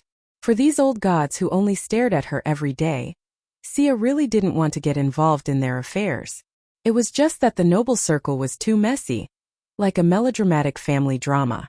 It would be unreasonable if they didn't perish. However, Diana couldn't run away. According to Hippolyte's original words, this was her innate responsibility. Although Thea didn't want to, she could only helplessly jump in. What a blasphemy against life. Diana carefully sized up the centaur. Its aura was filled with madness and savagery. This thing was clearly beyond saving. One each. The two glanced at each other and instantly understood each other's meaning. Diana attacked first. She threw out her shield and knocked away the arrow. Then she jumped up and slashed at the centaur's neck. Thea wasn't as powerful as her. These two centaurs only looked ferocious and had their full potential stimulated by magic. They were not afraid of death, but their true strength was not worth mentioning. Thea didn't have good armor. Unlike Diana, who was fully armed, she had only changed into casual clothes. She had many tricks up her sleeve and didn't really want to fight with these dirty centaurs. She opened her jade-white left hand, and a chain made of lightning whizzed out and smashed at the centaur's head. The centaur, who only had killing in its mind, realized that it couldn't take the attack head-on. It half-knelt and lowered its body, dodging the chain. At the same time, it drew its bow and shot another arrow at Thea. "You want to compete with me in archery?" Thea didn't know whether to laugh or cry. Such a crude magic creation wasn't worthy of her shooting back. "Go back." With a beautiful irony spell, the arrow quickly changed direction in the air and flew back at an even faster speed. The centaur was caught off guard, and the arrow pierced through its body. Thick, dark blood flowed out continuously. Sia was unforgiving. The lightning chain that she had thrown out earlier was remolded by her, and a spear surrounded by lightning was thrown out by her. She wasn't too sure about the centaur's fatal points, but aiming at the head was usually the right choice. Poochie! The lightning spear pierced a large hole in the center of the centaur's head. The centaur looked like it was drunk as it spun around on the spot. Then it lost its sense of direction and fell to the ground. Its limbs trembled a few times before it completely lost its breath. Only then did Thea look to the other side. Diana was also very fast. In just a few moves she found a flaw in the opponent. She dodged the opponent's attack and flew up. Her body drew a beautiful arc in the air. With a light flick of her wrist, the centaur's huge and twisted head was chopped off by her. The two ended the battle at the same time. Zola, who was watching the show, remembered the blue-skinned monster who saved her and hurried back to her room. The two girls finished off their enemies and confirmed that they were dead. Then they followed Zola into the room. The first thing they saw when they entered the room was a man lying on the ground. He was blue all over and dressed in tattered clothes like a beggar. The most eye-catching thing about him was that he had a pair of bird claws where his feet should have been. This was Hermes, no Hermes. However, this god who was famous for his speed wasn't in a good condition. A crude spear that was similar to the one worn by the two centaurs outside the door pierced through his body. The god of speed was lying on the ground, his breathing barely discernible. He's really good at acting. He really put in a lot of effort to make this family drama go smoothly. Sia thought to herself. She could tell with a few casual glances that the other party was really injured, and very seriously at that. This Hermes was much weaker than she had initially thought. Although the two centaurs at the door were powerful, It depended on who they were compared to. They were definitely invincible against ordinary people, and any slightly more powerful hero could kill them. At least, Thea felt that Oliver wouldn't have to spend too much effort to deal with the two centaurs. If he called his archery club over, he would be able to kill them without any losses. The two magically modified centaurs were such weak opponents, but they had almost killed the god of speed and thieves of the Greek pantheon. Who would believe it if they told others? Divine power couldn't be offended easily, but it didn't bother to hide it either. Hermes was faking it, but his true strength was indeed so low that it hurt people's hearts. Even though he tried his best to hide it, one could still estimate his general strength. Thea felt that she could fight 3 or 4 opponents of this level, even if she counted his hidden strength. It was important to know that he was one of the 12 main gods at his peak, and had once blessed Diana. Now his divine power was like a candle in the wind, let alone Diana. He could die if he used a little more strength. Chapter 484. Thea felt that she really didn't understand their thoughts. You're already like this, why don't you just lie down in your god's kingdom? Why do you have to jump out and cause trouble, and then show everyone what it means to struggle at death's door?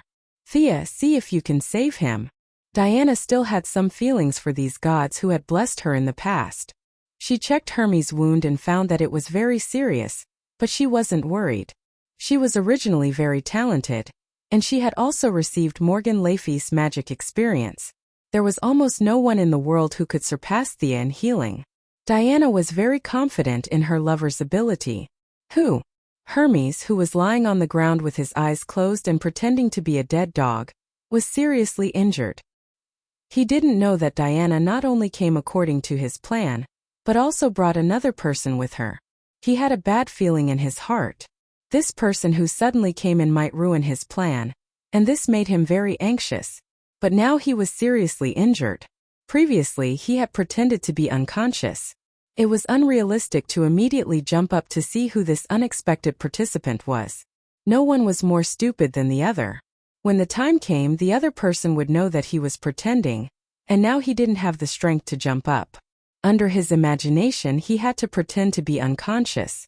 This was really a test for his acting skills. He was very anxious, but he had to suppress his consciousness in the depths of his mind. As long as his body showed a slight tremor, Diana would be able to find out that he was pretending to be dead. After all, he also had Athena's blessing, and it wasn't so easy to fool him. Then he heard a clear female voice reply to Diana, and then a warm magic wrapped around his wound. Hermes realized that his plan was in vain. This plan had just started and there was a huge change. Diana had a demigod who was good at healing. Who was this guy? Unlike Hercules, although Hercules was trapped by the giants for thousands of years, he didn't experience the twilight of the gods. Now, except for a little mental problem, his divine power was basically intact compared to ancient times. Those who hid in their god's kingdom were different. They became gods with the help of faith, and the connection between their god's kingdom and the secular world was too deep and tight. After sleeping for so many years, every minute and every second in the material world was actually wearing down their foundation. It was like a slow suicide. When they finally woke up from their sleep and learned that Zeus, the god king, had disappeared, several gods who were unwilling to die had a new plan. Compared to their heyday, their strength had fallen greatly. Although Poseidon, Hades, and the other big shots were living a tight life, they still had some food at home and they could last for a long time. As the god of speed and thieves, Hermes couldn't. He didn't know that a year later, there would be something called the god of speed that would deny the meaning of his existence as the god of speed at the level of the rules, resulting in his complete fall. He vaguely felt that he had very little time left, and an invisible sword had fallen on his neck. He was both a chess piece and a chess player. He wanted to survive in the chaos, but his plan was very good. He considered several possibilities and even designed several emergency plans. However, he never expected that such a big change like Thea would jump out in the first act. There must be someone who knew about the relationship between Thea and Diana, but this group of old gods who had just climbed out of their god's kingdom didn't know. They were proud and arrogant. Hermes didn't have much divine power left. He just roughly checked the information and began to put on today's big show. Thea's divine power was that of a real demigod, and there was a vague shadow of the Greek divine power. This couldn't be faked at all. Hermes had to do a deeper analysis. Could it be that old woman Hippolyte had deceived all the gods? At that time Diana wasn't the only child but two? Otherwise it really didn't make sense. In an era when the gods had retired, other than Diana, there was also a young and lively demigod wandering in the world. This was too incredible. Although it was incredible, a warm and vigorous magic power that was full of vitality directly healed his wound. It was not suitable for him to lie on the ground and pretend to be a dead dog. Hermes regretted it so much that his intestines turned green, but he still pretended to be in a trance and opened his eyes. You are. Although he was mainly looking at Diana from the corner of his eyes, he still glanced at Sia, who had a stern expression and an outstanding temperament. Her calm gaze seemed to carry a bit of scrutiny. Thea's eyes met Hermes's eyes. The god of speed and thieves felt a little scared. How could this be? No matter how weak he was still one of the main gods. How could he feel scared? He must have thought too much before and felt a little guilty. Hermes didn't know that his feelings of fear had already merged with Thea's eyes. He thought that he was just thinking too much. His eyes flashed and he subconsciously avoided Thea. Although he felt that there was a big mistake in his plan, he still tried to continue the act. He staggered a few steps and found that Thea had healed him very well. Both demigods had sharp eyes. It was not a good idea to pretend to be a cripple. He cleared his throat. You are Diana, the daughter of the Amazon. I've seen you before. You shouldn't have come here. Take this girl and run to the end of the earth. Otherwise, she will die in front of the god queen. His words were prepared in advance, but he regretted it as soon as he said them. Thea naturally caught his flaw and said very sincerely, You are Hermes, the god of speed. Your speed is the best among the gods. We will cover you. Take this woman and leave first. Hermes wanted to give himself 2 tight slaps. He was indeed an idiot. What should he do now? Say that he was not fast enough? Humans could brag, but he was a god. If he said that he was not fast enough, he would be finished in minutes. There was no room for discussion. This was the limit of the rules. If he said that he was not fast enough, it was equivalent to giving up his clergy. The consequences were too serious. Just as he was thinking of a solution, Diana's interruption saved him temporarily. God Queen. The god queen you are talking about is Hera? Yes, Hera's power is everywhere. Her jealousy is also unparalleled, so... He did not continue. What should he say next? Thea laughed out loud. She was everywhere. What was he bragging about? He was just borrowing the power of the divine artifact. Olympus had a divine mirror that observed everything in the world. This was the source of his understanding of everything. Since the beginning of the battle with the centaurs, she had felt a vague prying. Hermes felt that Thea's laughter was a little harsh. Young man, don't underestimate the god queen. She has unimaginable divine power. Is that so? Through continuous measurement and reverse monitoring, Thea had a rough idea of the other party's location. He seemed to be in another plane. Was that the public area of the Greek gods, Mount Olympus? Chapter 485. She used her supervision to the extreme, and a huge amount of magic power poured into her eyes. With the help of her opponent's artifact channel, her gaze pierced through the space barrier and made eye contact with the middle-aged, luxurious woman in peacock feathers. Hera, the god queen who was watching them, didn't expect to be attacked. The orange energy with fear hit her directly. Even a god couldn't resist fear. Especially someone like her who didn't even have 1/10 of her original strength and wasn't known for her strong will. However, her immortal life still gave her a huge bonus. Her pride as a god didn't let her fall into self-denial like Kanavi. She reached out with difficulty and closed the channel of the artifact mirror. Is this Hera? Sia secretly mocked Hera. Hera, who had a bad reputation, had been seen through by Sia in just a short exchange. She would be bragging if she said that Hera couldn't withstand a single blow, but she wasn't invincible. Also, Thea felt that Hera was more like a mage than a god. She didn't know if Hera didn't have enough divine power to begin with, or if there was another reason.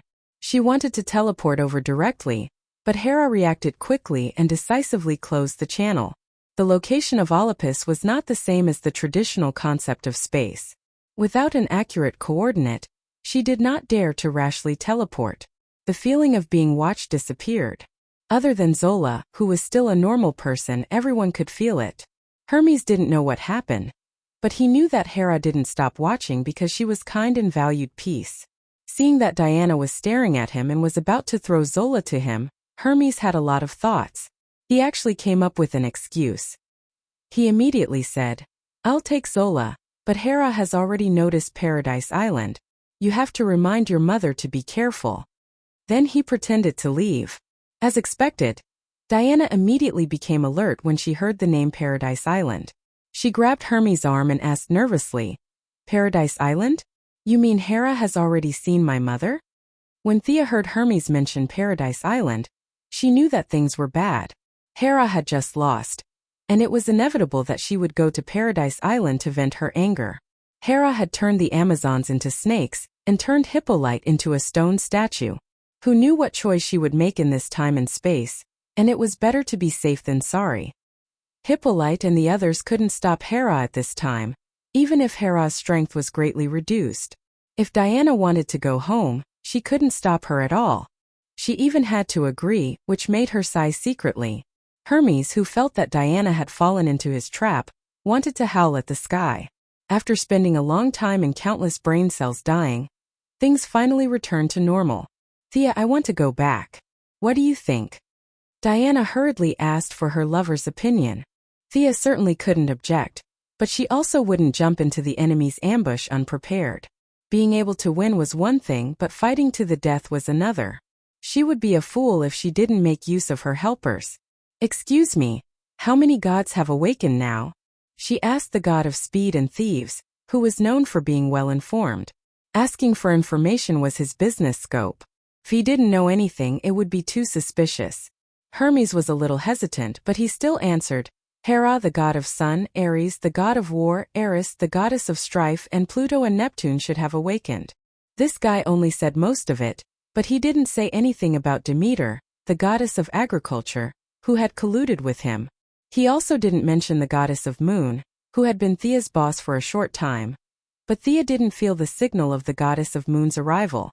Did she feel that she had enough divine power and didn't get involved in this matter? Thea felt that this was good news. After all, the goddess of moon still had a relationship with her, and it was always not good to fight with her. Ares. Diana didn't talk about Ares as if he had killed her father like 100 years ago, but her face didn't look too good either. Thea was analyzing the strengths and weaknesses of these people. The world had been peaceful for a long time, and coupled with the heavy blow 100 years ago, Ares's recent situation was worrying. The goddess of strife and the goddess of agriculture were not famous for fighting, and the only thing they needed to be wary of was the god of sun, Apollo. Unlike the goddess of moon, whose belief was scarce, the sun was an important prerequisite for the survival of the Earth species. Even if it wasn't ancient times, and no one in modern society believed in the god of sun, the accumulated belief still existed. As for his combat strength, Thea was a little uncertain. If the two of them fought against 4 or 5 weak gods at the same time, it was really difficult to predict the outcome. Especially with the combat strength of the god of sun, she couldn't guarantee that she could defeat him. Fortunately, this world was full of surprises. 30 years ago, an alien spaceship landed on Earth and showed the Earthlings what the Kryptonian style was. Thea's idea was to find a Kryptonian to fight the god of Sunday, considering that they were going to fight on Paradise Island. They rejected all men, and Superman was directly excluded. Between Supergirl and Fiora, Thea chose Supergirl. This didn't mean that Fiora's combat strength was weak, but she couldn't walk away.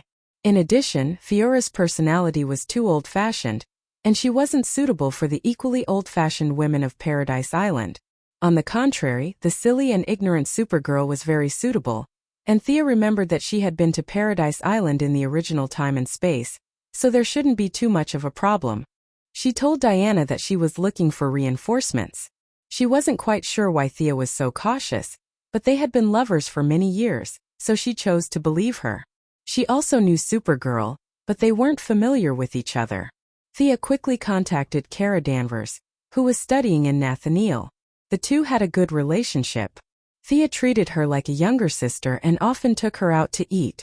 She had to say that Kryptonians and Psions had something in common. They could eat too much. Just casually treating her to a meal, and the number of swiping a credit card was chilling.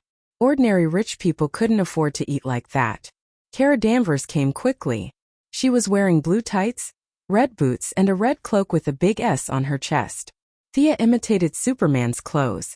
Although they weren't as good as the one that Superman's father gave him, they were still of good quality and were more than enough to deal with ordinary battles. How is it? Isn't it very cool?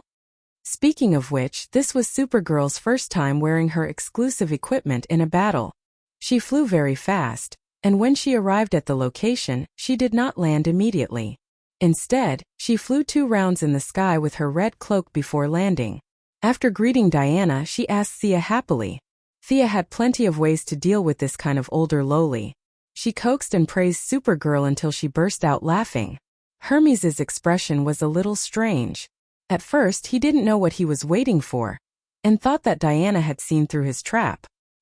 He pretended to take Zora away first several times, but Diana stopped him and hoped that they would act together. Only then did he relax. Then he learned that there were reinforcements, so he could only wait quietly. Chapter 486. The arrival of Supergirl puzzled Hermes even more. There was no doubt that this girl did not have any divine power. Although Hermes's strength was now extremely weak, he was still sharp because of his past achievements. It was true that she did not have any divine power, but this woman was too strong. Her body was surging with energy, and her body structure was perfect to the extreme. Furthermore, this fellow's flying speed was extremely fast. Even when Hermes was at his peak, he might not be much faster than her. Would this woman be the culprit that would kill Hermes in the future?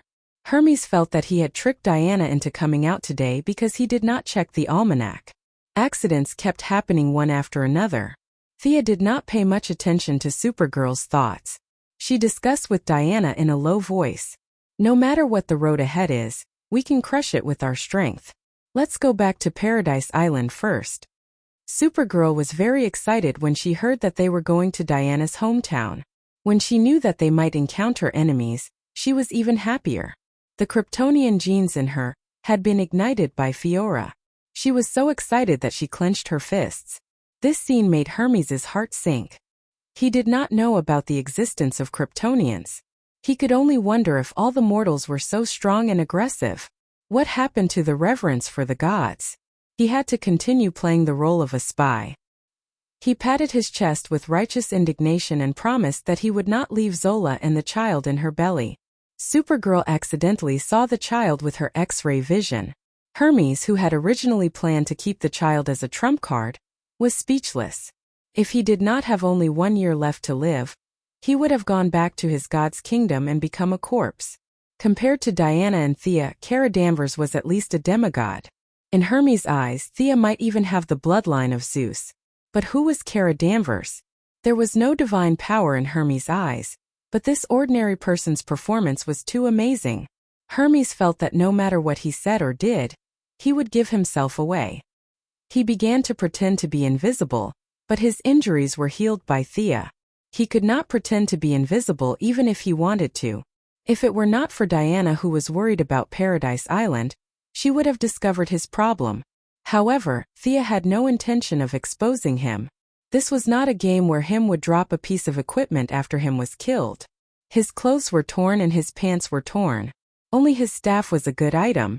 It was a teleportation staff that ignored time and space. However, his staff was too closely connected to him. It was similar to Diana's silver bracelet of protection. Thea only glanced at him from the corner of her eye and stopped paying attention to him. Decades ago, Diana had returned to Paradise Island once. However, she did not have a good talk with Hippolyte. Most likely, Hippolyte had ordered her not to return to Paradise Island unless there was an emergency. Now, no matter what happened on Paradise Island, Diana had a proper reason to go back. With Thea by her side, there was no need to fly back. The two women's foreheads were close to each other. Diana passed a complicated coordinate of Paradise Island to Thea. This coordinate was extremely complicated. As a pure warrior, she could not understand it.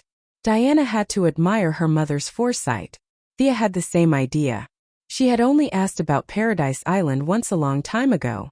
Seeing Diana's hesitation, She knew that Hippolyte must have given Diana a gag order in advance to prevent her from talking about Paradise Island. In the end, this old woman still treated Thea as an outsider. Being a member of the Amazon was nothing.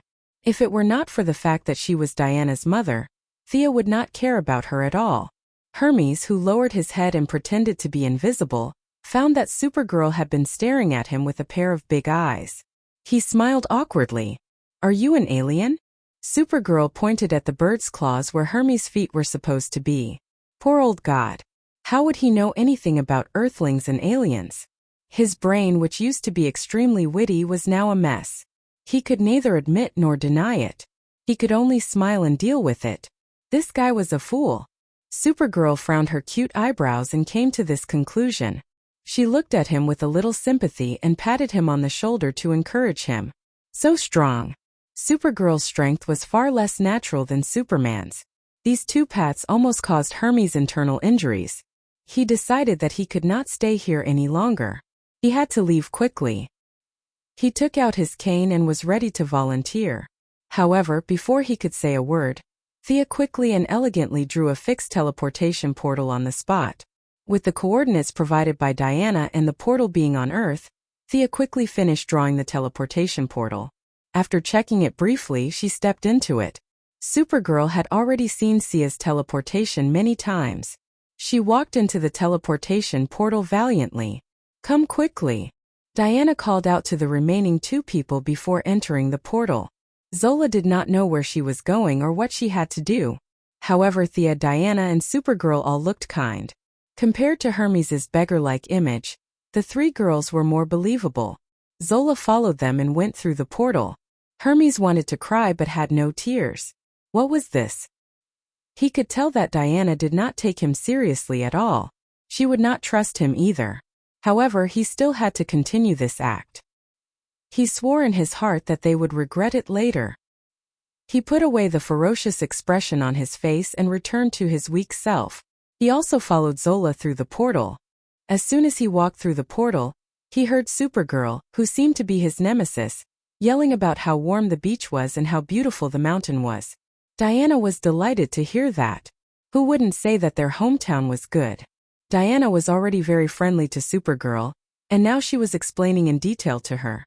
She talked about how she had climbed the mountains there when she was young, and how Antiope had trained her in combat by the sea many years ago. She even mentioned that this place wasn't far from the place where Steve Trevor had crashed. Diana even briefly recounted the great battle back then. However, after 10 minutes, she gradually fell silent and looked at Thea. "Mother should know that I've returned to the island. Why haven't they appeared yet?" Thea was also puzzled. "The anti-magic spell is still in effect here. My supervision is not working here. Kara's probably not working either. Let's search with our naked eyes." The three of them immediately rose into the air and looked in 3 different directions. Kara, who had always been lucky, was the first to discover their target. There are many people in the southwest by the sea. Diana was very worried. She did not have time to greet the 2 onlookers on the ground and flew over first. "Follow me." Thea waved at the 2 on the ground and chased after Zola with Kara. "Can you fly?" Zola, who felt that her worldview had been shattered, looked at Hermes uneasily. She still did not know why she had come here. She only knew that the fanatic Superman impersonator had looked at her stomach and said that she was pregnant. How could it be so exaggerated? She did not even notice it. How could that woman in blue tights and red cloak see through it? Chapter 487. Zola didn't want to follow them, but she didn't know where to go. There didn't seem to be any taxis nearby, so she could only ask Hermes for help. The god of speed and thieves was so angry that his nose almost went crooked. When this old man was circling the earth at the speed of light, these women were still nowhere to be found. He forced himself to hold it in. "Of course I can fly." He bitterly followed them with Zola in his arms. However, after flying for a short distance, Zola had another question. "You don't seem to fly as fast as them." She wasn't a scientist and didn't have a speed detector, but she had seen the sonic boom when Supergirl flew. As someone who had received modern education, she could tell that Supergirl was at least close to the speed of sound. On the other hand, Hermes, who was carrying her, was flying slowly and unsteadily. The difference between their speeds was like comparing a wooden plane to a fifth-generation fighter jet. Hermes wanted to let go of her and drop her to death, but it was just a thought.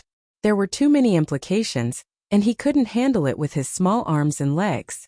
Zola pestered him twice and could only force herself to answer. If she said that she wasn't as good as others, especially in the field of speed, she would die at any moment. Luckily, Hermes was smart and quickly thought of a key point. He said earnestly, "I'm doing this for you. Your body can't withstand the impact of high speed. Don't worry, they'll be fine. Let's fly slowly." Zola felt that it made sense and accepted the answer without hesitation. Not to mention the two who were flying slowly, the three women had already landed. Supergirl was the fastest, followed by Diana, and Thea, who didn't have her light ring, was the last. Mother.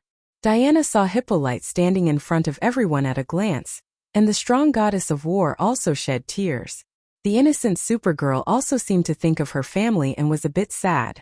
Thea didn't have such rich emotions. She first looked at the opposite side. The woman standing in front of her was none other than Hera, who had exchanged blows with her from a distance 10 minutes ago. At this moment, the Divine Empress was dressed to the nines. She wore an emerald green floor-length dress and a cloak woven from peacock feathers. This cloak was of a very high grade and was at least a high-grade divine artifact. The bracelets and earrings she wore on her person all had divine artifact fluctuations. At this moment, Hera looked majestic as she looked at the people of Paradise Island, as if she was looking at a group of ants. The javelins and bows of the female warriors were like toys in her eyes, not worth her attention at all. On his left was a purple-skinned man.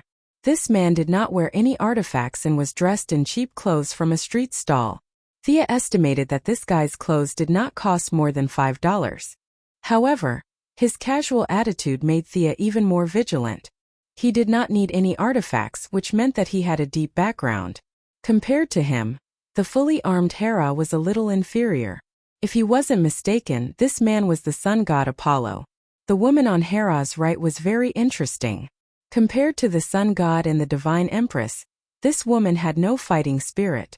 She wore a miniskirt, revealing a large part of her lotus-colored skin. She looked at everyone frivolously. The divine empress Hera, the sun god Apollo, the goddess of strife Eris. Thea nodded secretly. The goddess of agriculture and her old friend Ares were not here. She could totally deal with this lineup. Seeing that Diana and Hippolyte had a few simple words, Thea, who was relieved, also turned to salute Hippolyte. Just like how Diana treated Moira, she also saluted Hippolyte as a junior to an elder. "Long time no see, Your Majesty. Your body is still healthy. Congratulations. You too, partner of Diana. You are also my child. I sincerely thank you for your selfless help to Diana." Seeing that Hera and the others had no intention of attacking, Thea and Hippolyte chatted for a while before introducing Supergirl. "This is our friend Kara Danvers, who is like my sister." Thea pulled Supergirl over and introduced her. "Paradise Island also welcomes you. I can see that you are a brave warrior and a good child." Thea could also guess what Hippolyte was thinking. Paradise Island had suffered a great calamity. At this time, she would welcome anyone who came to help. Moreover, Supergirl looked silly and simple, which was more in line with the Amazon tradition. "Have you discussed the order of death? Hades is waiting for you." Hera spoke first in an overbearing manner. Who is going to talk to her? Thea and Diana glanced at Hippolyte and found that the queen was a little ashamed. As a mistress, she was indeed a little guilty when facing the main wife. It didn't seem appropriate for Diana to talk. As the daughter of Zeus, at least nominally, Hera had jurisdiction over her. The people of the present generation didn't care, but the ancient Amazons were very restrained. Now that she could talk to the guardian of the universe, Thea didn't have any scruples with the improvement of her strength. She stepped out first. "Your Majesty, no one will die today because of the battle. I am very sure of this." Her words caused Hera's gaze to shift from Diana. She sensed a little and found out. Wasn't this the person who fought with her 10 minutes ago? At that time, things happened in a hurry. She didn't even see clearly whether the enemy was a man or a woman. Now she could finally take a closer look. There was no doubt about the level of a demigod. However, Hera couldn't tell which divine system the other party was from. It seemed to have the shadow of the Greek divine system. She could also see traces of the Egyptian divine system. She couldn't make a judgment for a while. Thea had transformed into a hero spirit several times. She had already converted all the divine power. Without tracing back to the source, she couldn't see clearly.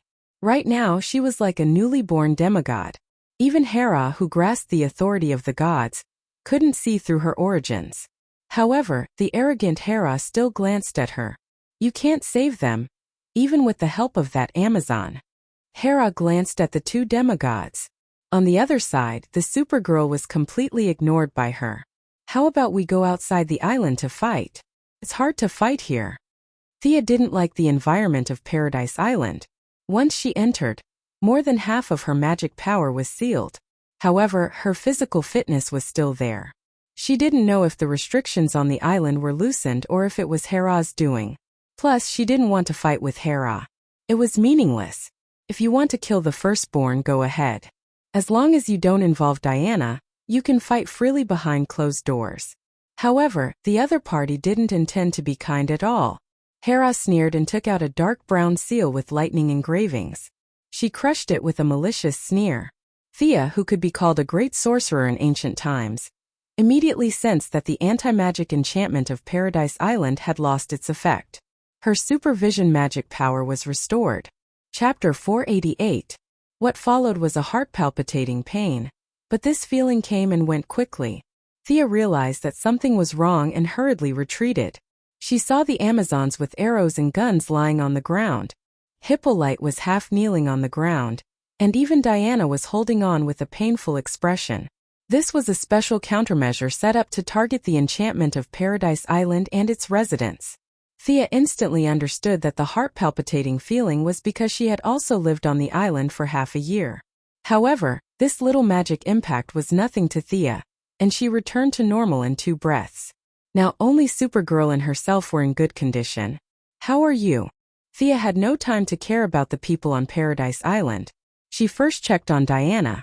She tried to use a few healing spells, but unfortunately the effect was not great. The opponent targeted the entire island, and the closer the connection with the island, the greater the damage. The female warriors directly fainted. Antiope and Hippolyte were barely conscious, but the two of them could not recover their combat power in a short time. With Thea's continuous healing and a part of her willpower, Diana's condition was slightly stabilized, but she could not fight for a long time. You rest first, leave this to me. She, who had fully recovered her magic, did not mind fighting a few rounds with Hera. Just when Thea was about to open her mouth to ask for a fight, Apollo stood up proudly and said without turning his head, Hera, you still like to use those little tricks. Are these mortals worth my effort? Or are you at the same level as them? Apollo, you have to respect me. I am the queen of gods. Hera felt that Apollo's words were too harsh and roared with extreme dissatisfaction, but her voice was a little weak. Apollo snorted coldly and looked at the enemy opposite him. He shook his head at the pale face of Diana and ignored Supergirl. He looked at Thea with some curiosity. Your strength is not bad, do you want to be my opponent? Thea did not mind fighting a few rounds with him. She could more or less absorb sunlight, but the effect was not as strong as the Kryptonians. However, if she were to face Apollo, then Hera, who was proficient in magic, would naturally be left to Supergirl. This wasn't the best plan. Thea sneered. Beat my sister first. Kara, teach him a lesson. What? Apollo wasn't the only one who was surprised. Even Supergirl herself was a little surprised. That purple-skinned guy in front of her looked so arrogant. Could she do it? Don't worry, he's no match for you. When Thea saw the bitter look on Supergirl's face, she hurriedly cheered her on. Then, without giving her any time to react, she pushed her out. Other than the Parallax monster that had wreaked havoc in Seaside City and the giant Axeman's attack, this could be said to be Supergirl's third serious battle. She clenched her fists tightly, and her chest, which was not considered large, appeared slightly curved due to her deep breaths. After a period of hard training by Fiora, Supergirl's fighting style was finally starting to look a little better. She was no longer using the standard farmer fighting style of the Iyer family. Instead, she was now in an offensive and defensive posture, waiting for the enemy to attack first. Ha ha. Supergirl's slightly nervous look made Apollo laugh. He laughed while pointing at Supergirl. A child. They actually sent a child to be my opponent. Pay attention to the strength of your attack. Just kill a mortal and leave the rest to me. I want to properly deal with them, Hera said fiercely. Apollo shook his head with some pity. He looked at Supergirl, who was so nervous that her eyes were a little straight. What value did an opponent like her have to prove that she was worthy of inheriting the throne of the God King? It was extremely boring. He originally thought that there would be a big battle on Paradise Island, but he didn't expect Hera to use her ultimate move. Apollo was very frustrated that he couldn't show off his power as the sun god. He swung his hand and a scorching ball of light was thrown at Supergirl. In Apollo's impression, no mortal could withstand his attack. He lost interest and walked back. However, after taking 2 steps, he realized that something was wrong. He stopped and turned around abruptly. When the dust settled, he saw that Supergirl was still in the same position. Apollo's attack was fast and ruthless. She didn't even have time to react before she was hit. However, the opponent's fierce attack didn't hurt Supergirl. She wasn't very sensitive to her own energy. She only vaguely felt that she had gained some benefits. But how was this possible? This purple-skinned guy in front of her was obviously very powerful. Why didn't he hurt her? Supergirl, who had little combat experience, didn't think about the problem of sunlight. If it were Superman or Fiora, they would have understood immediately. She had little combat experience, but Apollo had plenty of combat experience. However, he didn't know about the Kryptonians. Looking at Supergirl cautiously guarding against her, she, who believed herself to be intelligent, was truly confused. She, who had been through hundreds of battles, was very certain that she had hit her opponent. However, seeing that Supergirl was completely unharmed, she couldn't help but wonder what was going on. Since he couldn't figure it out, he decided to fire again. This time Apollo was serious. He bent his body slightly, bent his arm, and made a gesture of accumulating energy. Then he raised his right hand. A dark yellow energy beam filled with a lot of light and heat was thrown at Supergirl. This time it wasn't a sudden attack. Supergirl reacted quickly. According to her previous combat experience, she should have retaliated or dodged the attack with heat rays. However, her combat instinct told her that she didn't need to retaliate. She just needed to take the attack head-on. It was safe and harmless. Supergirl, who was very simple, was confused. However, relying on combat instinct was the style of the Iyer family. Without thinking, she closed her eyes and slammed into the energy beam head-on. Boom! There was a loud bang. Apollo was completely dumbfounded when he saw that Supergirl was once again unscathed, except for a little bit of mess on her body. He had already predicted several possible responses from her, such as dodging or counterattacking. These choices were not strange at all. However, Supergirl's reaction really surprised him. How did she deal with it? She was stunned for a moment and chose to use her body to take the attack head-on. Apollo didn't know what to say. Thea saw this scene and laughed out loud. Diana, who also knew about the Kryptonians' characteristics, also smiled. At this time, she realized that her opponent's attack couldn't hurt her. Instead, it replenished her energy. Supergirl was simple, but she wasn't stupid. She also guessed that her opponent's attack had something to do with the yellow sun. Supergirl's body had absorbed all the energy contained in the 2 attacks. Now, her energy had increased by at least 10%. If this energy was exposed to the sun, it would take at least half a year. Supergirl, who had always been troubled by the fact that Superman was stronger than her, seemed to have seen the wonderful scene of her teaching her cousin a lesson. She laughed happily. Chapter 489. What the hell are you laughing at? The 3 of them mocked him one after another, and Apollo's face darkened. As a general of the Greek pantheon and now the self-proclaimed successor of the God King, Apollo was furious. The energy in his body surged, and golden flames spewed out of his eyes, mouth, ears, and nose. Apollo's expression was ferocious. This island had looked down on his authority, and he wanted to sink Paradise Island. In your dreams. Thea swung her hand and shot a shadow arrow. Since Apollo was full of light energy, the shadow arrow could delay him for a moment, and naturally, he could not launch his next attack. Hera's reaction was not slow either. She seemed to be in the lead, but her divine power was far inferior to Apollo's. Seeing Thea blocking her, she did not want to be outdone and shot a water arrow to counter the shadow arrow. Thea immediately returned the favor. Spells of various colors covered the sky and covered the earth as she threw them over. The goddess of strife, Eris, was sneering at the side, and had no intention of interfering. Hera could only brace herself.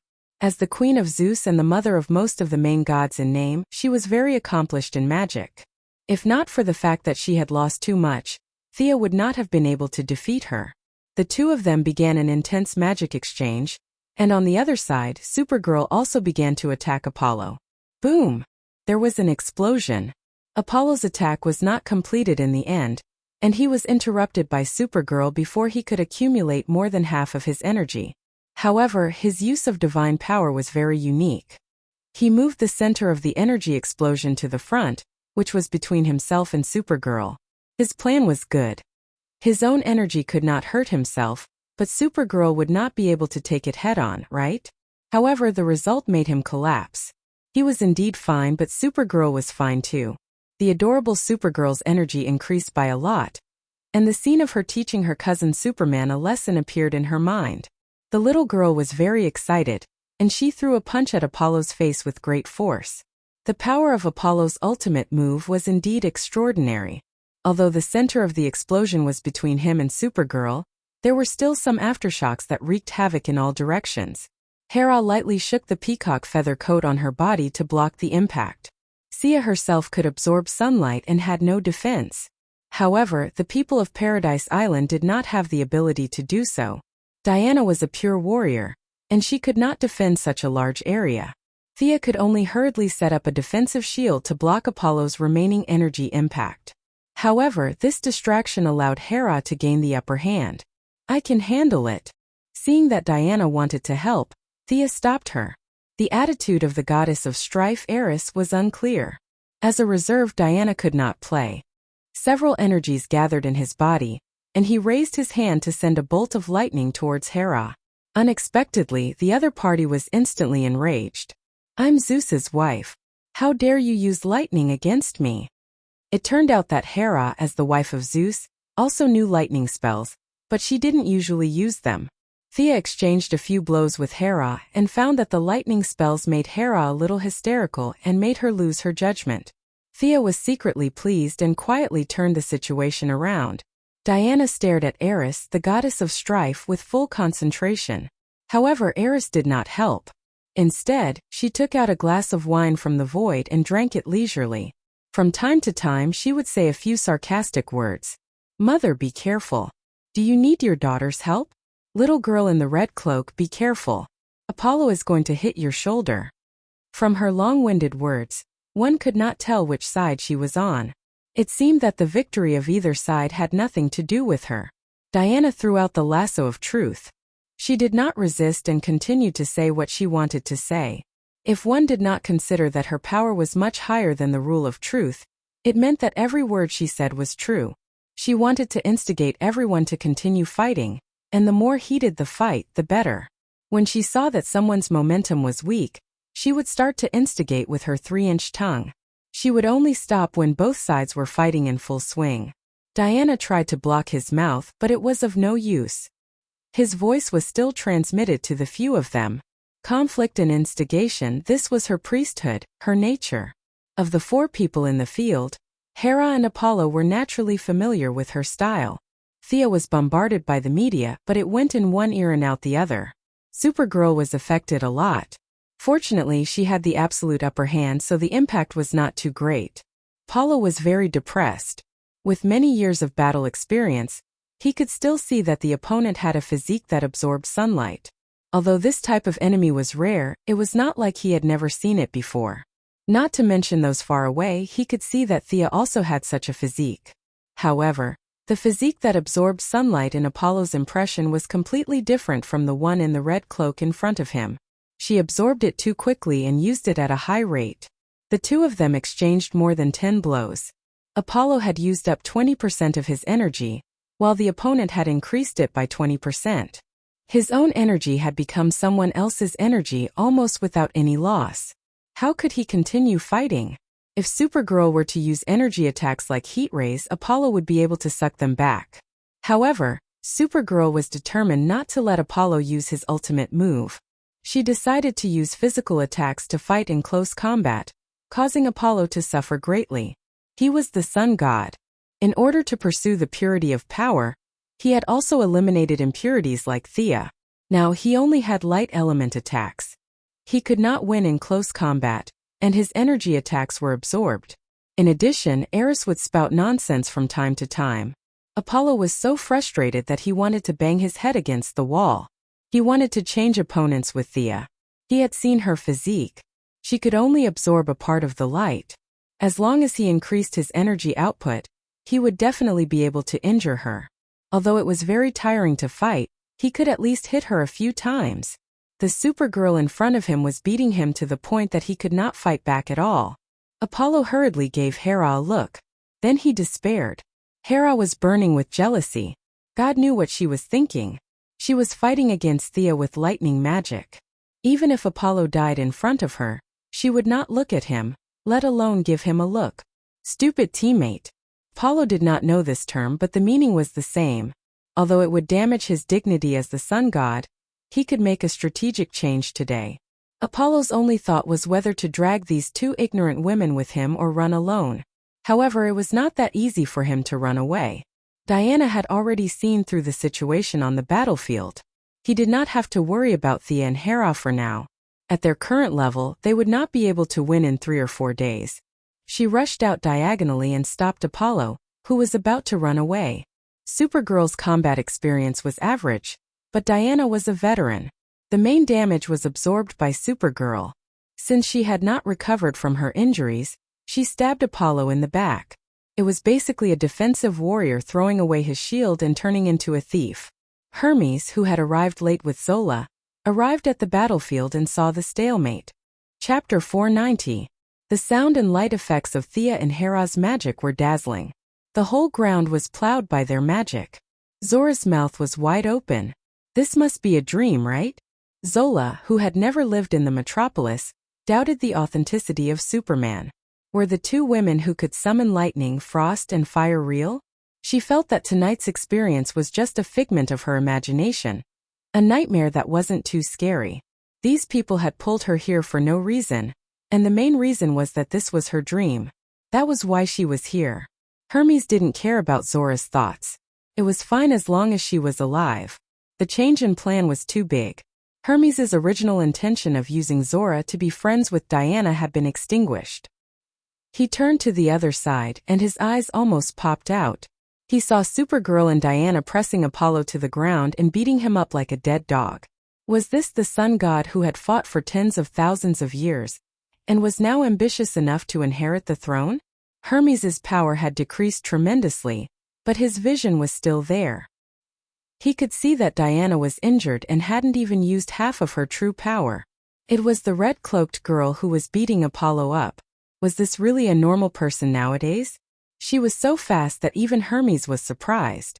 There was no need to talk about her strength. He could tell just by looking at how Apollo was beaten up. Was this young girl going to kill a god? Then she would get his position as the god of speed and directly ascend to the throne? Hermes was having a headache. At this moment, Supergirl punched Apollo in the chest with great force. Apollo spat out a mouthful of golden blood. Thea, who was fighting with Hera, was instantly attracted. God's blood wasn't that easy to obtain. It was useless to her, but it was still effective for the people at home. Apollo's blood attracted Thea, and naturally, it also attracted Hermes in the sky. The sun god, who had been unharmed for tens of thousands of years, was now injured by a human.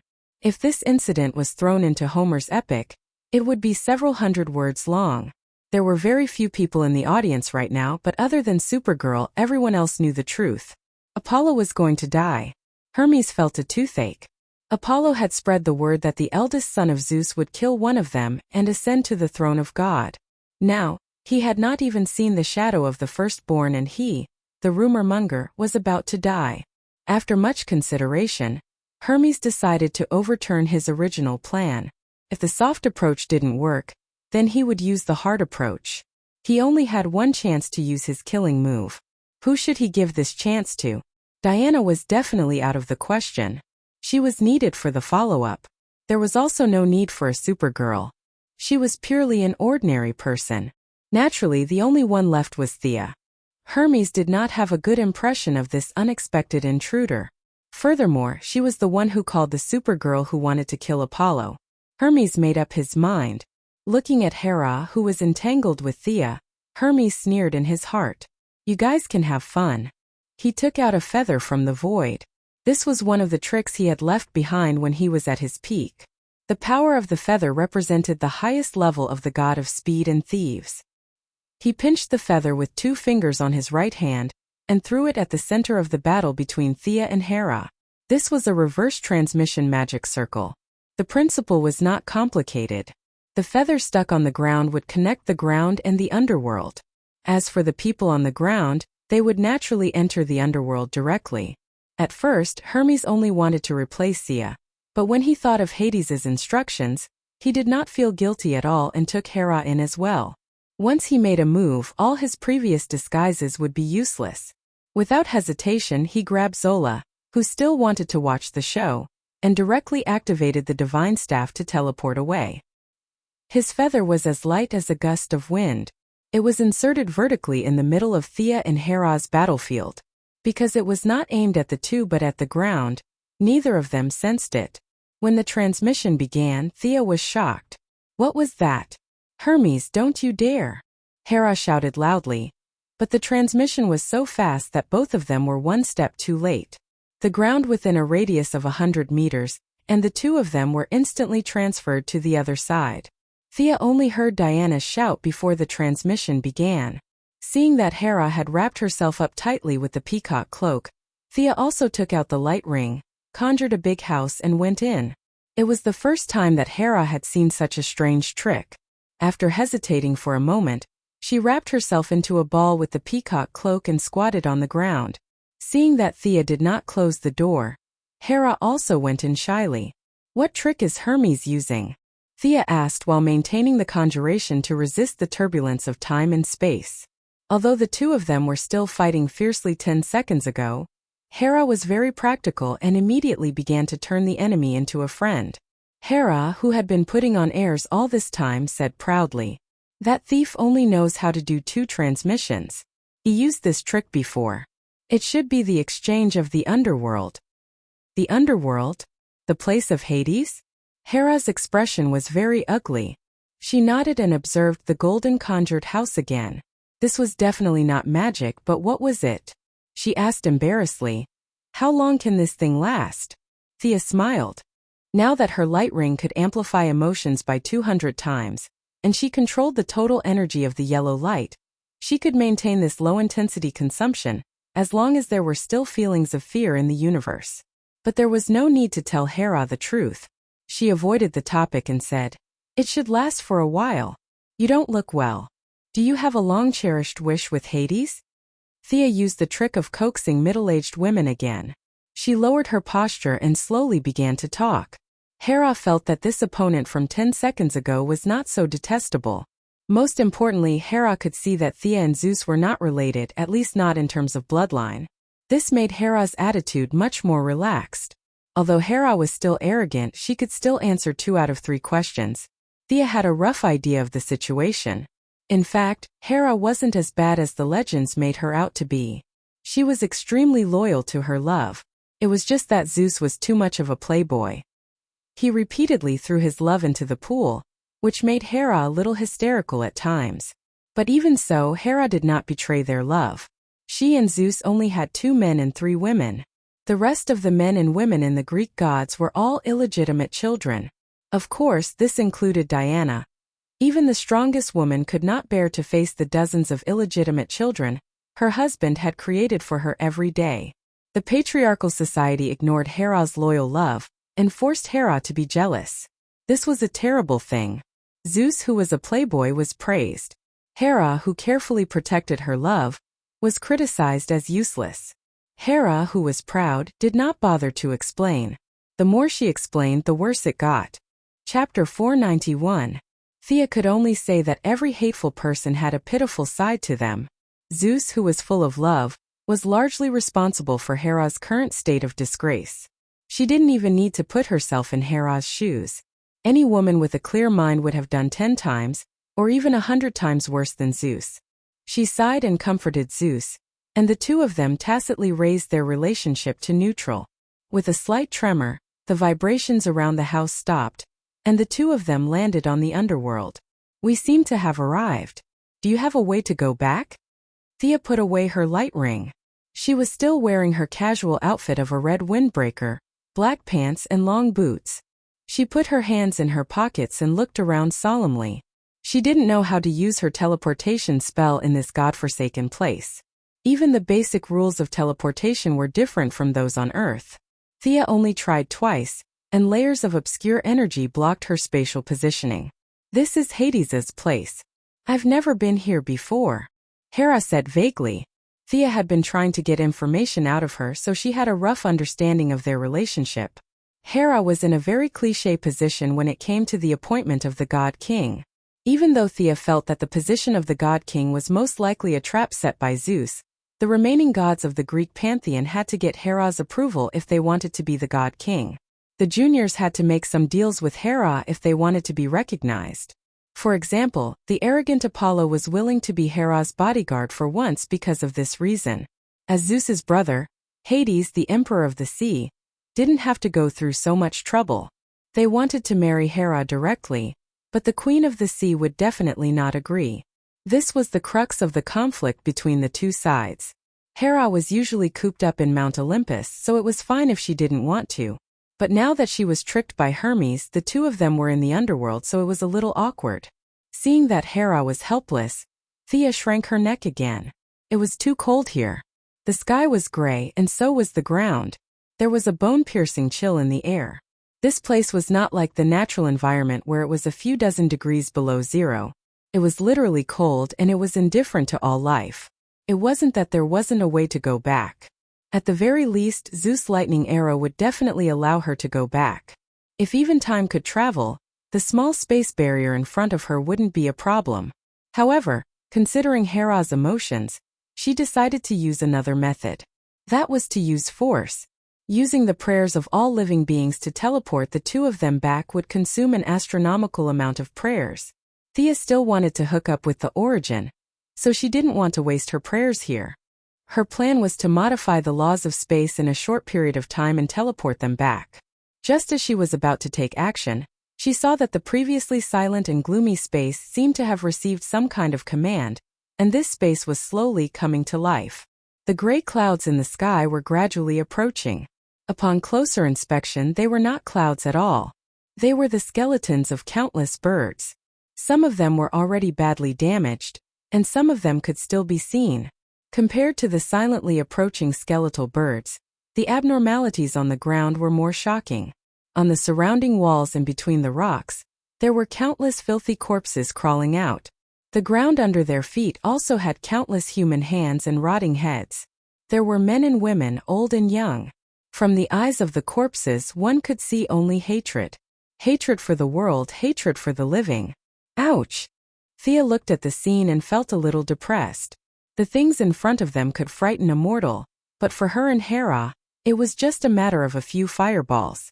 The only thing to note was that Thea had a slight obsession with cleanliness. Facing the wall full of corpses, the filthy environment, coupled with the thick smell of countless corpses, made her cover her nose. Hera, who was presented with a luxurious and elegant image, was also uncomfortable. She wrinkled her nose, squinted her eyes, and choked on the smell. What made the two of them look sideways was that countless corpses began to crazily gather again. Large masses of flesh and blood were forcefully mixed together, and countless extravasated blood was squeezed out. The gray ground was covered with a thick and dense layer of dark blood. Such a heavy taste made Thea grit her teeth. The mass of flesh and blood didn't care whether she was disgusted or not, and forcibly turned into a giant face that was dozens of meters tall. The face's outline could be seen vaguely, and the mouth opened, and a muddy voice slowly came out. "Hera, are you here to be my bride?" Realizing that Hera was ignoring her, Thea, who was about to pull out the peerless holy sword, stopped. Her friendship with Hera could only be described as an enemy, and was far from being friends. There was no need to stand up for Hera. As it turned out, Hera didn't intend to let Thea stand up for her. She was silent, and in an instant her body became 50 meters tall, looking at Hades's giant face that was made of flesh and blood of the dead. Thea gave Hera a thumbs up. This move was really good, and the ability to attract hatred had reached the maximum level. After Hera became bigger, no one paid attention to a small character like her. This move had no other use except for being cool. Enlarging the body would make it easier for the opponent to attack, and it would reduce Hera's agility. At the same time, the consumption of divine power per unit of time began to increase. Thea casually looked at it and found a basket of problems. But no one paid attention to her, so she was naturally happy to watch the show. The environment in front of her was just a little dirty and smelly. "Open your dirty door and let us leave." Hera didn't know how to negotiate at all, and she gave a rigid order. The only good news was that Hera had a good heart and even brought Thea along. Hades was angered by Hera's tone, and the giant face made of flesh and blood seemed to tremble a few times. "Come to my throne and have a good talk." After that, the giant face of flesh and blood turned into mud and scattered on the ground. Countless corpses and zombies crawled out from the ground, and countless death knights gathered not far away. Giants that had lost their minds, and monsters that had been killed in myths and legends appeared one after another. The sea of dead covered a radius of hundreds of miles, and a small path that was as wide as two people suddenly appeared. This should be the path that led to Hades's throne. "Are you really going to go there?" Thea pulled Hera, who had turned back to her normal size and was about to walk in. "You have a way?" Hera looked at her curiously. Thea roughly explained her idea, and Hera shook her head after hearing it. "Time is too tight. They won't give us much time to prepare." Thea also admitted this. Once she focused on rewriting the rules, it would take at least 2 to 3 minutes. During this time, Hera would need to fend off the monsters outside. First, there was the issue of trust. Hera was not Diana, and she would not risk her life to protect Thea. Chapter 492. Thea wouldn't put her safety in the hands of someone who was her enemy just a few minutes ago. She wasn't that careless. Besides, even if Hera was trustworthy, she wouldn't be able to fend off the densely packed monsters around her. Some of them looked strange and didn't look easy to deal with. Thea only took a few glances. There were a few that had been recorded in myths. There was the legendary Aramani who competed with Athena in weaving, and now had a woman's upper body and a spider's lower body. There was also the weird-looking two-headed lizard that claimed to be able to cure rheumatism.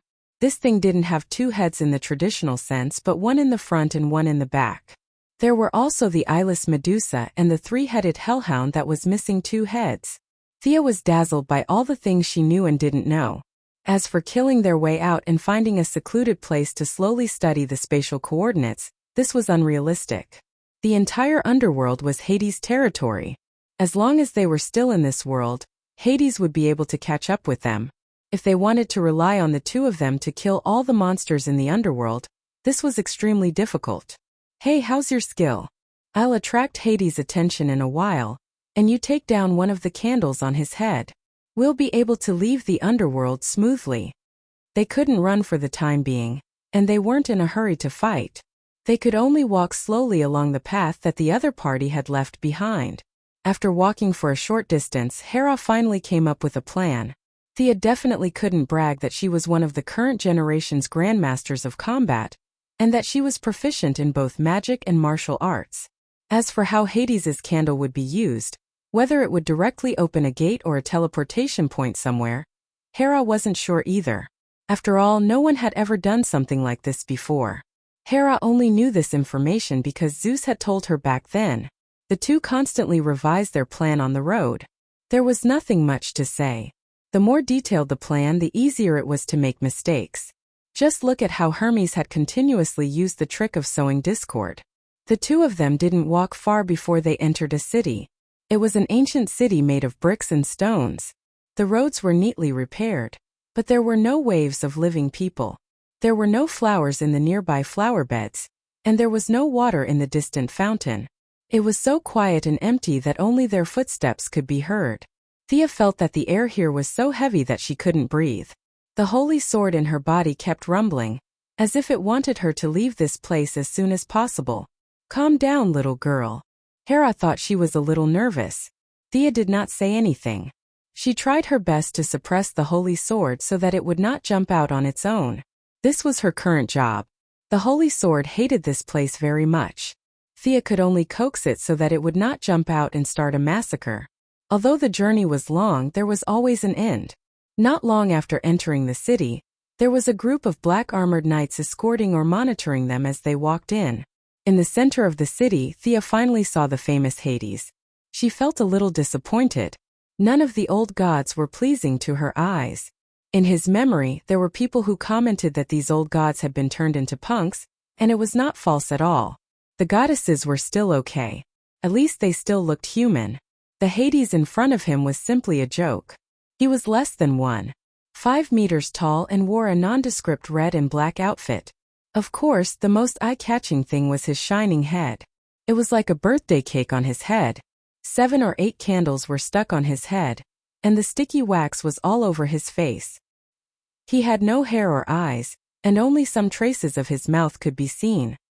He wanted to marry Hera and Diana with such a ghastly appearance? Thea was already preparing a big move to give this bastard a good beating. When Hades saw the two of them arrive, he acted like a fat leader of some country and clapped his hands twice in a very fake manner. A few ghost nannies who did not need to wear makeup for horror movies magically rushed out, each of them holding a set of wedding clothes in their hands. It seemed like they wanted Hera to choose from. Not far away, 2 guards of honor walked over. The ones beating the drums were members of Heifer's tribe, who had a good relationship with Thea. They were 2 3-meter-tall male minotaurs. Many humans stood behind the minotaurs, holding all kinds of musical instruments. They should be the humans who were good at singing and dancing during the Greek era. After their deaths, they fell into the hands of Hades. Of course, Hades would not be unprepared. He had gathered the army further away. In his eyes, Hera was a piece of meat on the chopping board, and he could do whatever he wanted with her. As for Thea, who was she? The old Hades had never heard of her before. Change into the new clothes. As my bride, this is your destiny, Hera. In order to celebrate my ascension to the throne of the God King, I will keep some things for you. Is the one beside you your mate? You can keep her. Hades's expression could not be seen clearly because of the candlelight on his head. He thought for a while, as if the other party was just an ant, and everything was under his control to decide their fate. He looked at Thea's appearance twice. Firstly, Hades did not know this woman, which meant that she was a nobody. Secondly, Thea's appearance and figure leaned towards the modern era. In Hades' eyes, she was just ordinary. This was the difference between ancient and modern aesthetics. Nowadays, it was difficult to distinguish between Thea and Diana's appearance. Modern people generally thought that Thea was slightly more pleasing to the eye, but in Hades' eyes, he would think that Diana was prettier. Thea was at most a maid to him. At this time, Hera was not angry at being treated as a maid. After seeing Hades, the holy sword kept sending a message, and that was to chop him up. Seeing that she was about to lose control, Thea's forehead was sweating, which made Hades even more proud. She was trembling in fear of his supreme divine power, which meant that Hades's power was still sufficient. Although there was a faint sense of uneasiness, Hades thought that it was because of some trump card in Hera's hand. As the queen of Zeus, it was normal for her to have a few weapons of mass destruction in her hands. Hades had been using words to test Hera, and even infuriate her. He wanted to see if she had any other tricks up her sleeve.